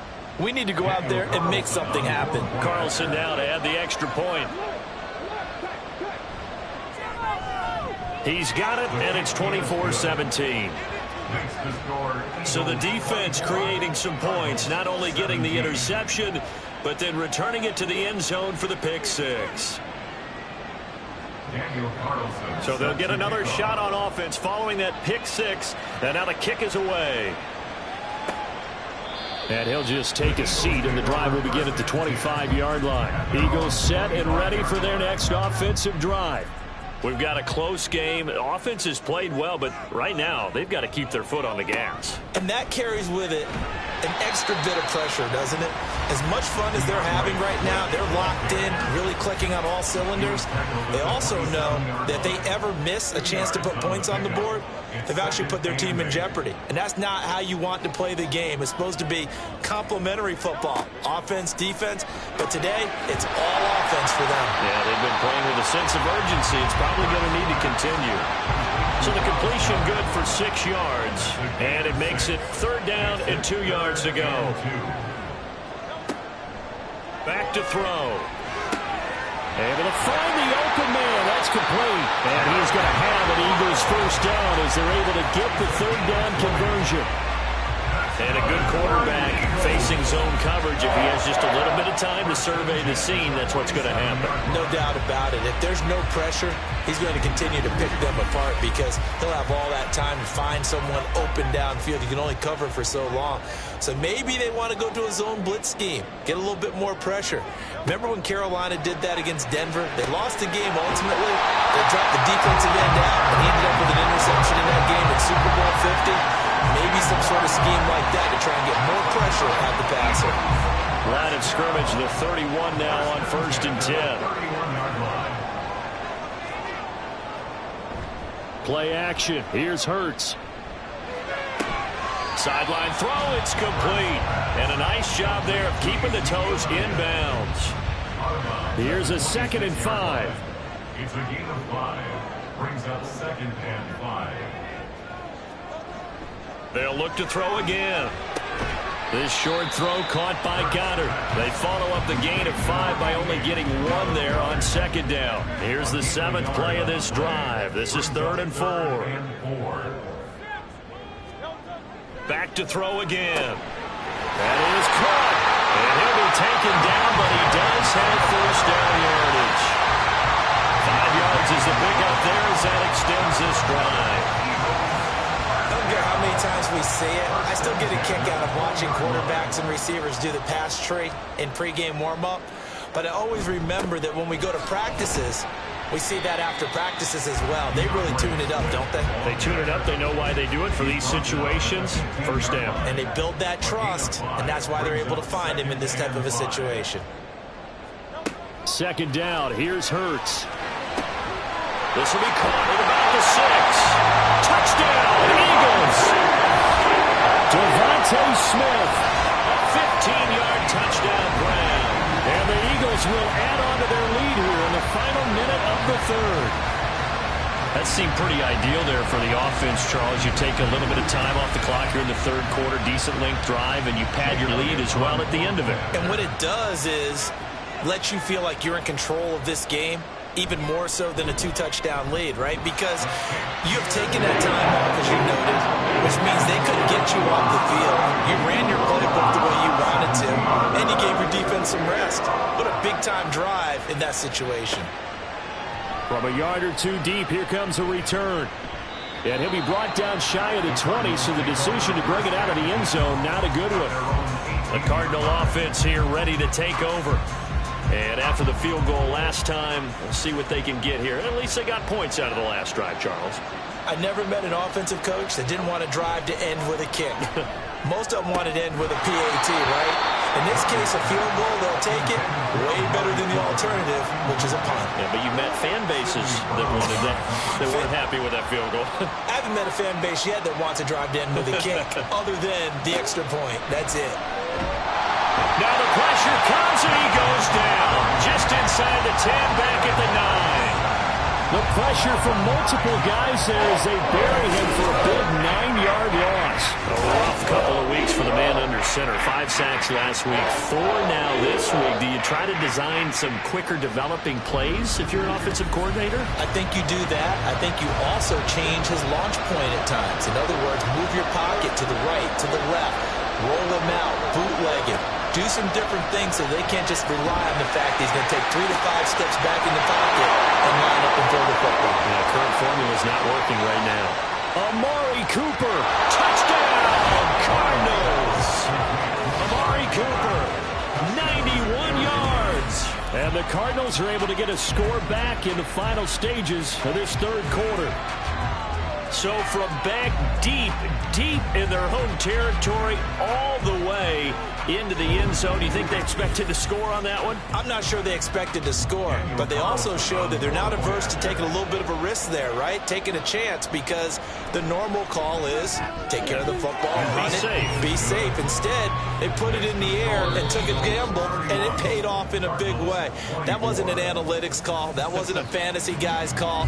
That was like a video game call right there. It was a little bit of a video game call, but it worked. And welcome back. We are in the city of brotherly love, Philadelphia, where the fourth quarter will begin with a kickoff following the score on the final play of the third quarter. And he'll elect not to return this one, so they'll bring it out to the 25 on the touchback. Now Philadelphia ready to get going on offense again. Their lead back down to 1 score after the touchdown a moment ago. First down's a must on this drive as they start out here 1st and 10. They'll start on the ground with Swift. And they get him down, but not before he takes it across the 40-yard line. 108 yards rushing for him now with a couple of touchdown runs to boot. No doubt those are the types of carries they're looking for here, Charles. The lead in the fourth quarter. This is when coaches that have a reliable running game, they breathe a little easier on the sideline. Yeah, they love the idea that they can take the air out of the football at this point of the game. That means they're really counting on that offensive line, counting on the runners, taking care of the football. Because you're going to tell your quarterback, hey, no time to be a hero. We're not going to throw it here. Just eat up that clock. And if you have the ball, they can't score. Well, clear running situation, trying to take time off the clock. He ran the previous play, set that play action up nicely. Boy, did they ever, because they'd shown the ability to run the football. So now you lose your keys as a defense. You dive for the running play, and they hit them over the top. They'll look to throw here on first down. This short throw caught by Goddard. And he gets this to the 35. Good for a gain of 5. Ball on the 35. Here comes 2nd and 5. At the 35-yard line. From the gun, it's Hurts. Looking left side, and he's got a man. That's Brown. And they're going to have another first down as the tackle's made here at the Cardinals' 22-yard line. That's another Eagles first down. They'll stick with the passing game as he looks to throw. He finds his tight end, Goddard. That's complete. And he's going to have a gain of 11 to the 11 before he's brought down. 1st and 10. Now a 1st and 10 at the 11. Hurts. To the goal line, but it's incomplete. I think he's got to be careful not to force anything into coverage right there. There weren't really any throwing lanes, but the best part for him, he's got 2nd and 3rd down to fall back on. 2nd down, here's Jalen Hurts. Oh, it's caught. And he's brought down. That, I believe, will put him over 100 yards receiving for the game. Yes, it will. And he's got a first down to boot. First down and goal to go. Here's Swift. And he's in. Touchdown, Eagles. DeAndre Swift with a milestone career touchdown number 100. Joining Curtis Martin and Franco Harris at the century mark as he continues to climb the all-time list. And the Eagles add on to their 4th quarter lead, and they are on their way to improving to 8-2. Elliott now to add the extra point.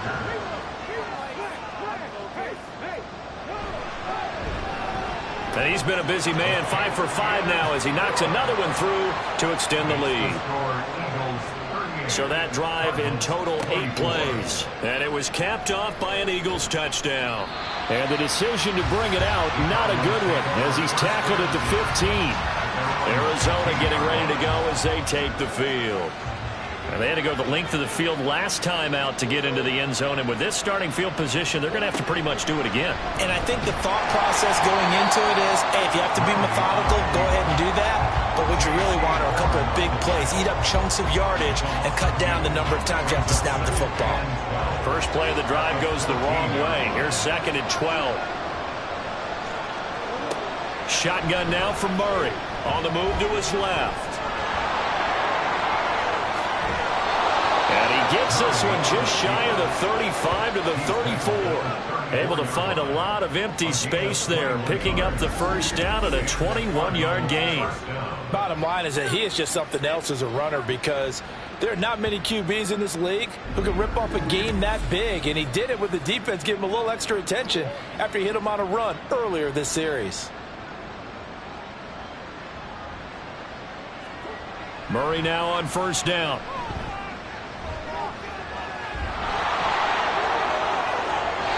No one there to help out downfield, but no problem. Scrambling for 22 and a first.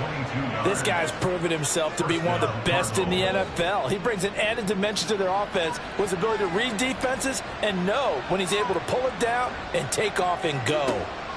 And now Murray's going to set up to throw. Throwing over the middle, and it's incomplete. It sort of looks like they stopped some fight in them on this series because it seemed like things were headed for the red zone. But if this defense gets 2 more stops, they can keep them out of that area. Now Murray throwing on 2nd down. And he's got his man in stride, complete. 4 yards the gain, and it'll bring up a 3rd down.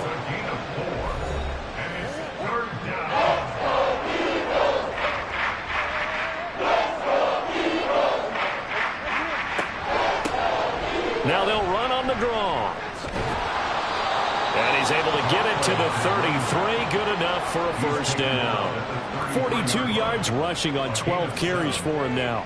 Well, partner, what do you think? Might have been 4-down territory if they didn't pick it up, but... Yeah, it's a moot point now. I was curious, so if they didn't get it there, would they have gone for it? I guess we'll never know. Yeah, we didn't have to make that call, but I have a feeling both of us would have said, go for it. Taken down at the 30. We've called a lot of games, but we don't normally talk about inside linebackers being that fleet of foot, do we? No, he was able to get outside there to make that play. Yeah, and you know what makes them faster? Their ability to read plays, understand what offenses are trying to do, and put themselves in proper position. And he has another first down as he'll get the ball down to the Eagles' 17-yard line. That one goes for 13 yards, and it moves the sticks. So from the 17 now, here's a 1st and 10. From the red zone, here's the Heisman Trophy winner, Murray. Steps away. He'll get 5 out of the scramble. It's 2nd down. His running ability has been an extra dimension to the game plan thus far. For once, though, he doesn't create any magic against the front that's prepared for him to try and take off. One back in the backfield, he'll get the carry. And he'll get this one down to about the 10-yard line. It'll be a pickup of a couple, and it leaves him with a 3rd and 3.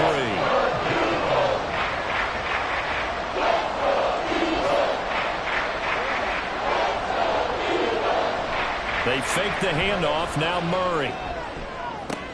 And did he get the feet down? Yes, touchdown. Elijah Higgins, his first touchdown on the year. And the Cards have made it a one-score game again here in the 4th. So how about that for an answer? They get the touchdown there, and it's back to a one-score game here in the 4th. And that's what these guys have done all game long, because they've scratched and slashed their way to stay in this game. And by now we should all realize they're not going away. Now the pressure again swings to their defense, because they're going to need to find some way to get the ball back.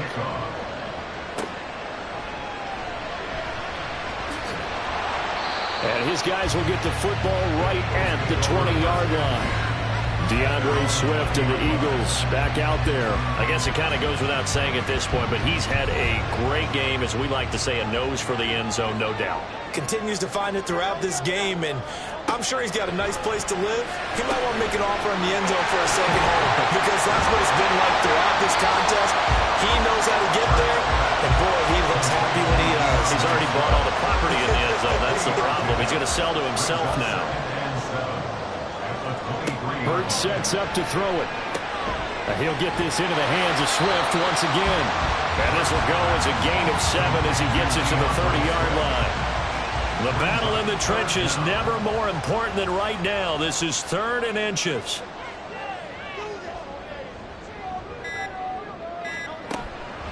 Swift going to try up the middle. And he gets it to the 34. Good enough for the first. I have to chuckle to myself a little bit, Brandon, because right now I could be in that huddle with that offensive line. I know exactly what they're saying. If you call a pass play here, we're going to call a timeout. Run the football. We've got control of this thing. Get in behind us and let's go. Their time to shine. 5 points of contact necessary at this stage as they'll run on first down. And he slips up past the 45 before being tackled. So fresh out of the 2-minute warning, and here's another timeout taken with 1:55 remaining.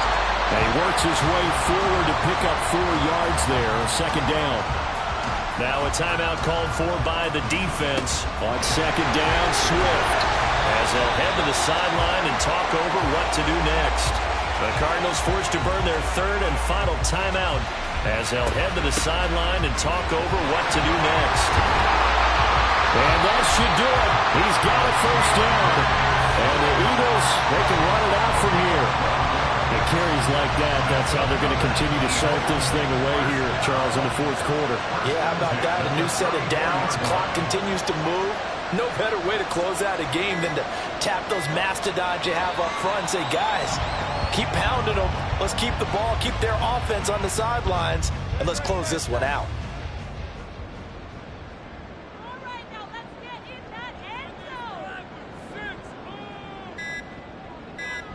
So he'll take a knee here to wrap this one up, and he's going to want to keep that game ball. He was sensational.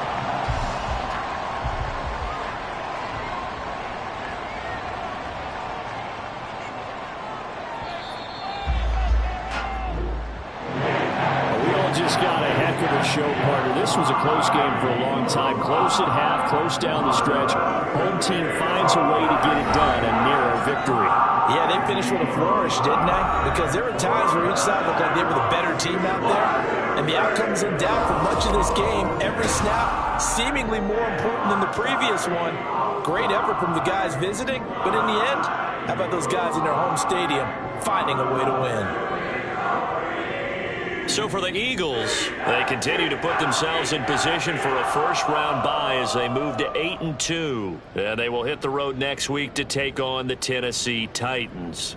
Meanwhile, for the Cardinals, add another loss to the pile as they drop to 2-8 now on the year. And they'll get a chance to redeem themselves at home next week.